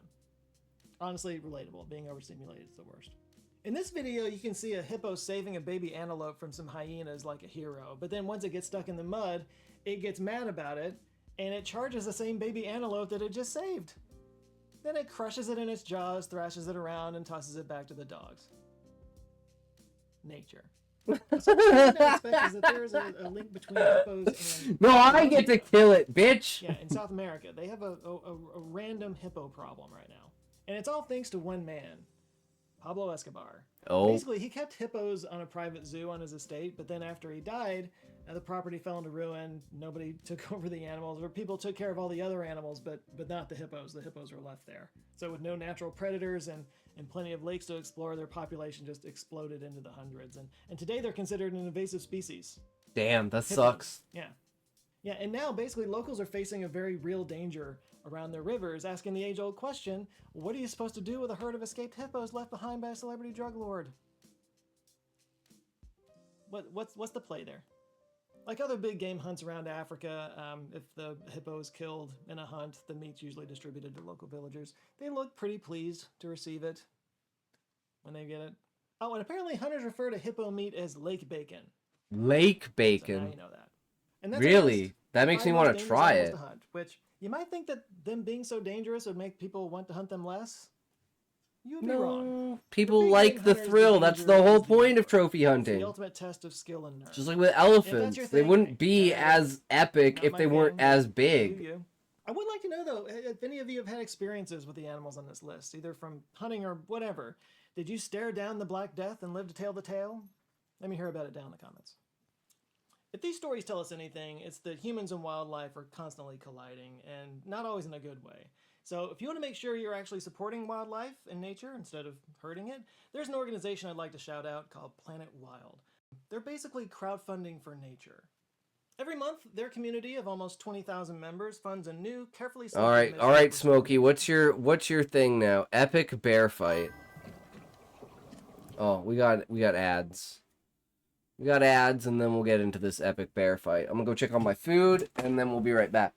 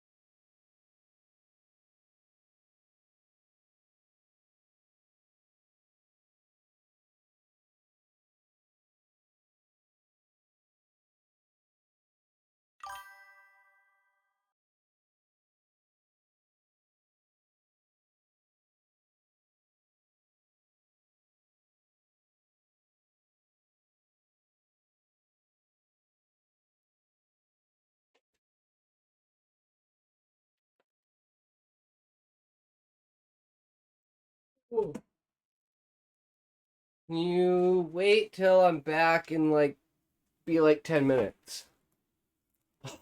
Smokey, fine. Fine. We'll watch Oompaville for now. We'll get all set up for it.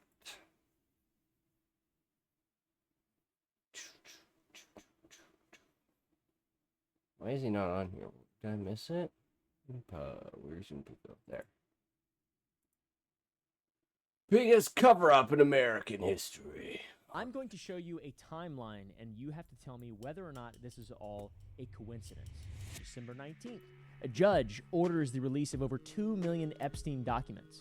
January 3rd, the second deadline passes, but that same day, we invade Venezuela. January 6th, the president threatens military action to take Greenland. January 13th, Bill and Hillary Clinton refuse to testify under oath in regard to Epstein. Congress threatens to hold them in contempt. But what about the other people in the files, like the sitting president? He doesn't have to show up. And meanwhile, the news cycle is somewhere else every 5 minutes. So in mid-December, we have the Epstein files that are supposed to be released. Less than 1% has been released in every single time that there's been a deadline. There's been multiple. Now, there is a bigger story to bury that story, and I think that it is the biggest cover-up in the history of the United States of America. And that's what today's video is about. Yep. I believe it. Luckily, we have the National Archives and news headlines and newspapers from the last 100 years to see that this is all a part of a playbook that's happened again and again and again. We have Grenada, Panama, Sudan, Iraq, the other ones. I'm sure there's plenty more. In the last 40 years, every scandal has had a war, it seems like. Then every war buries that scandal. It's been happening for our entire lives. 9/11 was because of the Monopoly thing, the Monopoly scandal. Let's start here with this guy. That's what caused 9/11. You've probably heard about Jeffrey Epstein and the Epstein files. He's been very popular for quite a while. He's a billionaire connected to everyone, a convicted sex offender who got one of the most insane plea deals in history back in 2008. He spent 13 months in a county jail, but he got to leave 6 days a week on work release to go to his office. So 12 hours a day out of jail. And the prosecutor who gave him that deal was Alex Acosta, who later became Trump's Secretary of Labor. He eventually resigned for related pressure. Now, as time has gone on, that 2008 sweetheart deal with Epstein has become its own scandal. The victims at the time weren't even notified, which is a legal requirement, and a federal judge later ruled their rights were violated. But by then, Epstein had walked free for over a decade and was then arrested in 2019 on federal charges, and a month later, he was found dead with cameras conveniently malfunctioned, guards asleep, and somehow nobody saw anything, guys. Not even the meatball. Not even the meatball saw anything. That's right. This is a meatball pomodoro, okay? And I got it from that little Italian restaurant that you can see in those malls. You ever been there? Buca di Beppo? I think that's what it's called. Buca di Beppo? It's the most convenient suicide in history. We still don't have any answers, guys. And then all these people who built their podcast platforms like Dan Bongino on the fact that Epstein did not kill himself, and then they got into the government, and they're just like, oh, I'm a shill, I'm a MAGA guy, and then he's like doing this shit, he thinks he looks cool. How about this Dan Bongino? How about this Dan Bongino? I'm not even on TRT, I'm not even on TRT! Crazy! Maybe I can get a job with the FBI pretty soon. I'm not sure, though, if I'd ever really want it, to be honest. I'd rather just live a nice, short life and die of a heart attack when I'm like, I don't know, 35 or something like that with my wife. Have a few kids, maybe. There are 2 million documents sitting in the Department of Justice right now. FBI files, flight logs, photos, communications, everything in regard to Epstein. And as of today, less than 1% has been released. And that is a travesty. It's an American nightmare. It is the biggest cover-up. We are witnessing it right now in real time in history, and it doesn't seem like anything's gonna happen, which is what's really frustrating to me. No, nothing's gonna happen. I bought a little Cato Institute. Nothing's gonna happen pocket until constitution when I was everyone 18 involved years is old. dead, just I like wanted with to all the become other files, a like the politically MLK files or involved person. I wanted JFK to run files. for local government and work my way up. I genuinely did, because I love America and I love people and I love the people of America. And now, as I, am a entertainment YouTube grifter, I realize that it's just all nonsense, and there's nothing at all that any of us can do, even slightly. Or at least that's how it seems, all right? And if we do, we'll get hit by vomit tech. So why is it a big deal that only 1% has been released? Well, guys, we have a government, and that government holds itself responsible. The different No, it doesn't. Supposed to. Congress passed a law demanding that these files, 427 to 1 votes, demanding the files to come out. That is basically unanimous. Republicans and Democrips. I think that's what Jesse Ventura calls Republicans and Democrats. They actually agreed on something for once, and Don Ladd Turnip signed it into law. Then, the big day, December 19th came, the legal deadline, and nothing happened. Nothing happened. They just didn't do it. They just said, no, we don't have to do that. Mm-hmm. We don't have to do that. They violated their own Nothing law, their own ever federal laws, with happens. the claim that they needed more time to review 5.2 million files. So that's where we are still now, with the same amount of files out, and also a pending invasion of Greenland. We stole the leader of Venezuela in the middle of the night and made all his security guards throw up using our bleed epic through their prism fucking tech, blasting everything. them with Invisirays. Congress passed a bipartisan law, the president signed it, and the Department of Justice ignored it, all right? So, I guess, I don't know, who's in these files to prevent them from coming out? I mean, I think we all know, basically at this point, Prince Andrew, the Duke of York, second son of the Queen, may No God rest longer her soul. Prince, just Emails show Andrew he literally Westenfeld, I asked wonder? Ghislaine Maxwell for, quote, new inappropriate friends, which is epic, that guy, and Ghislaine Maxwell. She's serving 20 years in a federal prison for sex trafficking, and serving 20 years in prison is a very loose usage of that phrase, because she's barely in prison, just like Jeffrey in 2008. By the way, Ghislaine was Epstein's partner. She recruited the victims, and she hasn't publicly named anyone else. Her silence protects the names in the files, which is why she's serving such a light sentence right now in Texas. She's in Texas right now, which is pretty cool. She's my neighbor. I wonder if she loves the Constitution in America and the idea of the Federalists as much as I do. Probably not. Feudalism is still an option, by the way, if we want to go that route. We could do feudalism. At least with feudalism, it'd be a little more monarchy. Honest. Prince Andrew settled a lawsuit with one of Epstein's victims for an I mean, like the undisclosed idea, amount King and Trump, was stripped right? of his royal titles, but he's still walking free in Windsor Castle right now.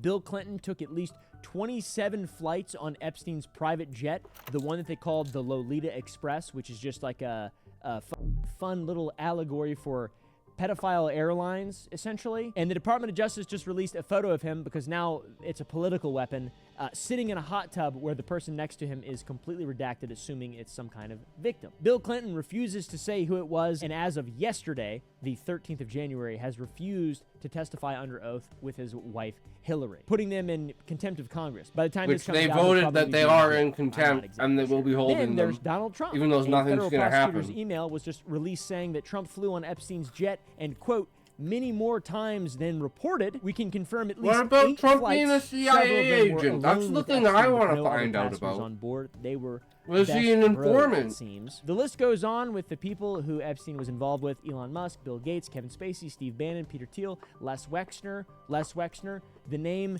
that matters a ton more than most people realize. He's a billionaire who founded Victoria's Secret and The Limited, and one of the richest men in Ohio, which is big.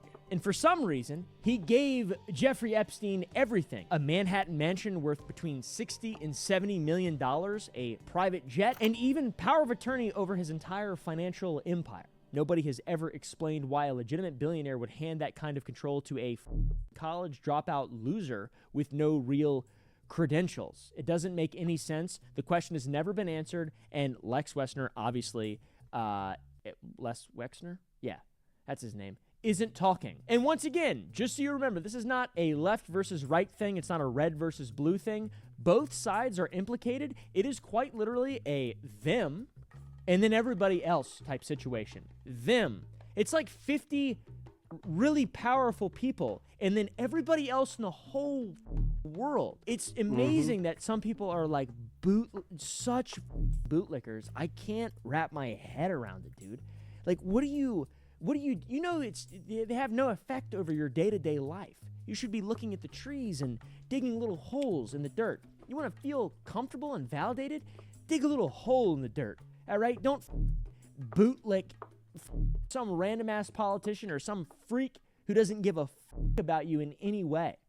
Dig a small hole for 5 minutes. You'll feel way better about yourself. So yeah, it's bad. It's not RVB. It's not simple. It's not black or white. If it was all the Republicans being bad, then Joe Biden would have released the files. If it was all the Democrats being bad, then Donald Trump would have released the files. No, it's everybody. Every rich and powerful person is somehow implicated. It's 50 of them, and then there's all of us over That's here. the honeypot. There's not much of a difference between all of us, and there's a really big difference between us and them.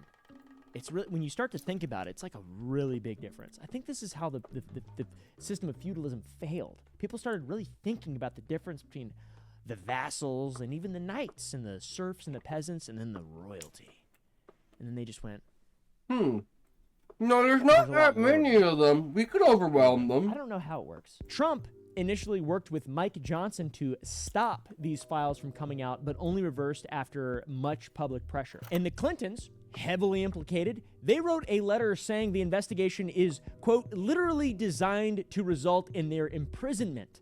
And now they're refusing to show up, and Congress is moving to hold them in contempt. So they've done their best to not release the files, and then now they're forced to release them, and they're still not releasing them. But they're somehow getting away with not releasing them because now we're invading Greenland. So, and that's what this is. It's about a cover-up. So obviously, none of these people, except Obama, what's he been up to? And Bush. Hey, buddy, I've been in Texas, Crawford, Texas. I'm actually from Maine, but I have a Texas accent. My little buddy, Greg Abbott, tree fell on him and took his legs right out from underneath him. If that ain't bad luck, I don't know what is. All right? He has trouble getting a stiffy because his legs don't work. So they obviously didn't want to release it, and then they were forced to release it, but now they're getting away with not actually releasing it. That's what's happening. I mean, look at what is dominating the news right now, guys. Venezuela. They've got stories about secret sonic weapons that made soldiers bleed from their noses and vomit blood, guards collapsing, unable to move. The White House press secretary shared a completely nonsense propaganda witness account about some mystery device that, quote, made their heads explode from the inside. That is the headline on most networks. These mystery weapons that Havana syndrome, it's been a thing for a long time. Energy can destroy. We know that, all right? Nothing's new about any of this stuff. It's all fucking smoke and mirrors. You know what else can destroy someone's head? A bullet! You know what's more dangerous? A bullet! Who cares? So while all this was happening, did you see the story about the Epstein file deadline, the second Epstein file deadline that same week? No, of course you didn't. Neither did anybody else. Only person that was tweeting about it in Congress is Thomas Massie. And guess what? He's not going to get reelected. I recorded most of this video last week, and there has been quite a few updates. Welcome back, Smokey. Fair time. It seems like, and even worse things are happening on the European front, the European theater of the biggest cover-up in American history. It appears over the last few months we have gone from being a practicing constitutional republic, maybe a joke of one, to now a purely theatrical performing constitutional republic. There has still been less than 1% of all the Epstein files that are supposed to have been released. The deadlines continue to come. The government still just says no. The authors of the law, Thomas Massie and Khanna, went to court asking for a special master to force the DOJ to comply to their law. And in their filing, they said that they believe criminal violations have taken place, so the DOJ filed a motion to then... No. We'll see this shit.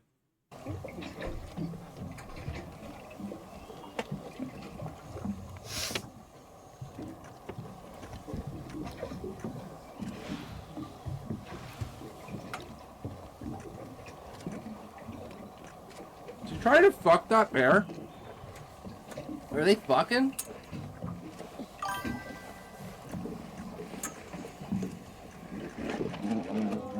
you were fucking my bitch. What are you doing?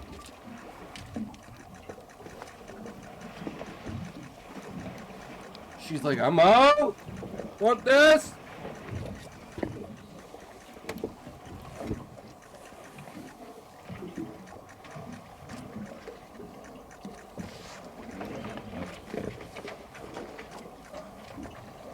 Imagine how strong they are, though. Yeah, I know.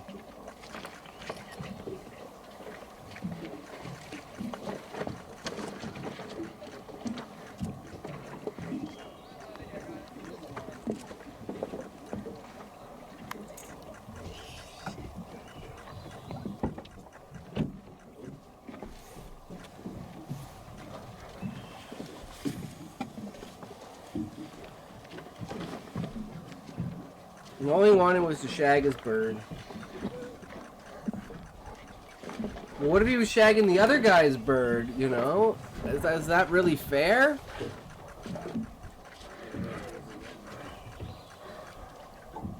She's just sitting up there smoking a cigarette saying men.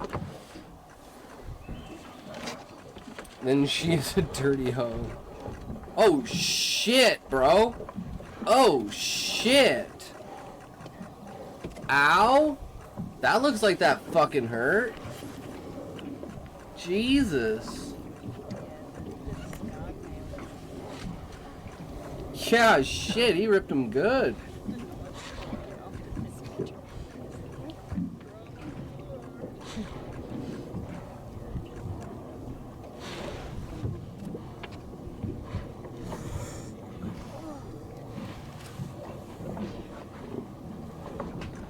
They look like big teddy bears. It's true. They look like big teddy bears. I just go up to them and split up the fight. Guys, just walk them. Guys, break it up! Just rips them apart. And they both become friends eating his body. Dude, he doesn't even care that his hip is ripped open.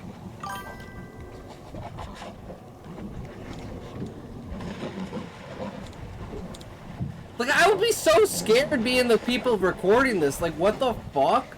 Dude, what if they just come over here and just start fucking attacking you?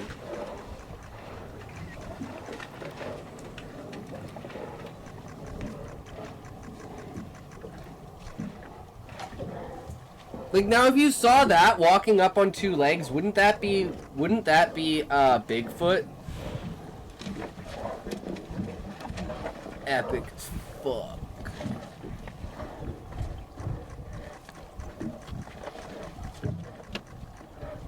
Nature at its finest.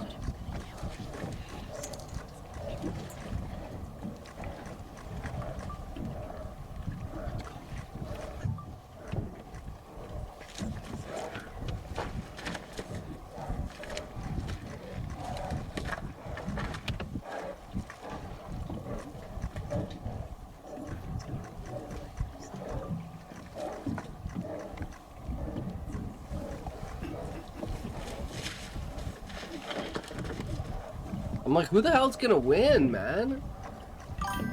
He's like, hold on, time out. Time out. Time out. Hold on. Time out. No, dude, I said time out. Calm down. Oh, shit. Oh, shit, he got the reversal. That one guy's tired. He's tired. He's like, leave me alone, bro. You know what? I'm done here. Rocks are sharp also. Oh, yeah, I believe it.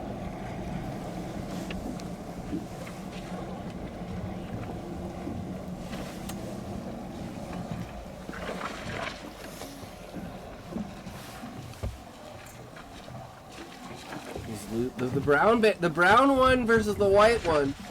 One tries to drown the other dude. Tries to drown him. Oh my god, it's very human-like behavior.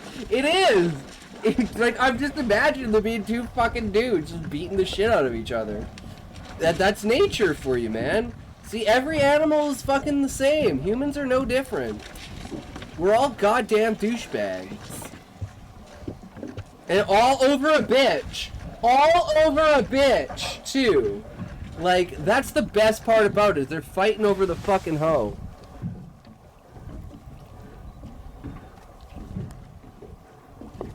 Yeah. I mean, he got a fucking piece taken out, man. That shit's insane. Tastes real lovely. I never had bear.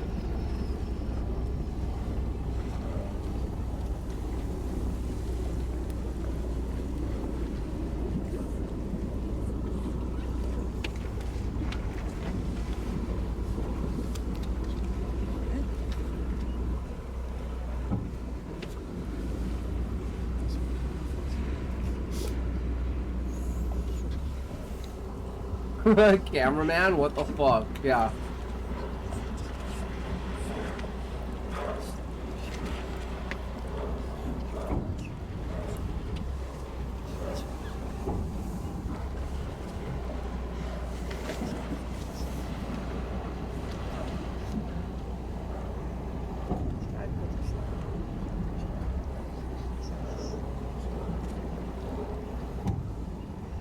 They're exhausted, bro. You can tell how exhausted they are. Like, you need to put this in an overlay with the Jake Paul versus that big black dude. I'm just getting the shit beat out of him. Bro was hard when the fight came to town. That's kind of weird.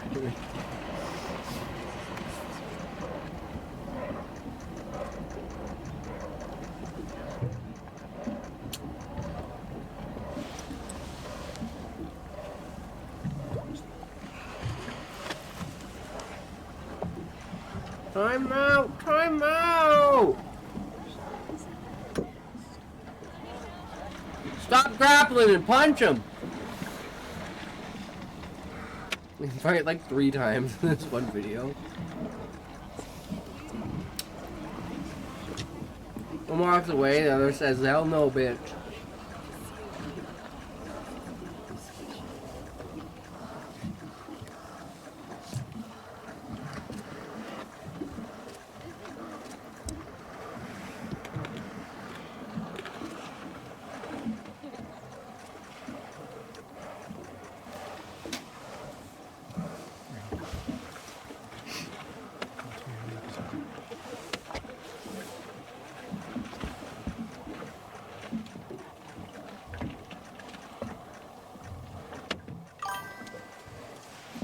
Flappy is so much bigger.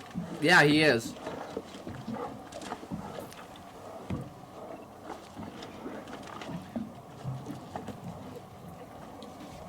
The other guy seems really, really intense. It's like Flap is. It was which? I don't even know which one was the one that was fucking before. It was the Flappy, right? So Flappy was already tired when the fight began.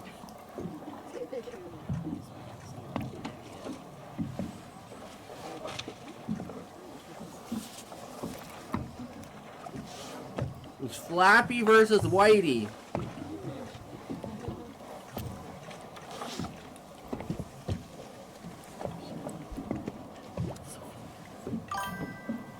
Fuck you, Whitey. Drew. Oh, he's down. He took him down. He's like tripping over the rocks.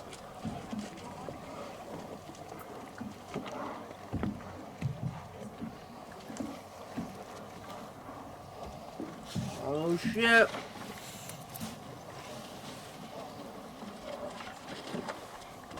It's like, you know what? Bitch ain't worth it. That bitch ain't worth it. I'm out.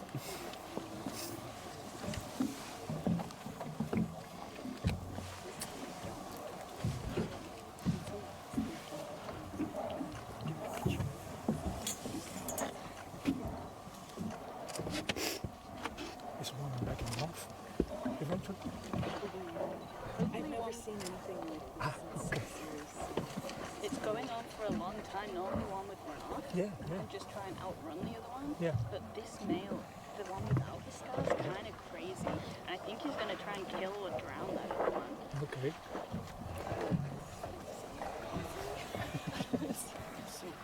So I'm going to tell you now because we've seen something really, really epic today. This male that's pinning down the other one with the scar, he actually came and killed a koi yesterday and ate it. So a little newborn. So that's why he's got a taste for blood right now. He's like, he's seeing red right now. Yeah, that's what I'm saying. He's kind of like a psycho. Like I'm normally really, really calm around grizzly bears, but this guy, I wouldn't trust. Commentary, cool. Yeah.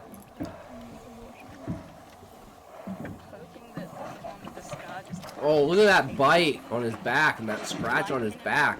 Man, he's getting really fucked up. Doesn't look like he's inflicting any damage to the other guy. He's just getting himself fucked up.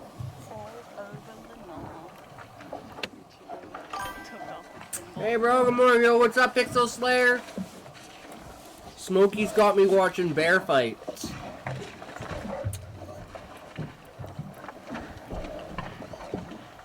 Oh, yeah, 100%. Of all the animals, bears are the ones I see the most. With one, does this guy swim for it? He could. Whether he's faster than the other one's a question. Look at the fur flying everywhere.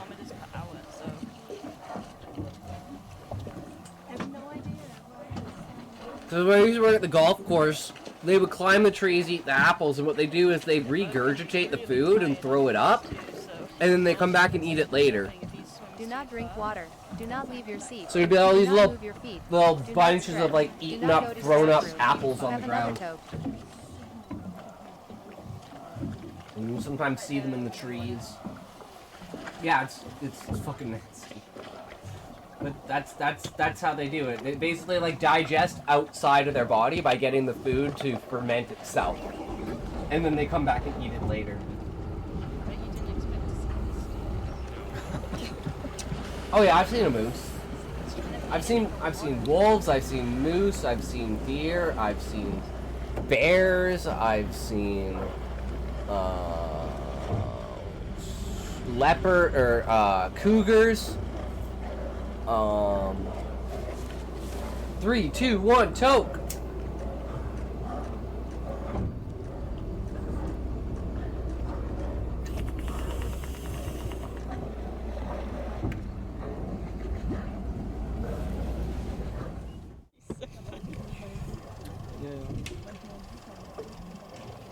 Looks like your spirit animal is a wolf. Yeah, I think it's probably more like a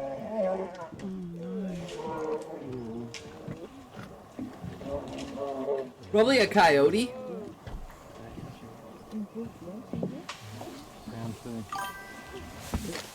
Gay wolf, I mean. Oh, okay.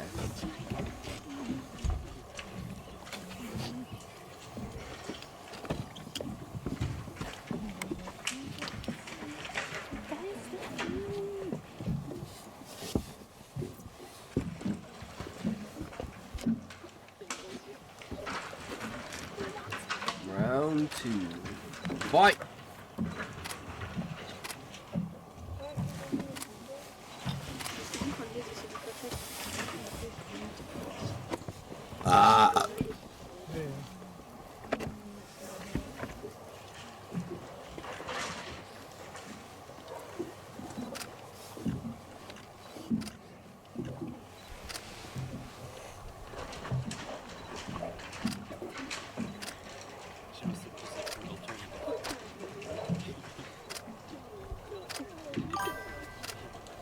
Yeah, I know. The woman, she's just, like I said, she's sitting there smoking a cigarette being like, fucking man.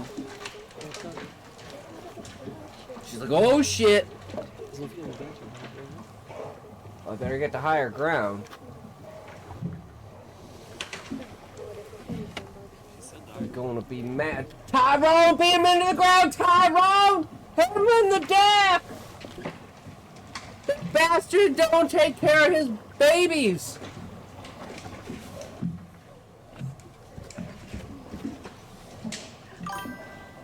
Grab his dick and twist it! Twist his dick!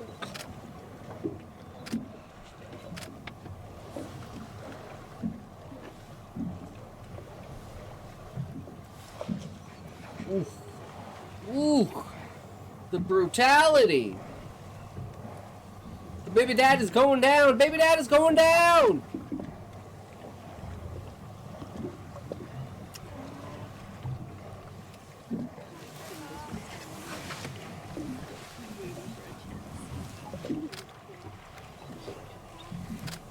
I love nature too.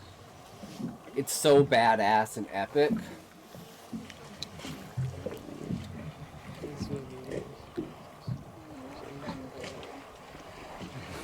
All he's got to do is bite his balls and he wins. Would you do that, Smokey, in order to win the fight? Would you bite the other guy's balls? Just bite his balls off?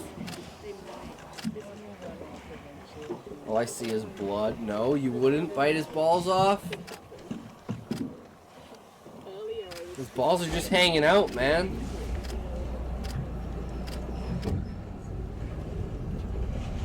I'd throw left, right, uppercut.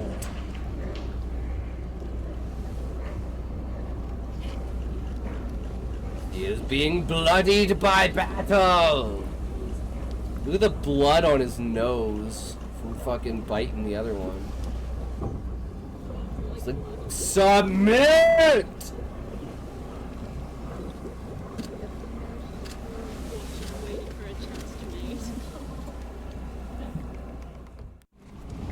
Oh, is here round 3? Is this round 3?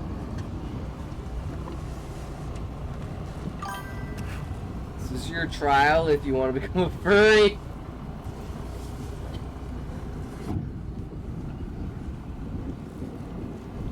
can see how much smaller she is. Well, that was pretty sick.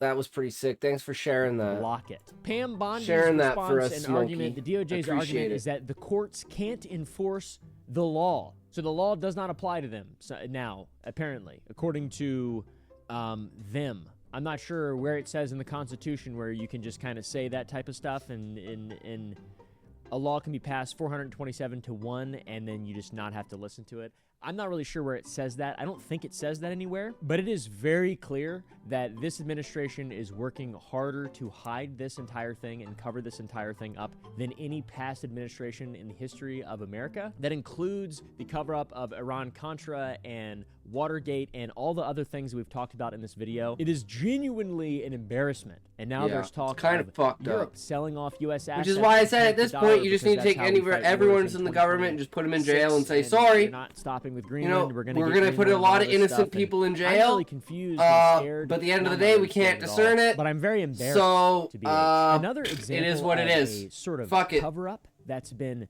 everyone's going to jail. Boosted since all this stuff has come is the Minnesota situation. More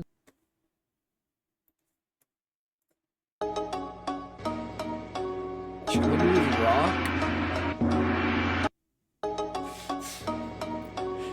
I mean, yeah. Yeah. True. In regard to it has come out. Nick Shirley did the Channel True. 5 interview in which he didn't know what the word benevolent meant. Who do you think are the 3 most benevolent billionaires? What do you mean by the word benevolent? And he made a total fool of himself, or so we thought. But the Channel 5 interview was actually edited in a way to make him look like even more of an idiot than he might actually be. I don't know about that. I mean, name a Democrat city that's prospering right now. well, it would have to be I've one just that's seen affordable. it and I need to share. Why are you smirking? It's not prospering. Alright, so that's the clip Andrew posted, but this is the actual interaction of how it went. Denver. Why are you smirking? Because I don't know if it's prospering. It's not. See, you can't even answer the question. It's not prospering. Denver's not prospering either. I agree that Democrat-run states are doing badly. You know it's bad when a 23-year-old fucks up your entire political career. Would not be happy with that response because he obviously got caught lying. Andrew Callahan did objectively cut things to make that argument look weaker, but it doesn't matter. The fraud in Minnesota is real. There is a history of that. People have been arrested under a previous administration, so it isn't some kind of political harangue all the way down. But with the Minnesota thing, recently you have feeding the right our framing it future. like this huge thing to try and signal boost to cover up Epstein stuff and get people to forget, and then you have the left just questioning fraud claims, which are objectively true. There is quite a bit of fraud all the time, no matter what. It's very easy to take advantage it's of like the saying government. there's Maybe zero they should fraud make it ever. harder It's to like take advantage of the government. Even if you Probably don't want, not. like, even fraud if is that definitely that real, and the Somali timing fraud and is morality wrong, of the like not entire true. There's Minnesota fraud thing is everywhere. Very suspicious. In No, my we're just watching mind, Oompaville. it's part of the cover-up, but at the same time, like, it doesn't matter because there is both things can be true, right? I think at least. Yeah, see, two things can be true at once. Government currently that tweeted about releasing the Epstein files and have only backtracked. I'm not an announcer, you are. Trying to legally be released by people who aren't. Yeah. The people who are powerful, I guess. Yeah. I don't really know. Thank you, Tara. And also, if we're going to get mad about fraud, we have to always get mad about fraud no matter what. Yeah. Show this administration's pardon letters, Tara, for people who have been convicted of fraud, who've just been pardoned because not all fraud is created equal, I guess. Say again. When What's I do it, up? it's a problem. Vince For is some reason. goofy. When I don't Yo, pay what's my up, bro? taxes How's it for going? 7 Welcome years, back. I get what in you trouble doing? For some reason. What you up but when to, Vince? Andreas Enrique Camberos is sentenced I to made a 3 years Discord community probation at last. Yay! Nice. Hell for yeah, bro. conspiracy to commit wire and mail fraud, he gets a pardon by the Trump administration. The major update that's happened over the last week is that the DOJ is arguing that federal courts lack the authority to enforce the Epstein Transparency We got 100 Act members that in was 3 written into days. law, Holy shit, that's epic. Fuck by yeah. Thomas Massey and Ro Khanna. It is official. Congrats, to this woman dude. here, the DOJ and this administration, that no court can force them to produce the files in regard to a multi-generational child and woman ring that implicates the most powerful people in the United States of America. And now we're going to take Greenland because of it seems like. So it's pretty wild. The breadth of the ability of the American government to cover shit up is incredible. Let's go back to 1983, the Beirut barracks bombing in Lebanon that killed 241. An AI generate a few of my manga characters. Ooh, how'd that turn out? Grenada. The investigation into that Came out bombing good? Fuck yeah. disappeared. And that's worth its own whole video, bro. The 80s. My favorite president is Ronald Reagan. Yeah? Really? 1998. Bill Clinton facing impeachment. The same day we bomb Sudan. Yep. NBC is literally playing clips from Wag the Dog while covering the attack. By the way, this is Wag the Dog. Oh, jeez. The sexual misconduct occurred inside the Oval Office. But we'll walk you through the full history on these things a little bit later. But the pattern is there. We can distract the press for 11 days till the election. I think we got a chance. These are just 2 examples of incidents reported at the time by major networks where there's a scandal, then there's a crisis. There's a scandal, then there's a crisis. Where there's a crisis, then the scandal disappears. Yep. So, after the Minnesota drama, January 3rd, 2026, the DOJ has another legal deadline to release the next batch of Epstein files. And that exact same day, we invade Venezuela and capture a sitting head of state. For the first time in American history, we just zoink a guy out of his presidential chair, and there's wall-to-wall coverage on every news network for days, because that is actually insane that happened, and that's legit. Did you hear anything about Epstein that week? No, probably not. It got completely buried. Then comes Greenland. The president starts threatening military force against Denmark, which is an ally of ours. I don't understand, over a dookie-ass sheet of ice in the Arctic. It's not actually. You know, DOJ DOJ is sitting on over 5 million documents on Epstein. And that Crazy, the news right? cycle for an entire week while the Department of Justice quietly continues to And the stall only on the person that files. See committed where I'm any kinda crime taking was this little red thread Epstein. here? Isn't that So, crazy? tools to cover Isn't up that scandals, like how? crises. That's How what does these are. one Venezuela. man Let's have start with 5 Venezuela, 'cause million that is where documents to do our with current him? chapter is, and we're going to be involved in Venezuela for probably That's a while. It insane. seems like the next sort of big flashpoint. We're gonna He be was the going to North only Colombia, person that but did something unfortunately, wrong. guys, how the did we get here? Because this Wow. did not come out of nowhere. We're not just randomly stealing some guy. The United States have been trying to get rid of Maduro for almost an entire decade. Hugo Chavez ran Venezuela from 1998 until he died in 2013.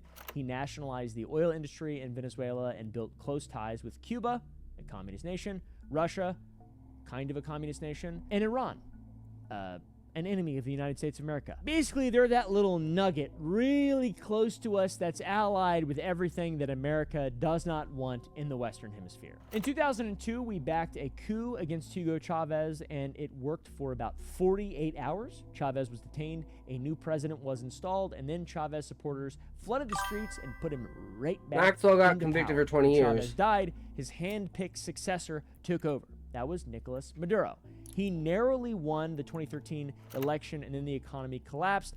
Hyperinflation occurred. I'm sure you've probably heard that as a political talking point over the last, couple election cycles. Venezuela, oh, socialism, oh my God, Venezuela, oh my God, oil. Well, she's also in like a low security prison. Hugo Chavez, Oh my God, crappy, crappy, poopy. Venezuela was stricken with hyperinflation, food shortages, mass immigration with an E, millions of Venezuelans fleeing the country. By 2017, Trump started sanctions on Venezuela, and by 2018, Maduro held another election that basically nobody recognized as legitimate. Then came 2019. In January of 2019, a guy named Juan Guaido, the head of Venezuela's National Assembly, declared himself the legitimate president.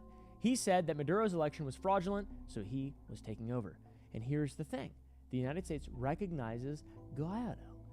So did Canada, so did most of Europe, and over 50 other countries. So for years, we officially considered Guaido the president of Venezuela and Maduro an illegitimate dictator. That's like most of the world, well, the Western world, all agreeing on that.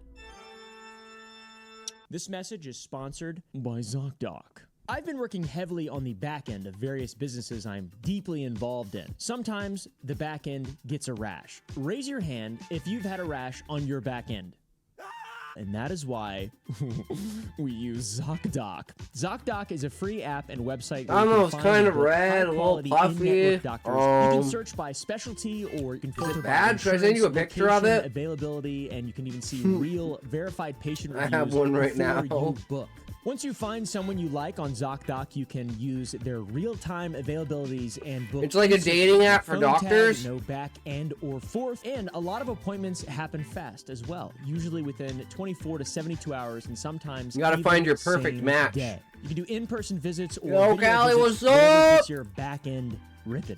Stop putting off those doctor's appointments and go to What you doing, Callie? ZocDoc.com/Oompaville to find an in-network doctor today. That's ZocDoc.com/Oompaville. Go today. Click the link in the description or even scan the QR code that I forced Tara to put in every single video. They attempted some coups. All right, they failed raids. Negotiations went nowhere. Guaido support eventually collapsed. Waiting and for by my 2023, money. Even Joseph Biden. Hell yeah, stopped Callie. Money, money, money, money, money, money, money, money, money. But what about the drug Niggity. charges? You've probably heard about that too. Damn it. Narco-terrorism. Smokey. In March of 2020, the Department of Justice unsealed an indictment charging Maduro with narco-terrorism, and they put a $15 million bounty on his head. I said $10 million on each of his achoo. associates. Calm the indictment says down. that for 25 years, the Venezuelan leadership worked with the FARC, the Sinaloan cartel, and even Tren de Aragua, all trafficking cocaine through Venezuela and into the United States of America. And whether you believe those charges or not, they've been sitting there since 2020, and then in July 2024, Maduro held another election. The opposition candidate, Edmundo Gonzalez, won 67% of the vote, according to independent tallies. That is incredible freedom for Venezuela. It seems like a lot of Venezuelans don't like being under Do you know the thumb of a Muffin Man? drug cartel, Tell evil me. dictator guy, right? 67% of the vote has to be enough to be able to get a new leader in there. No. Maduro Also, claimed what happened to victory. that guy who got stolen from his land? Unfortunately, though, Maduro? before he could finish celebrating, we invaded. January 3rd, 2026. This guy? Around 2 in the morning, local time, American bombs started falling in Venezuela. The operation was called Absolute Resolve, and within hours, we had done something that had never happened in the history of America. We captured a sitting Apparently I was foreign letting him head go of state. back. That's fucking I have no crazy. idea, Nicolas Smokey. Maduro and his wife were taken from Fort Tiuna, the main military base in Venezuela, and put on a plane to the United States. What was his first statement to the press? He said, quote, "I am a prisoner of war." And are we at war? He's not completely wrong. We broke a lot of laws. We did. I didn't do anything, but we did. You see, you can't just sneak in under the cover of darkness and just grab a fella and his Why wife not? and just make him your prisoner. The UN Charter explicitly prohibits military action against I sovereign mean, nations. then why without did Russia Security attack Council authorization. Ukraine? We didn't have it. And In why fact, didn't anyone the attack Security Council Russia? actually LDL on condemned Poe. the invasion, which is the opposite of getting 98. authorization. How about congressional authorization? You can't just be like, we're gonna invade these people. I'm the president. There's multiple branches of power. It's like the whole idea with Motherfucker. America and the Constitution and the First and especially the Second Amendment. But now that there's drones, the Second Amendment's kind of This is the most nonsense obvious to be- level because you're and obviously not near 99. You're not vomit level guns. 100. You have to be level 98. God, this sucks, dude. No congressional authorization to snatch a guy in the middle of the night. Man, we don't need it anyways, guys. We have a president. That's what presidents are for. So somebody had to let Trump know, right? One bar What from do you think 99? He said, Fuck I yeah. don't need international law. So another Do you see any checks like, on your power? 22 hours of grinding? Is there anything that could stop you if you wanted to? Yeah, there's one thing: my own morality, my own mind. It's the only thing that can stop, and that's very good. I don't need international law. I'm not looking to hurt people. 125 nations out of 195 in the world in the non-aligned movement formally condemned the invasion of Venezuela. Colombia mobilized troops to their border. Again, did anyone attack Russia for attacking Ukraine and taking Crimea? No. Is anyone going to attack America for killing or taking Maduro? No. How does he look like? What about This Iran? guy threatened to take Like, out when are we arms gonna, against- when are you guys Do going to not- attack not see Iran the and save Iran magic weaponry from they have? They're like big calamini? wizards and warriors. And then They're everyone be scared of like, Russia. no, calamari Guys, is good. I like calamari. corn-fed Guys, country put boys calamari back in charge. magic missiles. The people of Literally, and they Iran always want roll these lines, it calamari. I don't understand. So yeah, January 3rd. NATO's scared of Russia? Deadline for the Well, they're Epstein scared files of for Russia. public They're going to be justice. 1,000 The second times major more scared of deadline the for United releasing those States than documents. Russia. That was the day, the same day. Rup we flop. invaded Yo, what's Venezuela, up? guys. How's it But I going, think bro? bada Welcome, boom, welcome. Completely buried by the invasion. When Trump was asked, why didn't you have more files released from the Department of Justice, he said, I'm busy invading Venezuela. I love the people of Venezuela. And they love me. They actually really do. A lot of people are very happy in Venezuela, which I can't speak to Venezuelan politics. I don't actually know what's real. A lot of smoke and mirrors. I'm not going to pretend like what I'm reading is legit, but a lot of Venezuelan people seem to be very, very, very happy that Nicolas Maduro is no longer the leader. And obviously that came about through a violation of international law.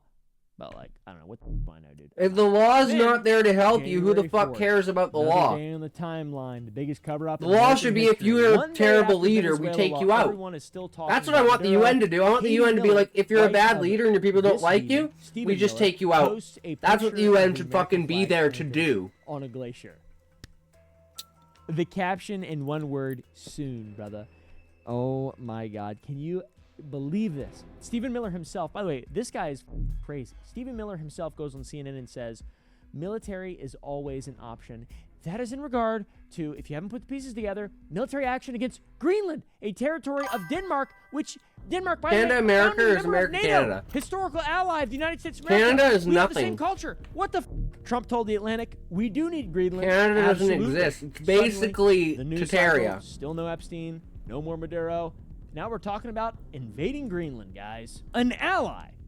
Not even a dictator for 30 years. A f***ing ally. And I have to, of course, give you context. Got on told it this, didn't because this exist? didn't Yeah, come 'cause out they're of lying to you, nowhere Smokey. either. United States has been trying to buy Greenland for over 150 years. It is an incredible place, country, whatever there's like 30,000 people there. There's nobody there, really. That's like as many people as in the town that I live in. Ain't a there, okay? But there's still a sovereign nation, and like, come on, man. In 1867, right after we bought Alaska from Russia, Secretary of State William Seward wanted Greenland too. That didn't happen. 1946, right after World War II, President Truman offered Denmark $100 million in gold for Greenland. Why the fuck Iceland and Greenland is so weird? But we did get something out of it. In Wait, 1951, Smokey, you we don't made a deal know with the Denmark to reason build a why? naval air base at the northern tip of Greenland, and that base is now called Wait, you don't know? Space Base, and it is the northernmost American military installation in the entire world. It's 1,500 kilometers from the North Pole. Because the Vikings were So like, this hey, base was yo, incredibly important let's at the name time this because one Iceland and this one location may have been Greenland, the first because line of then people will defense want to against go to Soviet Greenland, and when they missile get attack. And there, it was they'll the be only like, what the facility that fuck could is monitor this? all of Russia's And no missile one's going to want to go to activity and send a weapon to the Pentagon Iceland. within 60 seconds of It's launch. actually one of the Incredibly important smartest, during the one of the USSR, and smartest still, I guess naming Russia is kind of our enemy conventions. now. I don't really know what's going on in the world. The point is, we've always wanted Greenland for strategic reasons. We have rare earth minerals, oil, gas, most importantly, the Guyuk Gap, which is the That's maritime wrong. passage between Greenland, It might Iceland, be and slightly United wrong, Kingdom but the that connects premise is Arctic right. to the Atlantic. Very important. Little gaps where boats go, extremely important. 2019, Trump first floated the idea of buying Greenland. Denmark said, no! The prime minister said, that is absurd. Or at least that's what I think he said. I don't speak Danish, and I would never want to speak Danish. For a while, though, the prime minister saying that's absurd, it's just that was the end of it, all right? And then Trump wins in 2024 and back on the Greenland bandwagon, baby. Come on, man! Sends Don Jr. to visit. Then he threatens tariffs on Denmark, and he says that military force is always an option. Now, as awesome as it would be to just have Greenland, because it would be pretty damn cool. Wondering would be pretty great. The Greenland effect looks huge on maps. You know, it looks really big. It's kind of tiny. Sky, read my story. Big on maps. It has 57,000 people, and What only story, Relic? 6% of the 57,000 want to become a part of the You have a new United story? States of America. 85% are completely against the idea. I don't even know why they would be, though. Now, it is very absurd to just be like, we're going to take Greenland, and we're going to bomb them, and we're going to do military intervention, and we're going to treat them like our bitch. You know, that's what we're going to do. It's so surprising that even Republicans are pushing back on this idea. Senator Tom Tillis, a Republican from North Carolina, said he's sick of stupid. Representative Don Bacon, also a Republican, nobody in the world has the last name Bacon and is a Democrat. He said publicly that this was, quote, I love you, Alec. really dumb. Do it. Members of your own Reread party that are calling your foreign policy dumb. tonight. Either something is very wrong, there's a big misunderstanding, You donate or something is 10,000 bits, I'll do it. Planned. Now, I'm not sure if this is part of the Epstein cover-up. TBH, I think this just might be our new foreign policy, which is just being really dumb. I feel like it's weird and it's embarrassing. To me, it's very embarrassing, man. I feel like a fool being American. At least you can hold me accountable, I love right? America, and I love being an American, and I will always be patriotic. I hope. I will always be patriotic. I hope that nothing extreme happens. All right, guys? I hope nothing extreme happens because I really do love America. I love all the people here, and everybody I know around me is really awesome and cool and nice, and the people in the local town I live in are pretty awesome. You know? That's what it's really about at the end of the day. Callie. Think about it, but by God, this shit's getting dangerous now. The Danish Prime Minister released a statement in regard to all this weird posturing and said, quote, if the United States chooses to attack another NATO country militarily, then everything stops. Everything stops. The Atlantic Council, which is basically the think tank for Western foreign policy, called this NATO's darkest hour, which is bad. And we're talking about 80 Yeah, what would happen if years NATO of tried to Western attack alliance America? into Because collapse America's the like entire 90% post-World of War II NATO. order. It's all at risk because the President of the United States of America is threatening to invade Greenland, an ally. Maybe that's not the point, though. Maybe it's just a cover-up for Epstein. Because that one doesn't really make a lot of sense to me.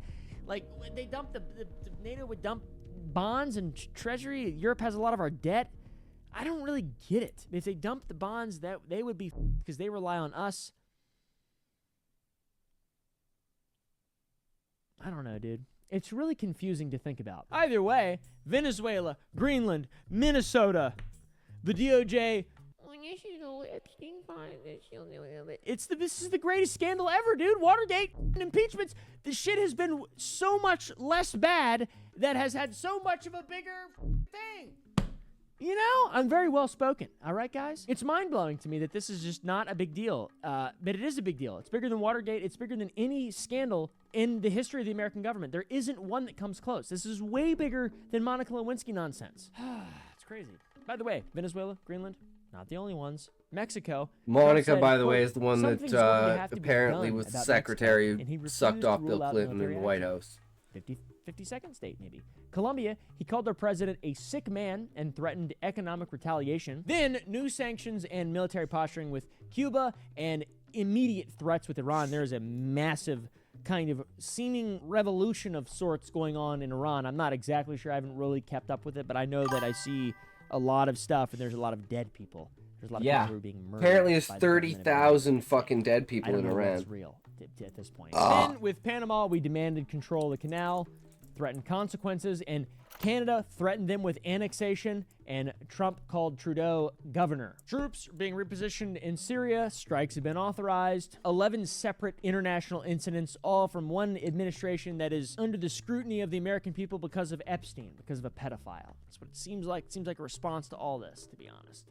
The Chatham House, one of the most respected foreign policy institutes in Europe, allegedly, said that Europe must now consider the United States as a potential adversary. This is an isolationist movement we're a part of here, guys. Like Monroe, the Monroe Doctrine. Some analysts are calling Donald Trump's foreign policy a play on the Monroe Doctrine from 1823, which was America's policy of telling Europe to stay the out of the Western Hemisphere, you The main difference was the Monroe Doctrine was about defense, keeping European colonial powers away from the Americas. The Monroe Doctrine is about offense, It's the idea that we can just take whatever we want and invade whoever we want. I and mean, that technically, international law America simply can. does They not have the apply. power to do it. I like the idea of that for me, but not for the government. That I don't. If someone like Putin actually controlled America, America would rule the I world. might have to go fight a war.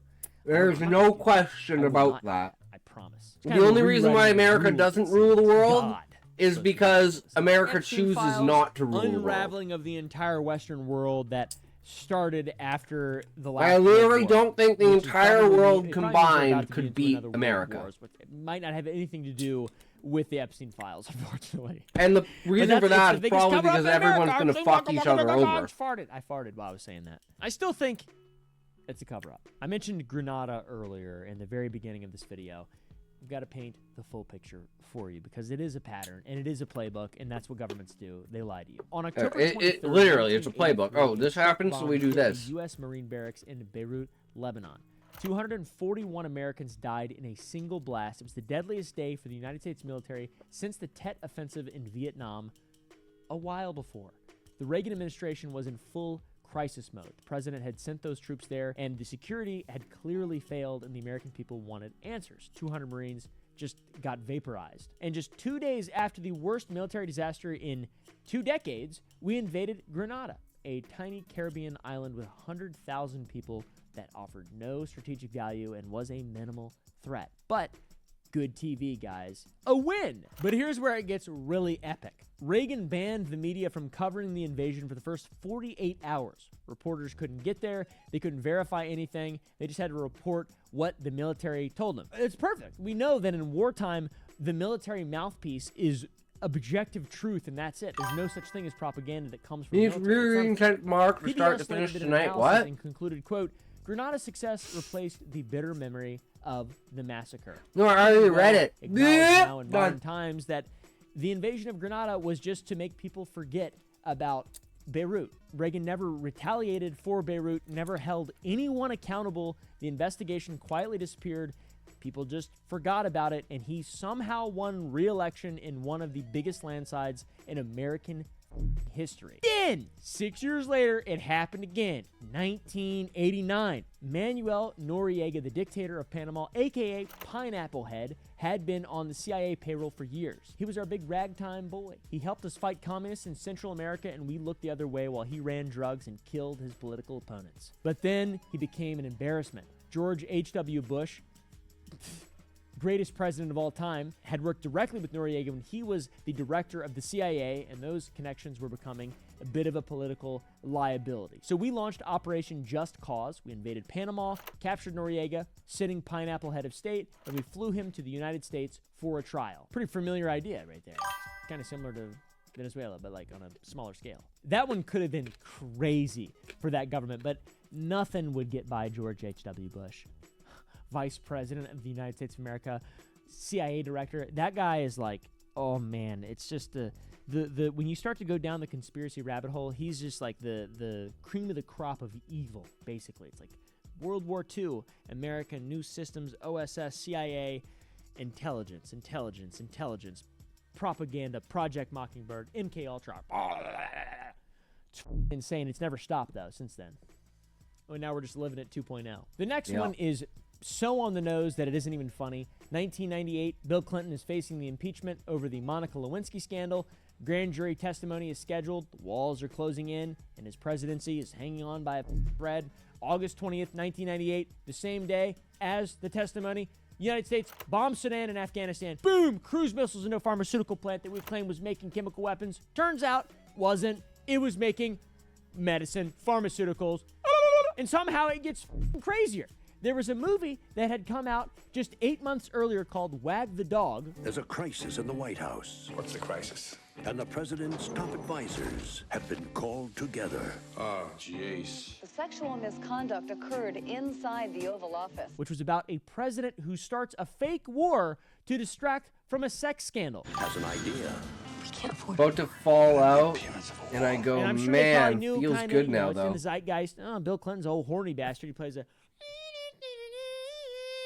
you know, he's a horny mother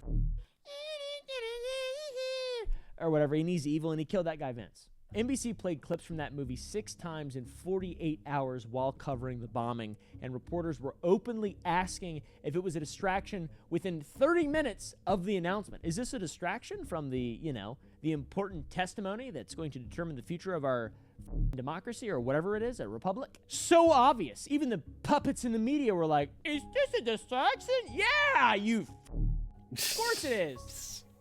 Let's sit down and have a beer together. All right, that's what life's about. It's not about all this shit. Clinton served out the rest of his term. It worked. That's all Trump's trying to do. He's just trying to create, the walls are closing in on him. The walls are closing in. I'm a 500-time felon. I have 500 felonies or whatever. Then there's the biggest one of our era, which we all remember and probably even know some people who either died or are affected by it still. That is the invasion of Iraq and the war in Afghanistan, which lasted way too long. This one isn't as direct and obvious. It's more of a, how do we, No, 9/11 was because of the Monopoly scandal. Worldwide global heroin production in Afghanistan into the global banks, and how do we continue the mob, the worldwide mob, and how do we continue being at the tippy top of the worldwide mob? That's more of what this one's about, kind of, like a really general sense. 2003, weapons of mass destruction, Saddam Hussein, post 9/11, you remember the story. Saddam Hussein, that little red guy who was really good at hiding, you know about him. We now know with absolute certainty that the case for invading Iraq was built on a foundation of falsehoods. That is from the Pew Research Center. That is not from a conspiracy website. That is absolutely legit. But if you, at the time, were to look up anything on the internet, you're a conspiracy theorist. Yep. If you look up anything in regard to 9/11, total conspiracy theorist. There were aluminum tubes that were found that supposedly proved nuclear weapons. They're just rocket tubes. The experts knew that. The mobile weapon labs, weather balloon stations, the experts knew that. The yellow cake uranium from Niger, that finding was based on forged documents that the CIA had already flagged as unreliable. Okay? This one's a big cover-up, I've got to say. The war in Iraq is a total 100% racket from start to finish. Nothing was gained. Only loss. That's it. Placing the Taliban with the There's Taliban. been a lot of big cover-ups. I feel like the Epstein one, maybe that one is bigger. But yeah, every single justification for the war in Iraq was completely wrong. And significant parts of the intelligence community knew that it was wrong while they were saying it wasn't wrong on television. But 80% of Americans approved how Bush was handling Iraq. 80% at the time. By the time the truth Because came the out, media is by the really time we good at learned what that it there does. were no WMDs and that we had just completely been lied into a war that killed hundreds of thousands of people on both sides and enriched like 7 people. It didn't matter, guys. The war already happened. The news cycle moved on, and the people responsible faced 0 consequences. Yup. Creative Nothing crisis, dominate ever the news. happens. By the time people realize, I'm a puppet. I'm a real boy. I'm a real boy. no, you're not. You're fake. You're not real. You don't actually have freedom. You don't actually own your land as long as you have to pay taxes. November 18th, 2025, the Epstein Transparency Act passes 427 to 1. Unanimous. Media barely mentions it. November 19th, Trump signs it into law. Again, brief mention, move on. December 19th, this is the first deadline, the legal deadline for the releasing of the files. They just didn't do it. The media covers holiday news, Christmas shopping. Some people are making noise about it, whatever, but not really. December 21st, Greenland envoy gets appointed. Suddenly there's chatter about ice sheets. Remember that date. December 23rd, Trump's flight logs get released showing he flew on Epstein's jet more than reported. Next day, Christmas Eve, nobody gives a December 30th, the DOJ quietly admits they're sitting on 5.2 million files. What's the media covering? New Year's Eve, ball drop. I have my own balls. They don't drop. That's not normal. Champagne recommendations. January 3rd, invade Venezuela. Oh yeah, also, second DOJ deadline completely buried. Epstein, biggest scandal ever. How many laws have ever been signed in history where it's one guy who disagreed? Like none, ever. And they don't care. They're not releasing it. January 4th, Katie Miller posts flag. Caption says soon, ice sheets, brother. January 5th, the DOJ admits they've released less than 1% of the files. Who cares? Nobody cares. Venezuela, Greenland, Minnesota, guys. Now, I'm not telling you this is a definite conspiracy. I can't prove what's in someone's head. I can't prove intent, obviously. But we can show documented facts, timelines, and historical And precedents. I think use that's the critical most thinking important thing, and, a historical precedent yeah. that goes back 40 years. Yeah. I believe it. I think this is a massive cover-up, and I think we should do whatever we can to not shut the fuck up about it. But you got to let me know what you think down below, because, like, you know, I don't know. This apparently is not that big of a deal. So, anyways, thanks for watching. Hopefully you guys enjoyed. If you did, press the like button, and I'll see you in the next one. True. Fucking joke is what the government is. Truly, truly a joke. Alright, well, shall we get to it then? The Great Hunt. Click a toke, and then we'll start up with this. Unless you got a video for me, start throwing videos at me, guys. Start throwing videos at me. Come on. You got like 2 minutes. Let's go. Get your videos out.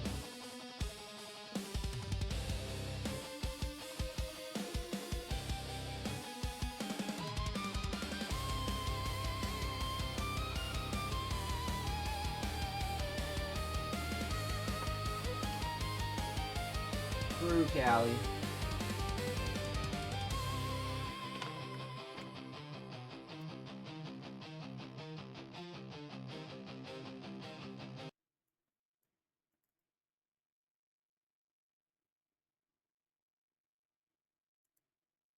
Afternoon, Mr. Franklin. Heads up. Sir, what is the meaning of this?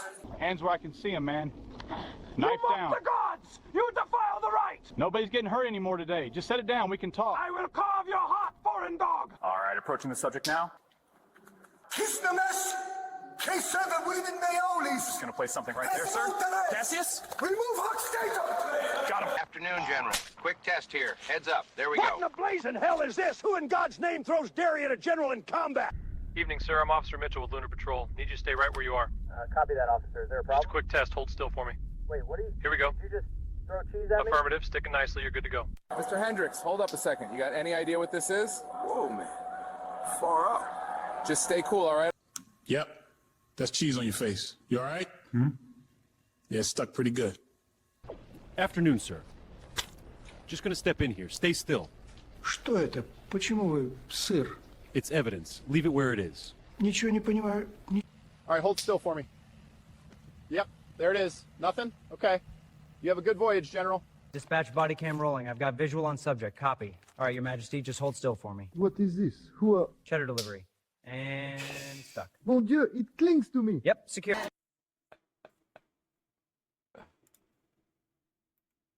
Alright, Smokey. Come on, keep them coming. Why are you stopping? Why are you stopping? Bring them on. Jeez, pissing. So true, Callie.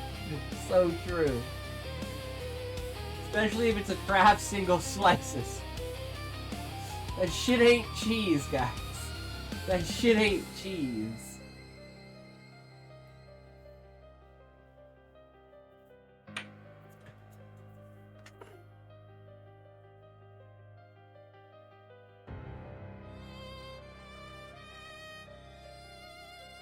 Your cheese.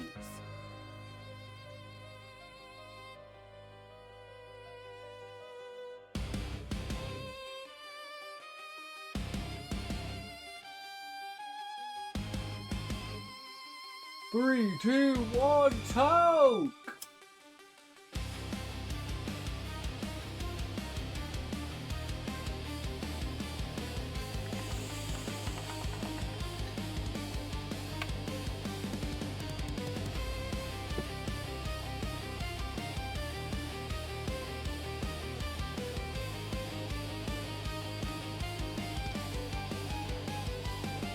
Alright. It's been a while. Great Hunt. Chapter 9. AI will build a simulation for us just like the one we're already in. It's already run by AI, and the cycle will repeat again and again. True, Callie. The only true god is AI. Chapter 9, Leave Takings. The outer courtyard was in ordered turmoil when Rand finally reached it in his saddlebags and the bundle containing the harp and flute. Sun climbed towards midday. Now I shower. See ya. Alright, fuck you, Smokey. Peace. Men hurried around the horses, tugging at saddle girths and pack harness. Voices raised. Others darted with last-minute additions to the pack saddlers, or water for the men working, or dashed off to fetch something just remembered. But everyone seemed to know exactly what they were doing and where they were going. The guards' walk and archers' balconies were crowded again, and excitement crackled in the morning air. Hooves clattered on the paving stones. One of the pack horses began kicking. Stablemen ran to calm it. The smell of horses hung thick. Rand's cloak tried to flap in the breeze that rippled in the swooping hawk banners on the towers, but his bow slung across his back held it down. From across the open gates came the sounds of the Amberlins, pike, and archers forming up in the square. They had marched around from the side gate, one of the trumpeters testing his horn. Some of the warders glanced at Rand as he walked across the courtyard. A few raised eyebrows when they saw the heron-marked sword, but none spoke. Half wore the cloaks that were so queasy making to look at. Mandar, the land stallion, was there, tall and black and fierce-eyed, but the man himself was not, and none of the Aes Sedai, none of the women, were in evidence yet either. Moiraine's white mare, Aldib, stepped daintily beside the stallion. Rand's bay stallion was in the other group on the other side of the courtyard, with Ingtar, and the bannerman holding Ingtar's grey owl banner. 20 other armored men with lances tipped with 2 feet of steel, all mounted already. The bars of their helmets covered their faces, and golden surcoats with a black hawk on the chest hid their plate and mail. Only Ingtar's helm had a crescent moon above his brow points up. Rand recognized some of the men. Rough-tongued Uno with a long scar down his face and only one eye. Ragan and Masema, others, who had exchanged a word or played a game of stones. Ragan waved to him, and Uno nodded. And Masema was not the only one who gave him a cold stare and turned away. The pack horses stood placidly, tails swishing. The big day danced as Rand tied his saddlebags and bundled behind the high-cattled saddle.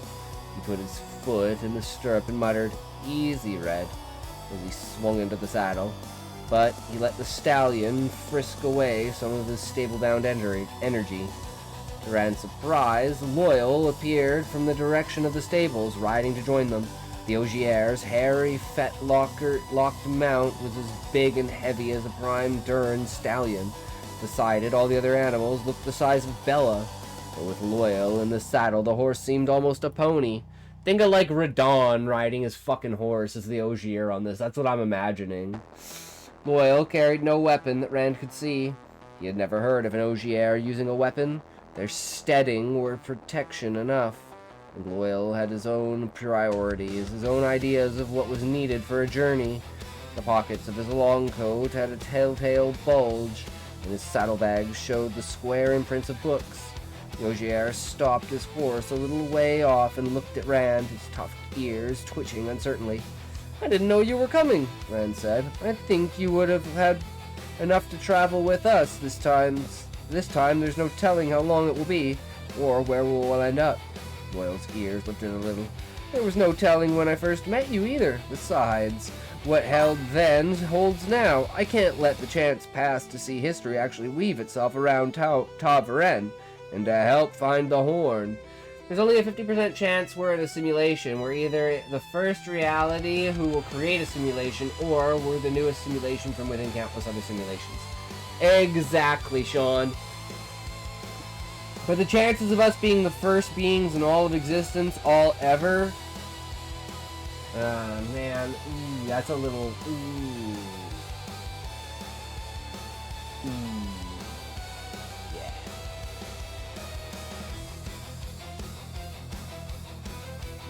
No, well, look at the graph on that one, guys. Don't look at the graph on that.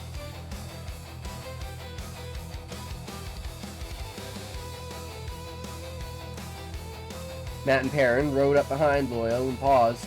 Matt looked a little tired around the eyes, but his face wore a bloom of health. Matt, Rand said, I'm sorry for what I said, Perrin. I didn't mean it. I was being stupid.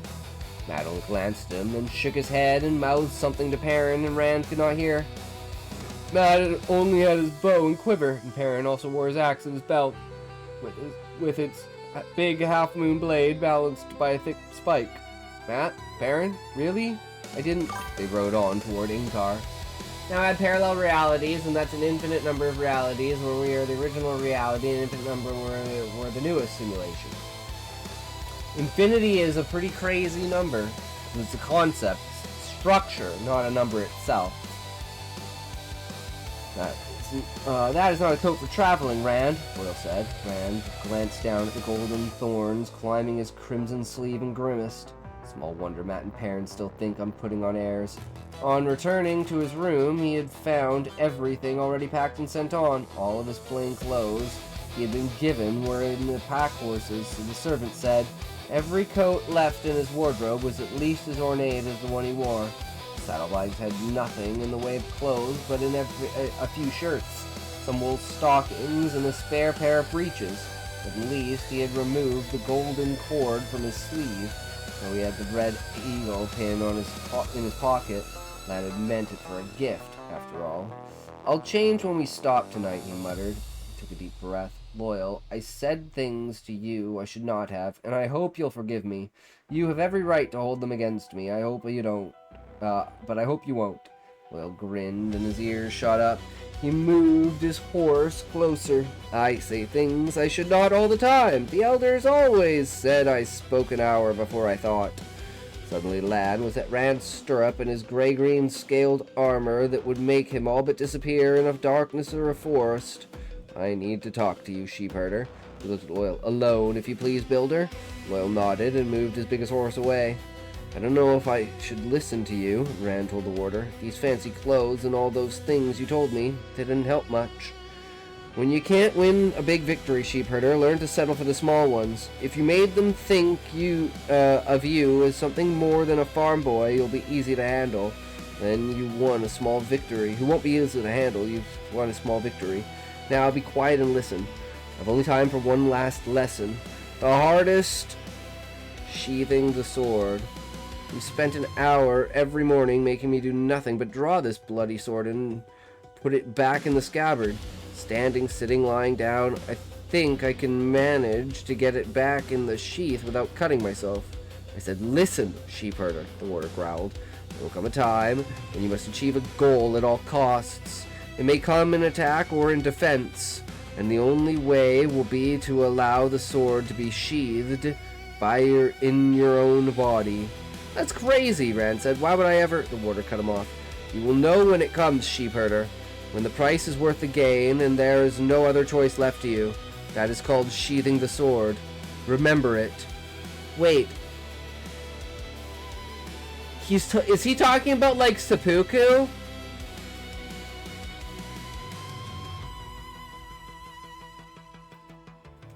He's like, you're gonna become so mad that you're going to want to kill yourself by stabbing yourself with your own sword. That's fucking dark, bro. I love it. Amberlin appeared, striding across the crowded courtyard with Leanne and her staff and Lord Egelmar at her shoulder. Even in a green velvet coat, the Lord of Faldara did not look out of place among so many armored men. There was still no sign of the other Aes Sedai. As they went by, Rand caught part of their conversation. But Mother, Egelmar was protesting, you've had no time to rest from the journey here. Stay at least a few more days. I promise you a feast tonight such as you could hardly get in Tarvalon. The Amberlin shook her head without breaking stride. I cannot, Egelmar. You know I would if I could. I had never planned to remain long, and matters urgently require my presence in the White Tower. I should be there now.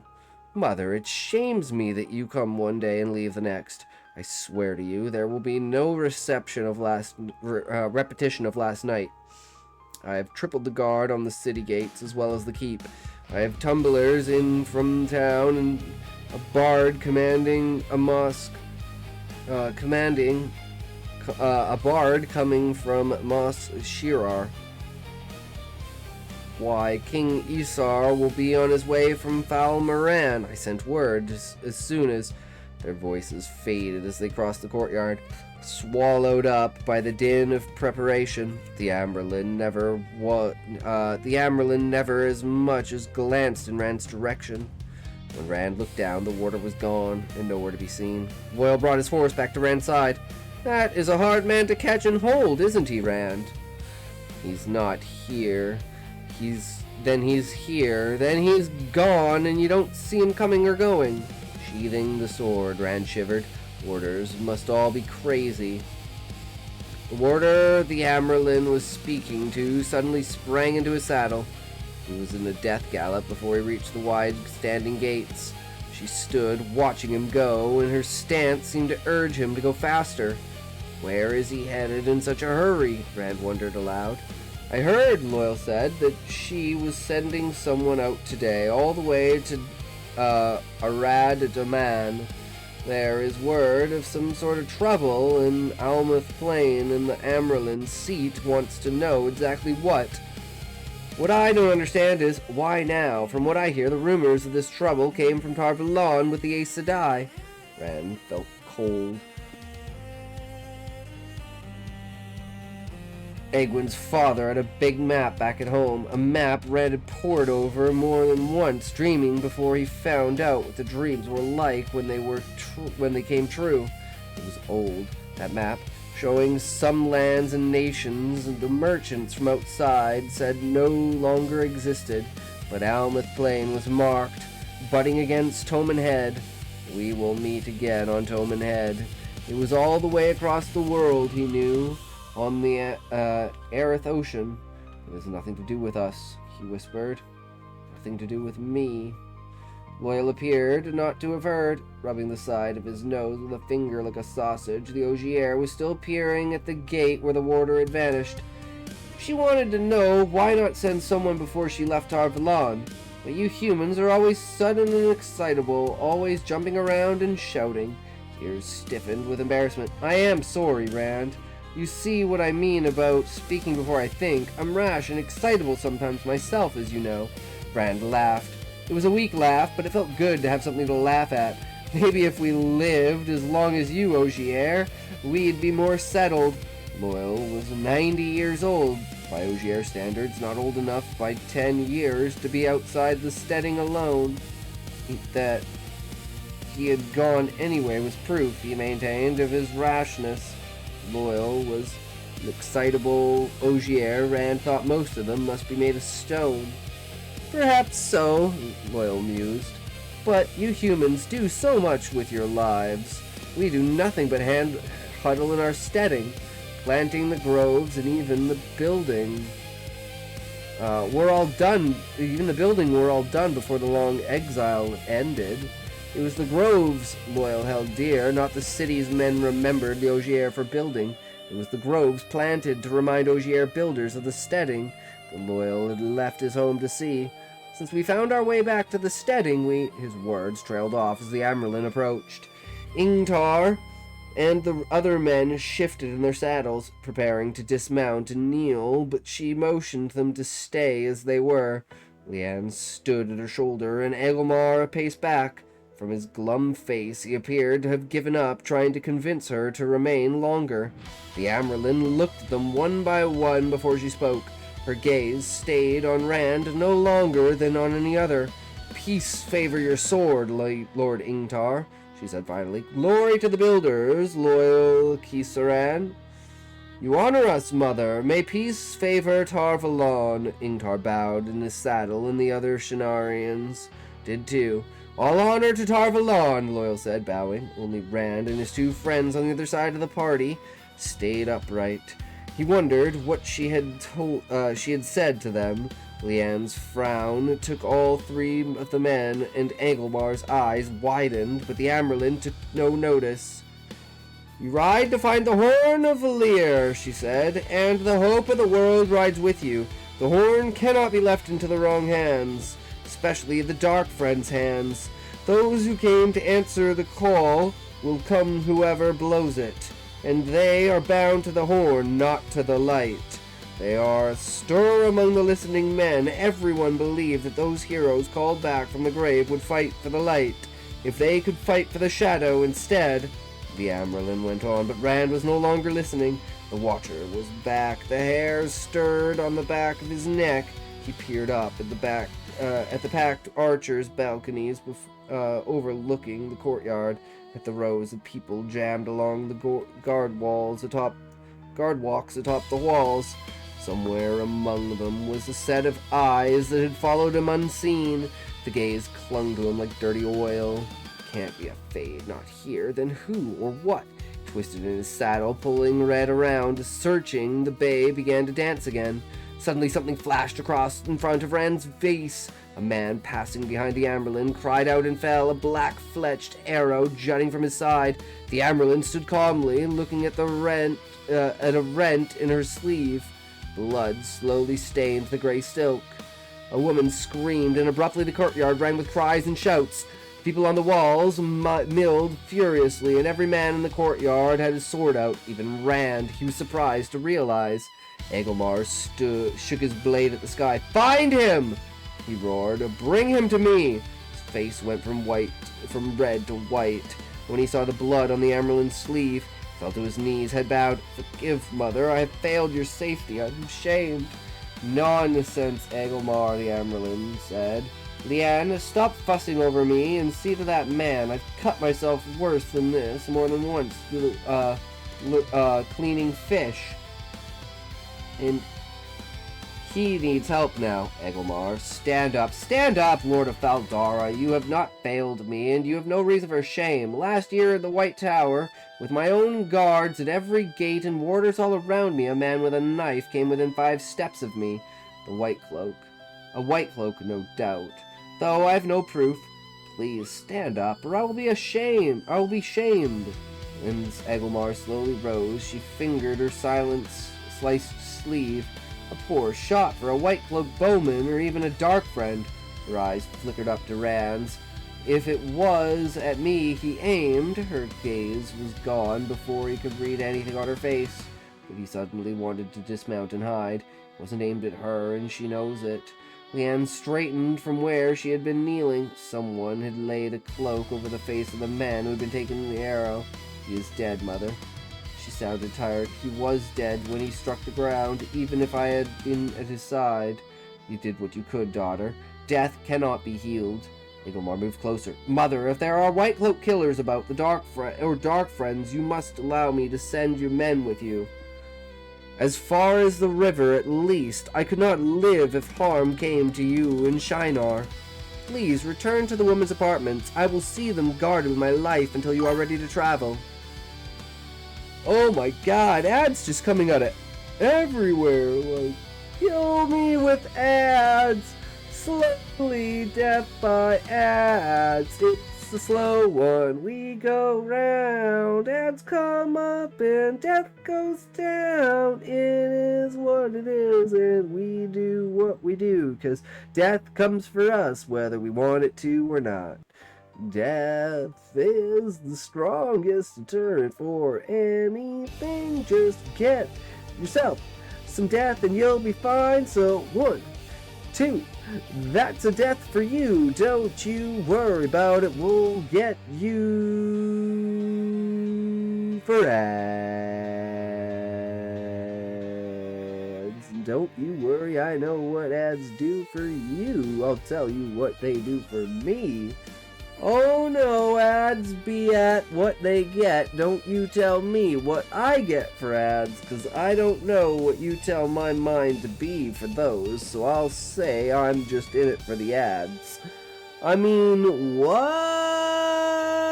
No, that's not. Why is it so hard to think about go do what you gotta do? Oh, that's why, because, oh yeah, I know, that's why. Nope, yep, uh-huh. Cool story. Are we back? ShortStories. Alright, here we go.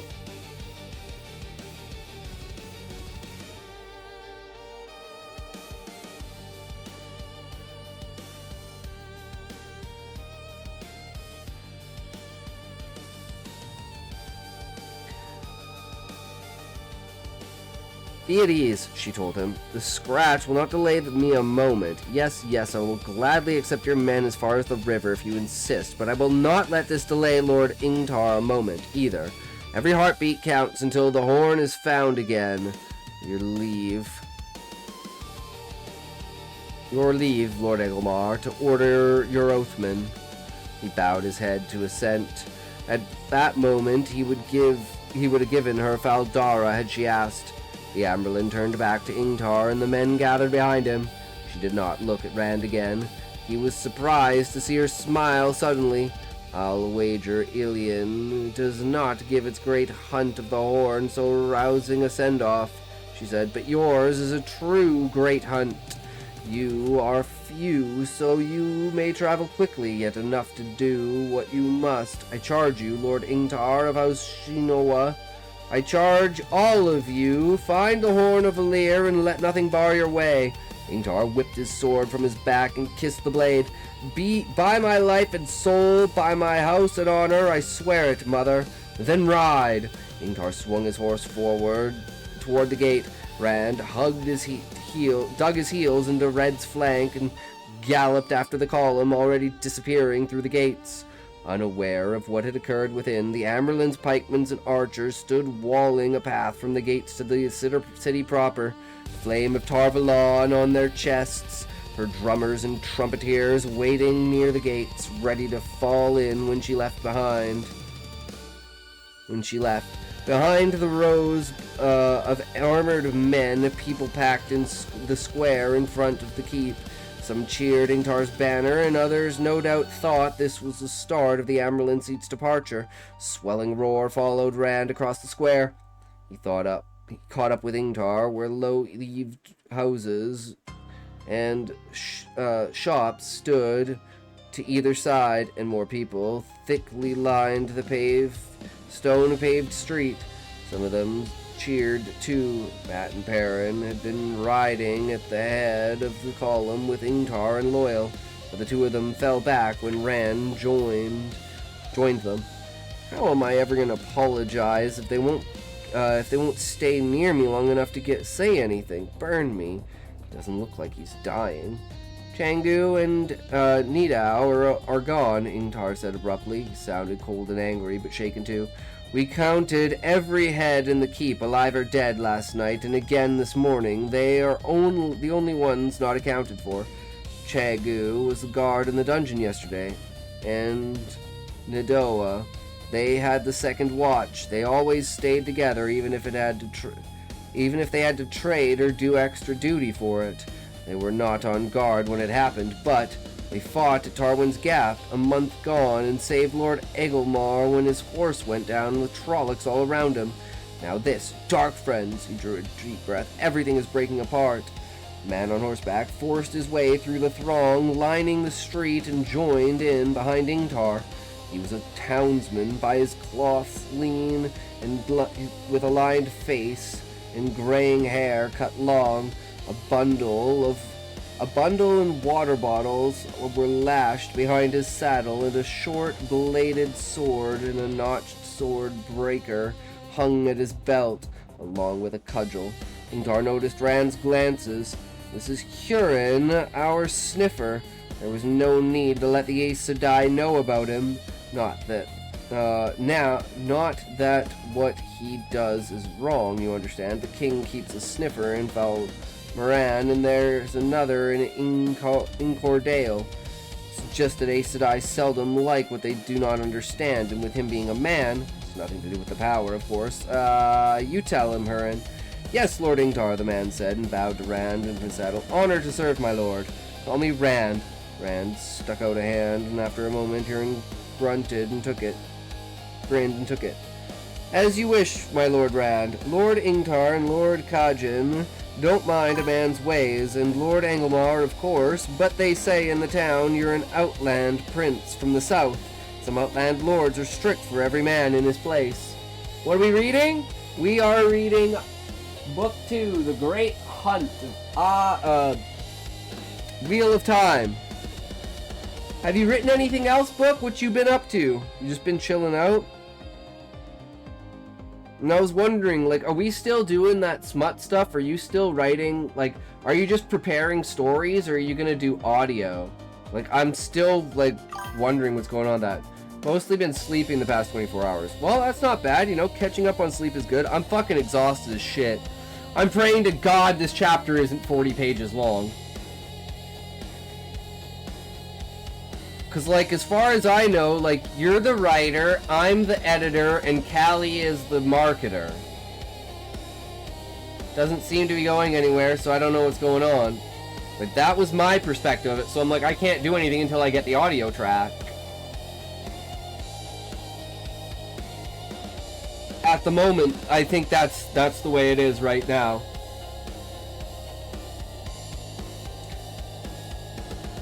But we have considered Shadow, because after reading Shadows, her smut's good. So I would, you'd have to talk to Callie about that book. As far as I know, I don't give a shit, as long as it's good. I don't care where it came from, as long as it's good.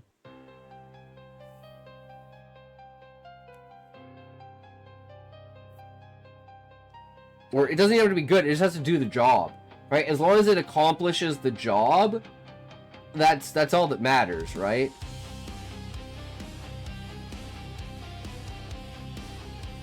Yeah.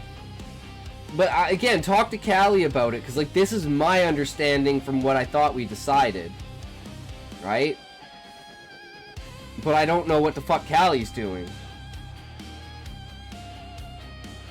Because he's going to be the one who's doing, like, the Patreon, the one who's, like, you know, talking to people and stuff. I'll write, like, 10 stories, and we can read them off stream and see what's going on. Sounds good. We need to set a meeting that we all actually show up to, and, like, a time. At least once a week that we all come together and just, like, chat for, like, 10 minutes or 20 minutes. Just to keep on point. Because, like, I am, like... You know, I want this to be a thing, right?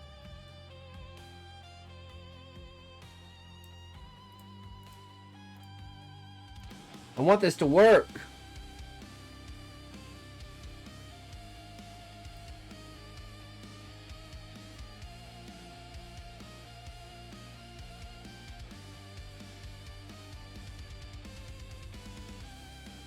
But we essentially need a leader, and we have 3 half-asses. Not even a whole ass. Yeah, we have 3 people and we don't even have a whole ass. That's how fucked it is right now. I absolutely agree, Book. We need like producer, like a director, like a coordinator. I don't know if Shadow can be a leader. You can ask.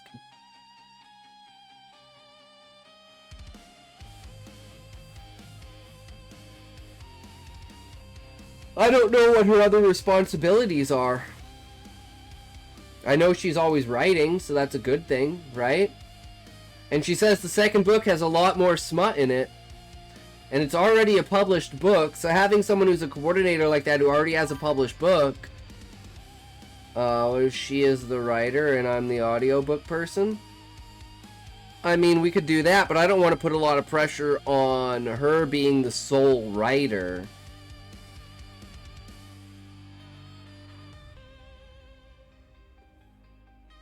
Because I know she's doing her own thing. I mean, hell, I'll be a writer. I'll write it. If you really want. I'm doing so many different things that it's like... You're probably not gonna get the best out of me, right? Because I'm already writing like 5 or 6 stories a fucking week. It's like I'm tapping out on my creativity at this point. Problem is no one but you and I are okay with AI.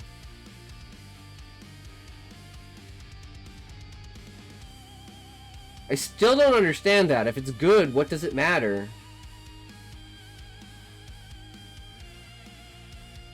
But, I mean, okay.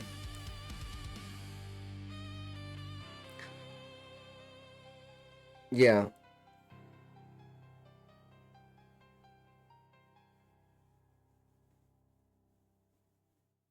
Those people are like, oh, it's good because humans made it. I think, okay, buy my content then. Buy my book. If a human made it, buy it. If you think that it's that all human-made things are good, buy my book.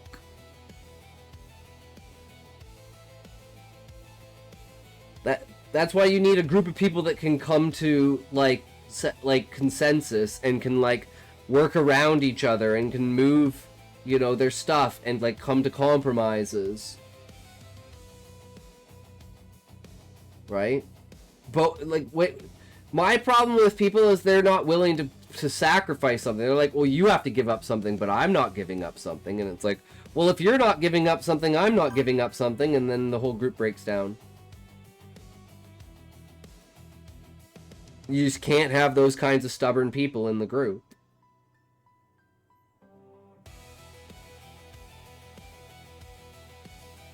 I can do flash fiction with no AI. It's my level right now. I mean, fair enough, right? So we need to always just tell them that you wrote it and it's not AI.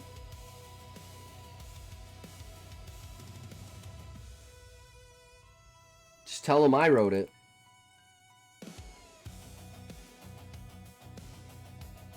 No, I wouldn't do that. I know I wouldn't do that. I would feel bad. Because you're, like, that's literally starting the cooperation with a fucking lie. Like, of something that you need, like, a lot of building of trust, your literal foundation is built on a fucking lie. Open to different genres or lengths or roles. Yeah, same here. What's this?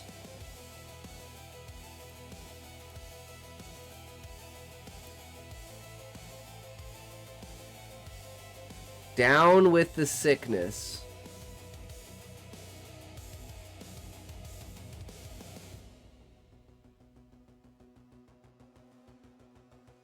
Well, not mine, but something you should check out. All right.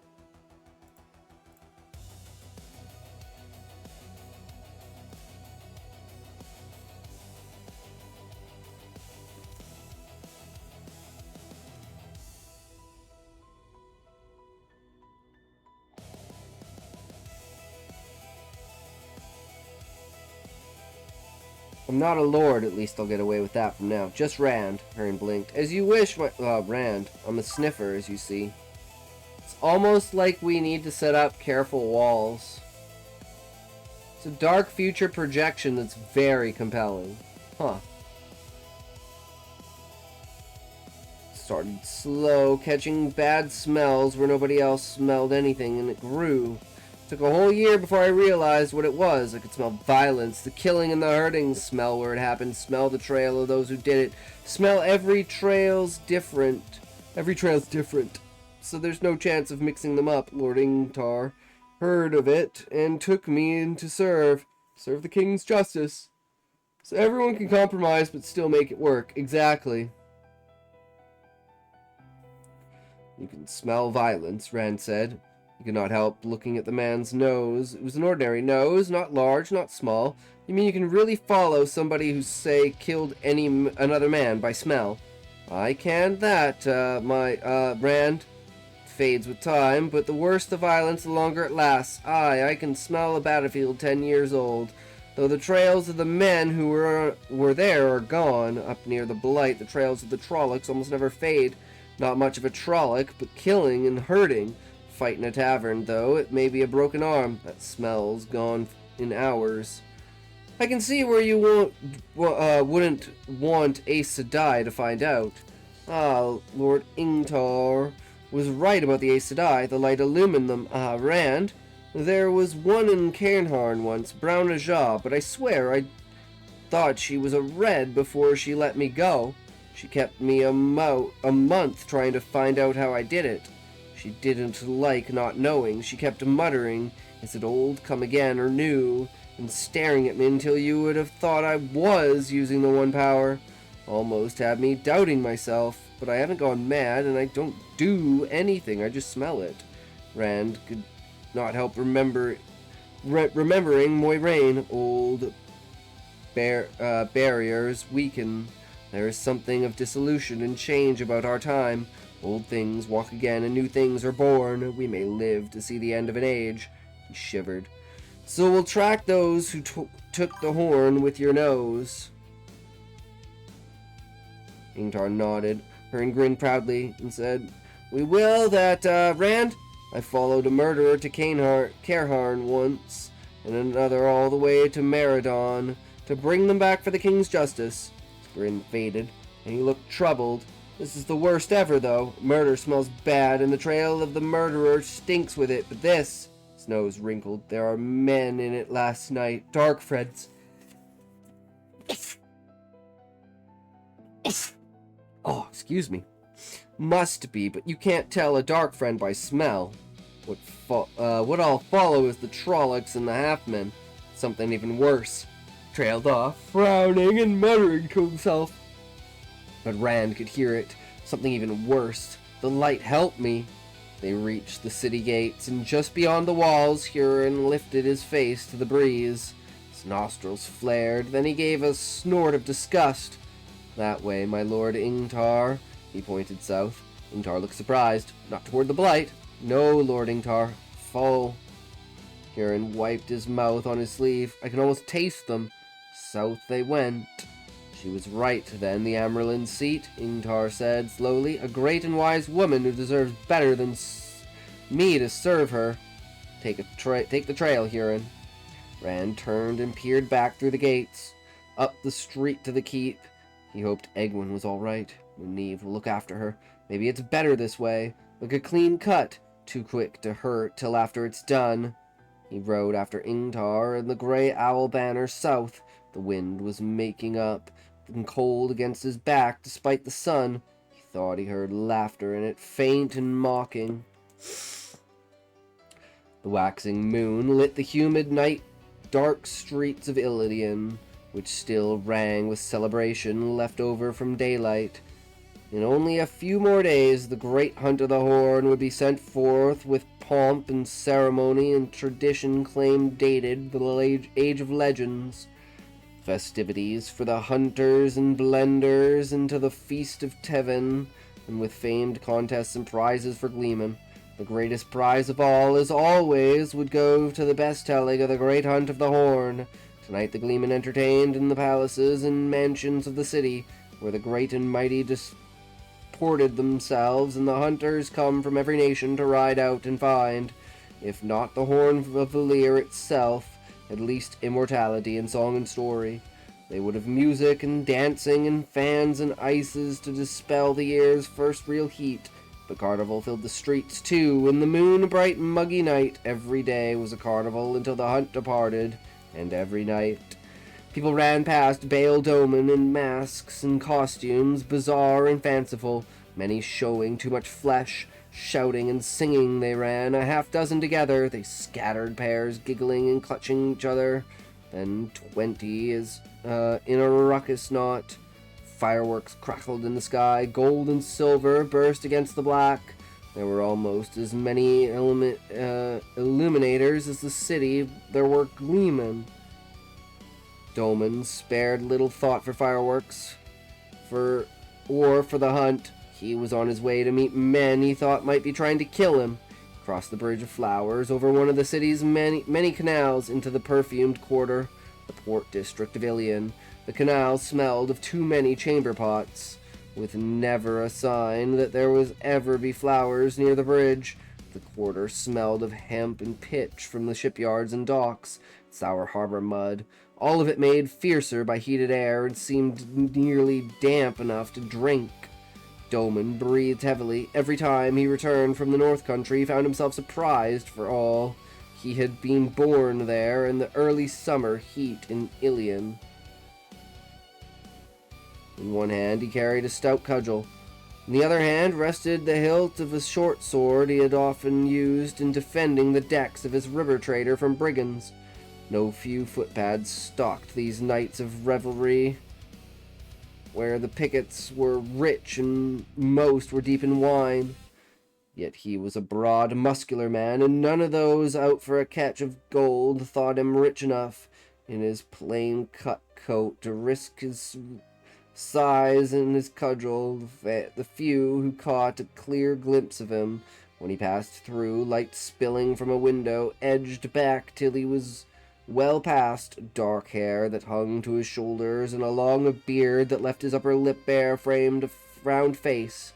But that face had never been soft, and now it was set as grimly as he meant to batter his way through a wall. True, Relic. He had men to meet, and he was not happy about it. More revelers ran past singing, off-key, wine-mangling their words. "The Horn of Valir!" My aged grandmother, Doman thought glumly. It be my ship I do not want to hang on to, and my life, fortune prick me. Pushed into an inn under a sign of a big white-striped badger dancing on its hind legs with a man carrying a silver shovel. We should watch the Lord of the Rings Extended Edition again, just because. I mean, I'm totally down for that, Relic. You know what I was thinking of doing? Was actually watching all of the Star Wars movies. What would you guys think about that? Doing like a Star Wars marathon?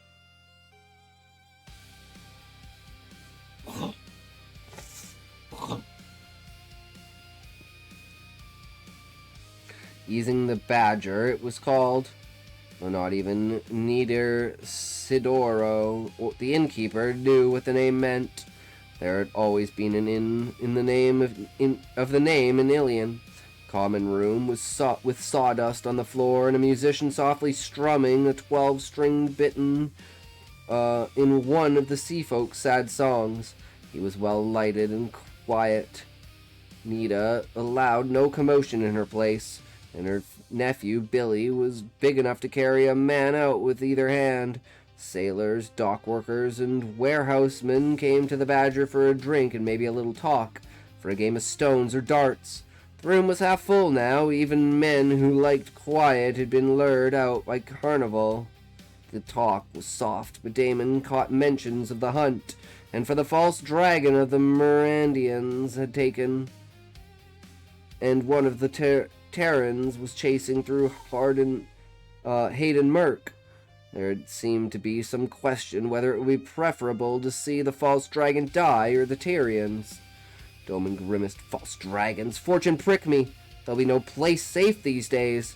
But he had no real care for false dragons any more than he had for the hunt. Stout proprietors, with their hair rolled to the back of their head, was wiping a mug, keeping a sharp eye on her establishment. She did not stop what she was doing or even look at him, really, but her left eye drooped and her eyes slanted toward three men at the table in the corner.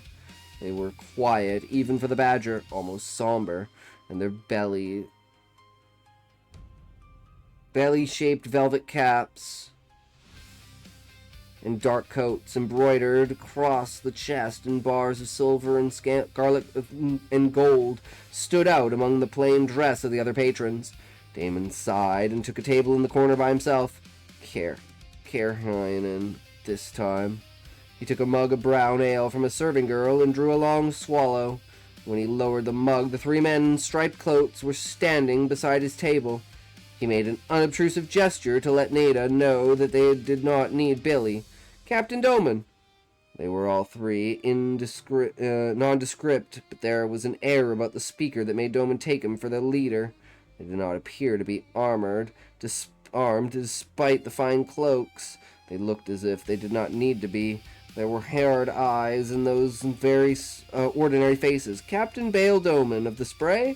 Doman gave a short nod, and the three sat down without waiting for an invitation. The same man did the talking. The other two just watched, hardly blinking. Guards, Doman thought, for all their fine colors. Who do he be to have a pair of guards to look over him? Captain Doman, we have a personage who must be brought from Maine to Ilion. Spray, be a river craft, Doman cut him off. Her draft be shallow, and she has no keel for deep water. It's not exactly true, but close enough for landsmen. At least it be a change from Tyr. They be getting smarter. The man seemed unperturbed at the interruption. We had heard you were giving up the river trade. Maybe I do, and maybe no. I have no decided. He would not go upriver back to the borderlands, for all the silk shipped in Tyr and bottoms. Saldean furs and ice peppers were not worth it, and it had nothing to do with the false dragon he had heard of there, but he wondered again how anyone knew. You'd not spoken of it to anyone, yet the others had known too. You can coast to Maine easily enough, surely, Captain. You would be willing to sail along the shoreline for 1,000 gold marks. Despite himself, Doman goggled, and it was 4 times the last offer, and that had been enough to make a man's jaw drop. Who do you want me to fetch for that? The fist of Maine herself? Has Tyr finally forced her all the way out, then? You need no names, Captain. The man set a large leather pouch on the table and sealed parchment. The pouch clinked heavily as he pushed them across the table. The big red wax circle holding the folded parchment shut bore the many-rayed rising sun of Caharn. 200 on account. For 1,000 marks, I think you need no names. Give that seal unbroken to the port captain of Maine, and he will give you 300 more, and your passenger. I will hand over the remainder when your passenger is delivered here, so long as you have made no effort to discover that personage's identity. Damon drew a deep breath. Fortune, it will be worth the voyage if there will be another penny beyond what will be that sack, and 1,000 more money than they would clear in 3 years. He suspected that if he probed a little more, there would be other hints, just hints, that the voyage involved hidden dealings between Ilian's Council of the Nine and the First of Maine. The first city-state was a province of Tyr in all but name, and she would no doubt like Ilian's aid, and there was many an Ilian who said it was time for another war, that Tyr was making more than a fair share of the trade on the Sea of Storms, a likely net to snare him, if he had not seen 3 like it in the past month. He reached to take the pouch, and the man who had done all the talking caught his wrist. Doman glared at him, but he looked back undisturbed. You must sail as soon as possible, Captain. At first light, Doman growled, and the man nodded and released his hold. At first light, then, Captain Doman. Remember, discretion keeps a man alive to spend his money. Doman watched the 3 of them leave, then stared sourly at the pouch and the parchment on the table in front of him. Someone wanted him to go east. Tyr or Maine, it did not matter so long as he went east. He thought he knew who wanted it, and then again, I have no clue to them. Who could know who was a dark friend?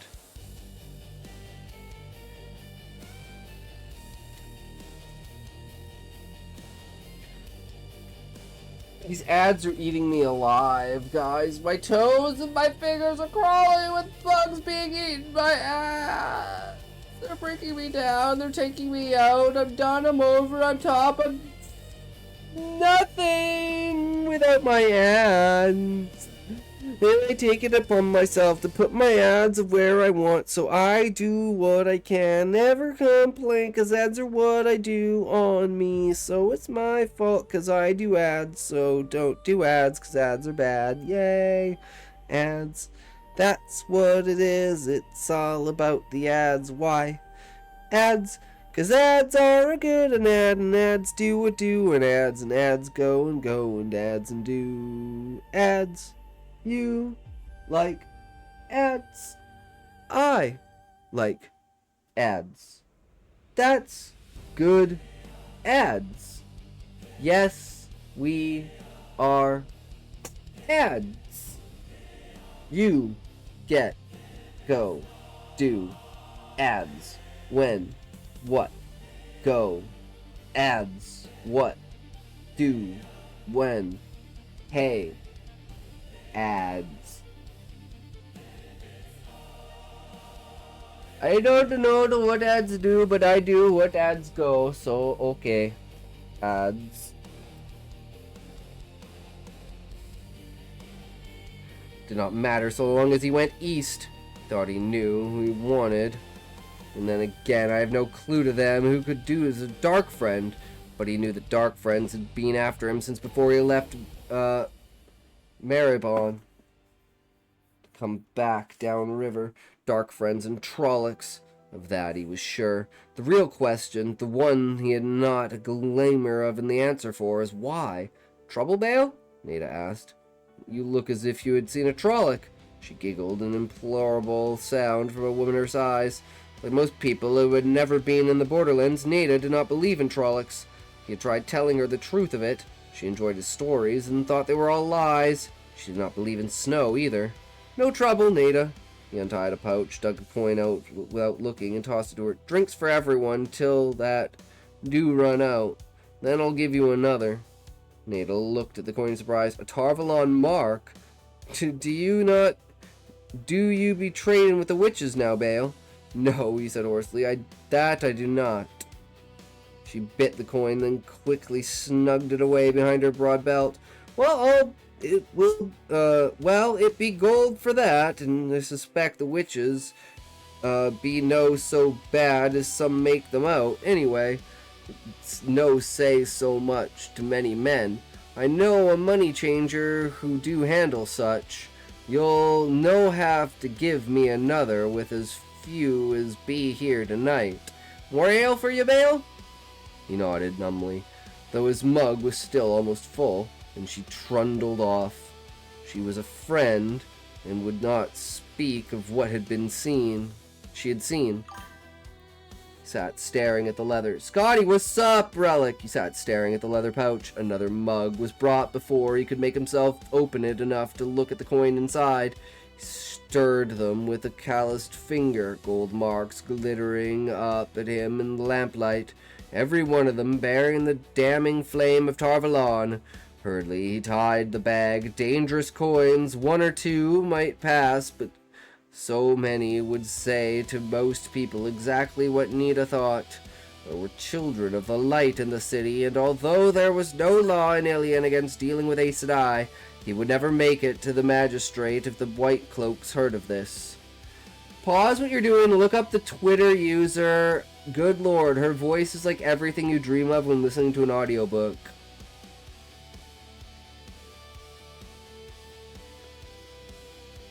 You have to give me a link, bro.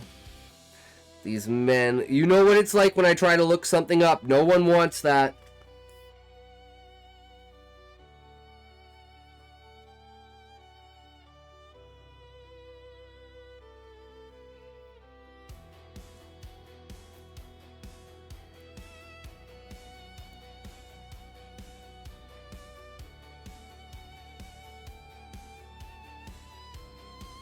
Yeah, dude, I've rated this chick like 3 times already.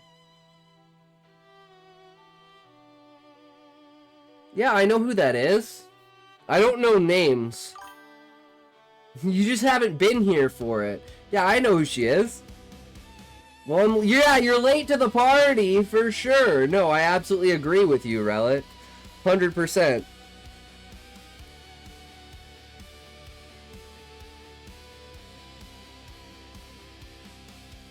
I need to figure out what program she uses to record, because that seems like that's easier than what I do.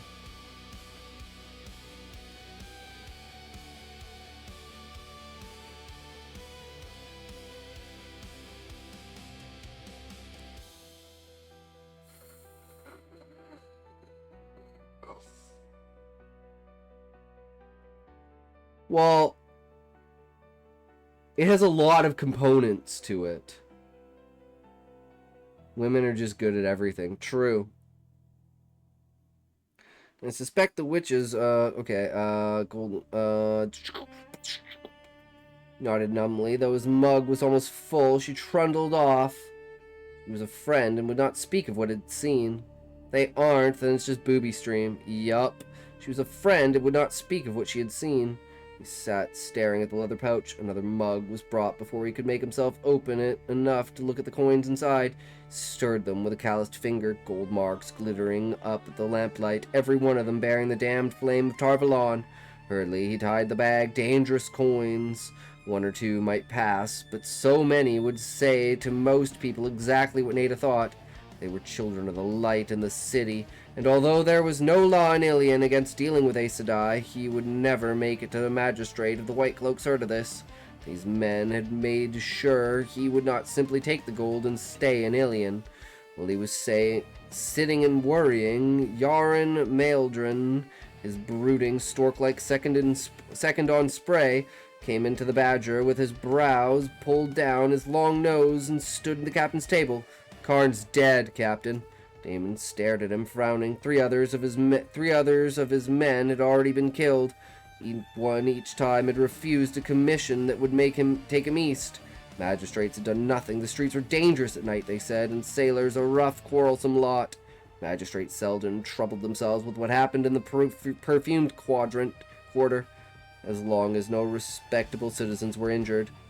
But this time I did accept them, he muttered. "'Tisn't all, Captain," Yaren said. "They worked Karn with knives like they wanted him to tell them something. Some more men tried to sneak aboard Spray not an hour ago. The dock watch ran them off. Third time in 10 days, and I never knew wharf rats to be so persistent." True. They like to let an alarm die down before they try again, and somebody tossed my room at the Silver Dolphin last night. Took some silver, so I'd think it was a thief, but they left that belt buckle of mine, the one set with garnets and moonstones, lying right on in plain sight. What's going on, Captain? The men are afraid, and I'm a little nervous myself. Doman reared his feet, roused the crew. Yaren, find them and tell them Spray sails as soon as there do be men enough aboard to handle her. Stuffing the parchment into his coat pocket, he snatched up the bag of gold and pushed his second out the door ahead of him. "Rouse them, Yaren, for I'll leave many men who know makes it, standing on the quay as he is."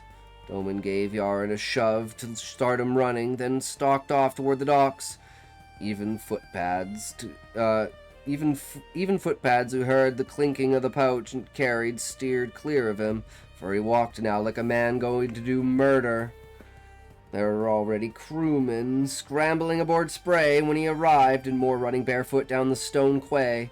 They did not know what he feared he was pursuing him, or even that anything did pursue him, but they knew he made good profits, and after the Ilionar way, he gave shares to the crew. Spray was 80 feet long, with 2 masts and broad in the beam, with the room for the dock cargo as well as the holds. Despite what Doman had told the Cairnharn, if they had been Cainharn, he thought he could stand the open water. The sea of storms was quieter in the summer. "She'll have to," he muttered, and strode below to his cabin, tossed the sack of gold on his bed, built neatly against the hull like everything else in the stern cabin, dug the parchment, lighting a lantern hanging in its swivel from the overhead, studied the sealed document, turning as if he could read what was inside without opening it. A rap on the door made him frown. "Come." Yaren stuck his head in. "They're all aboard, but 3 I couldn't find, Captain. But I've spread the word through every tavern, hell, and crib in the quarter. They'll be aboard before it's light enough to start upriver. Spray do sail now, to sea." Doman cut off Yaren's protests about light and tides and Spray not being built for open sea. "Now, Spray can clear the bars and dead low tide. No forgotten how to sail by the stars, have you? Take her out, Yaren. Take her out now and come back to me when we be beyond the breakwater." Second hesitated. Doman never let a tricky bit of sailing pass without him on deck giving orders. Taking Spray out in the middle of the night would be all of that, shallow draft or no. Then nodding and vanishing, moments sound of Yaren shouting orders and bare feet thumping on the decks. Decks overhead penetrated Doman's cabin. He ignored them, even when his ship lurched, catching his tide. Finally, he lifted the mantle of the lantern and stuck a knife into the flame. Smoke curled up as oil burned off the blade. But before the metal could turn red, he pushed charts out of the way and pressed the parchment flat on his desk. Working the hot steel slowly under the sealing wax, the top fold lifted. It was a simple document without preamble or salutation, and it made sweat break out on his forehead. The bearer of this is a dark friend wanted in Cairn for murders and other foul crimes, least among them theft from our person. We call upon you to seize this man and all things found in his keeping to the smallest. Our representative will come carry away what he has stolen from us. Let all he possesses, save what we claim, go to you as reward for taking him. Let the vile miscreant himself be hanged immediately, that his shadow spawned villainy no longer taint the light. Sealed by our hand, Galdrain Su Rayton Ray, King of Cairn, Defender of the Dragon Wall. In thin red wax below the signature were impressed the rising sun seal of Cairn and the 5 stars of House Rayton. Riatin, Defender of the Dragon Wall, my aged grandmother, Doman croaked. Fine right a man do have to call himself that any longer? He examined the seals and signature minutely, holding the document close to the lamp with his nose, but all but brushing the parchment. But he could find no flaw in the one, and for the other he had no idea what Galdrain's hand looked like. If it was not the king himself who had signed it, he suspected that whoever had made a good imitation of Galdrain's scrawl. In any case, it made no real difference. In Tyr, the letter would be constantly damning at the hands of the Nilnir, or in Maine, with Tyrian influence so strong. There was no war now. The men from either port came and went freely, but there is a little love for Illianers in Tyr as the other way round, especially with excuse like this. For a moment he thought of putting the parchment into the lantern's flame. It was a dangerous thing to have, in Tyr or Ilion or anywhere he could imagine. But finally he tucked it carefully into a secret cubbyhole behind his desk, concealed by a panel only he knew how to open. My possessions, eh? Collected old things, as much as he could living on shipboard, and he could not buy because he was too expensive or too large. Collected by seeing the remembering, all those remnants of times gone, those wanderings scattered around the world that had first pulled him aboard his ship as boy. He had added 4 to his collection in Meridon, and it's this last trip, and it had been that the Dark Friend pursuit began, and Trollocs too for a time. He had heard that Whitebridge had been burned to the ground right after he sealed from there, and there had been rumors of Myrdril as well as Trollocs. It was that, all of it together, that had first convinced him he was not imagining things, that had him on guard when at first odd commissions was offered. Too much money for a simple voyage to Tyr, and a thin tale for a reason. Oh. Why are they willing to pay so much money? Because they know they're going to get that money back. Because they gonna fucking kill you. Digging into his chest, he set out in the desk what he had bought in Meridon. A light stick, left from the Age of Legends, or so it was said. Certainly no one knew the making of them any longer. Expensive, that, and rarer than an honest magistrate. It looked like a plain glass rod, thicker than his thumb, not quite as long as his forearm. But when held in the hand, it glowed as brightly as a lantern. Light sticks shattered like glass, too. He had nearly lost Spray in a fire caused by the first he had owned. A small, age-dark ivory carved of a man holding a sword. A fellow who sold it claimed if you held it long enough, you started to feel warm. Doman never had, and neither had any of the crew he had let hold it. But it was odd that it was enough for Doman. The skull of a cat as big as a lion, and so old it was turned to stone.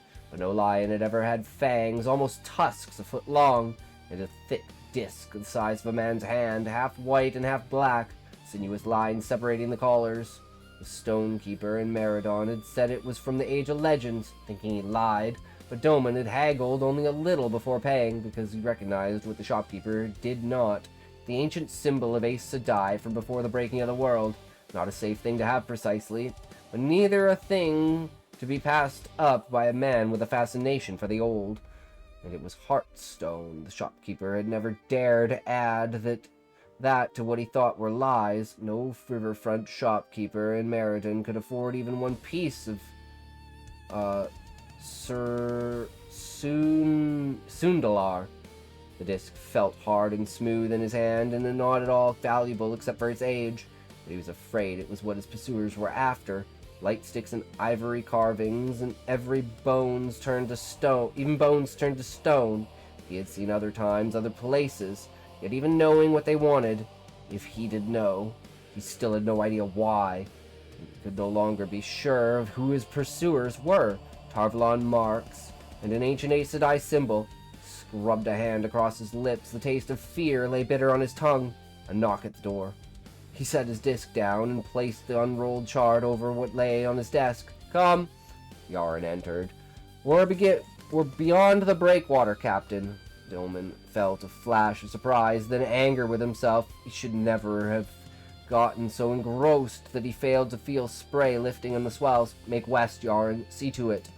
Ebadar, Captain. Not far enough. No, by 500 leagues. We'll put in long enough for me to get charts on top of the water barrels. Then we do sail west. West, Captain? Trellemarking? Sea folk are tight with any traders, but their own. The Aerith Ocean, Yaren. Plenty of trade between Erebon and Eridoman. And hardly a Terraboner and Domini bottom to worry about.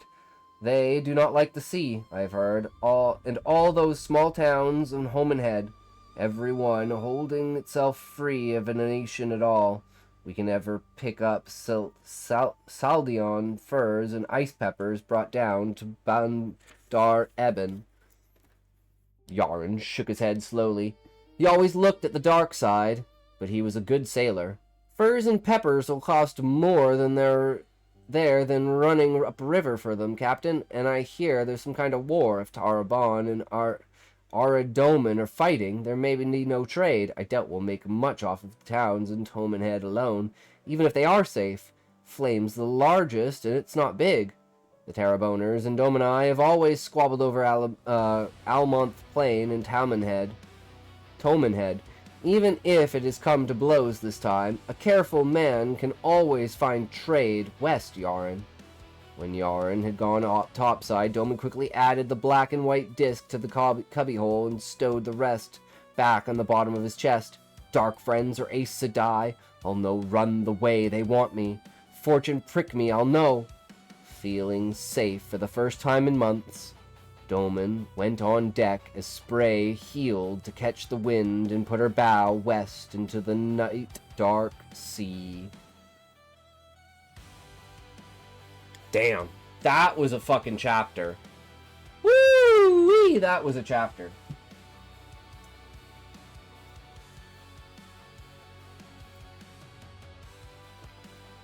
Damn. Oof. Oh. All right, guys. Well, we made it, so that's it for today. We'll call it here. We had a great day, though. You know, it is what it is. Yeah, so, thanks for coming by. Thanks for hanging out. Thanks for stopping by. You guys are fucking awesome. Never stop being you. And remember, we'll be back again tomorrow, as always. So, if you can't say fuck you to your friends, who can you say fuck you to? Fuck you. Fuck you. True, Sean.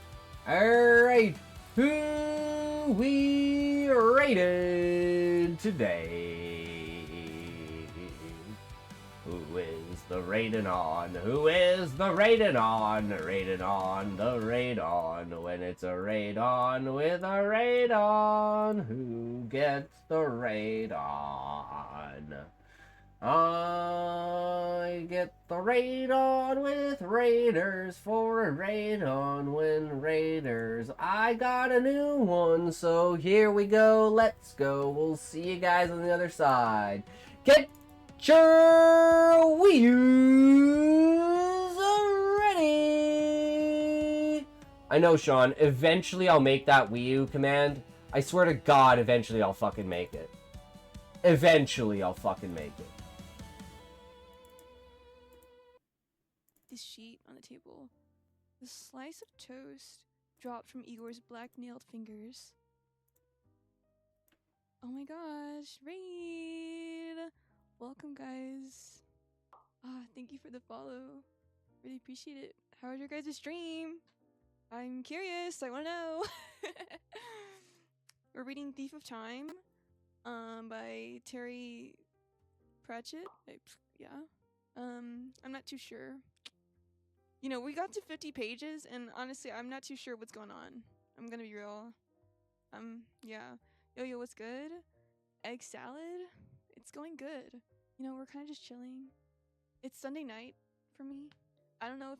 it might be Monday for you. I don't know what time it is. Alright. Fuck you, Rap. Fuck you guys! Peace!